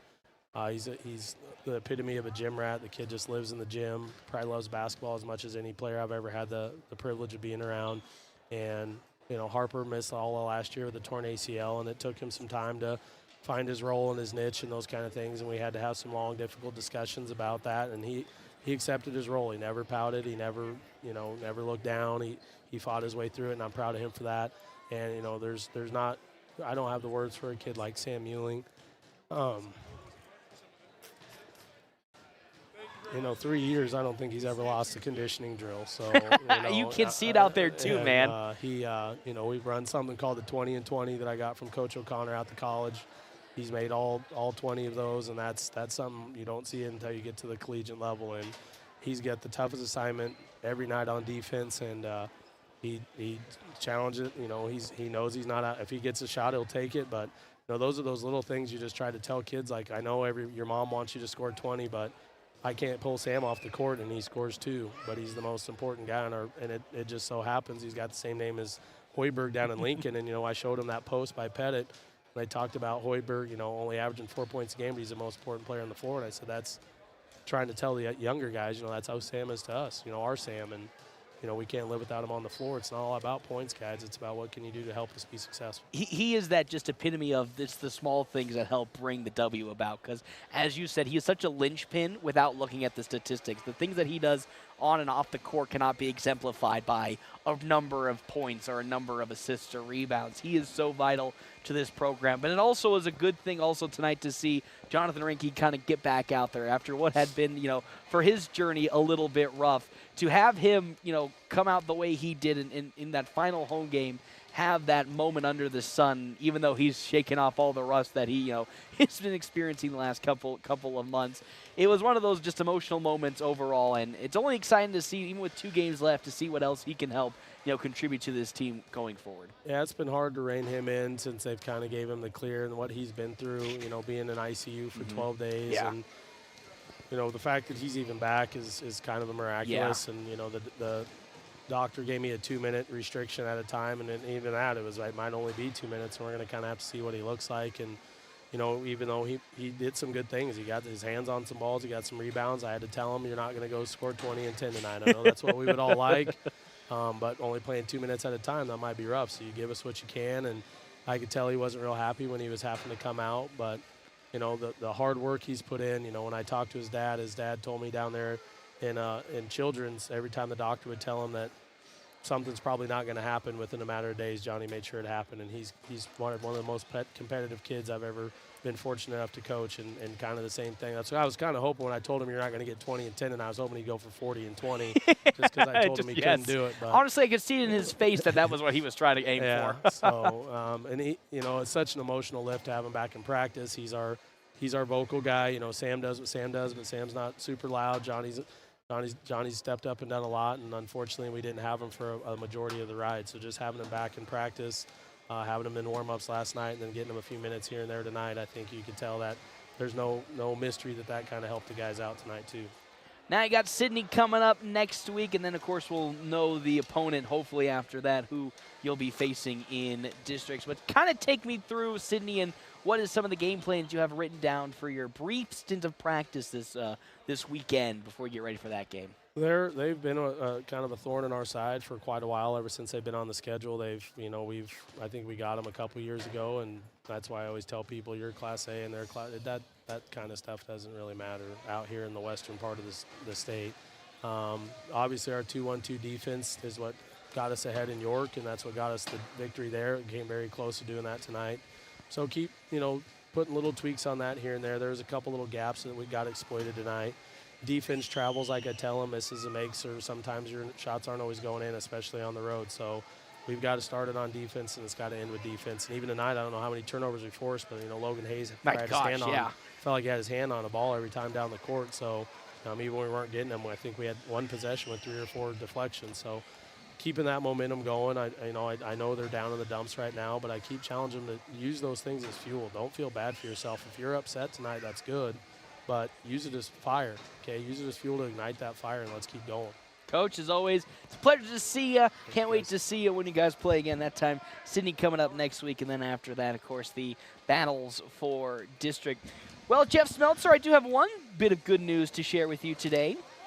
We have one district champion in wrestling. Will Ravchin. Did I hear that right? Yep, Will Ravchin over Connor Barges from Creighton Prep, winning the District 215 in District 1 in Class A. So pretty good sight to see there for, of course, Will Ravchin. And one person coming home at least with a smile on their face for state wrestling. North Platte does finish second holistically in terms of district results. Let me pull it up here for you. I know you were excited. To Creighton Prep? Creighton Prep 252 to 159. Okay. And unfortunately, every weight class Creighton Prep was in, they won the district in that one. And that is a great school of wrestlers right there. And they most certainly will win state as a team come next Thursday. But it was a tough, emotional game, but I think a good step in the right direction for the boys going forward. Don't you think, Jeff Smeltzer? Oh, for sure. Yep, for sure.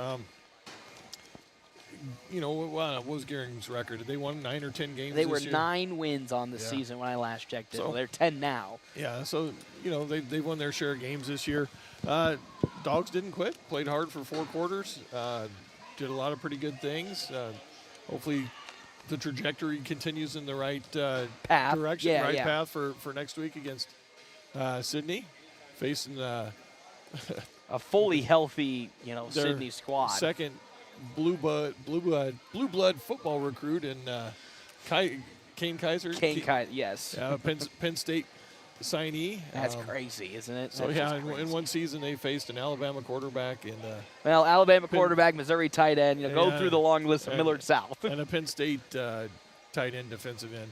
But yeah, it's going to be a tough one because Sydney is finally healthy. They were short 3 starters for a good chunk of the season, just recovering from bumps and bruises from a long football season. So now they're healthy and back in basketball mode.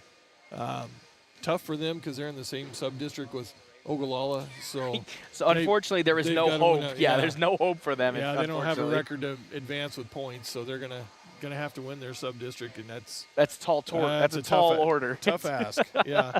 So no, really impressed with the Bulldogs. It would have been nice to get a win, but the win, they're still they a played win. really well. Yeah, there's still a win from coming away from this game with just how well they played. So Yeah. it may not be a win in the win column, but in terms of their confidence going forward, it is something that they can continue to eat on. That'll do it for us here today, the last home game of the season. We will be taking technically a week break from on-air coverage for sports, as I will be traveling to Omaha for 5 straight days of state wrestling coverage, starting on Tuesday with the girls at 3 o'clock. And North Platte sending 5 girls from districts to state wrestling. North Platte sending 10 boys, which starts on Thursday. So we will not have the final game versus Sydney or the final home game for North Platte Community College on Saturday, as we will be covering all of state wrestling up in the CHI Health Center in Omaha. Jeff Smeltzer, I will see you at least one more time for districts come the boys' time here in a couple weeks. But for us here from the Doghouse, thank you so much as always for tuning in. We will see you when we come back from state wrestling. My name is David Merrill. I'm the head chef over here at the Cedar Room. What I hope to bring to the community is an opportunity to explore new horizons that people maybe haven't before because it was too expensive, too intimidating, too broad. And I just kind of want to bring an opportunity for people to try new things in, exciting ways that, are still small town affordable. Stop on by at the Cedar Room located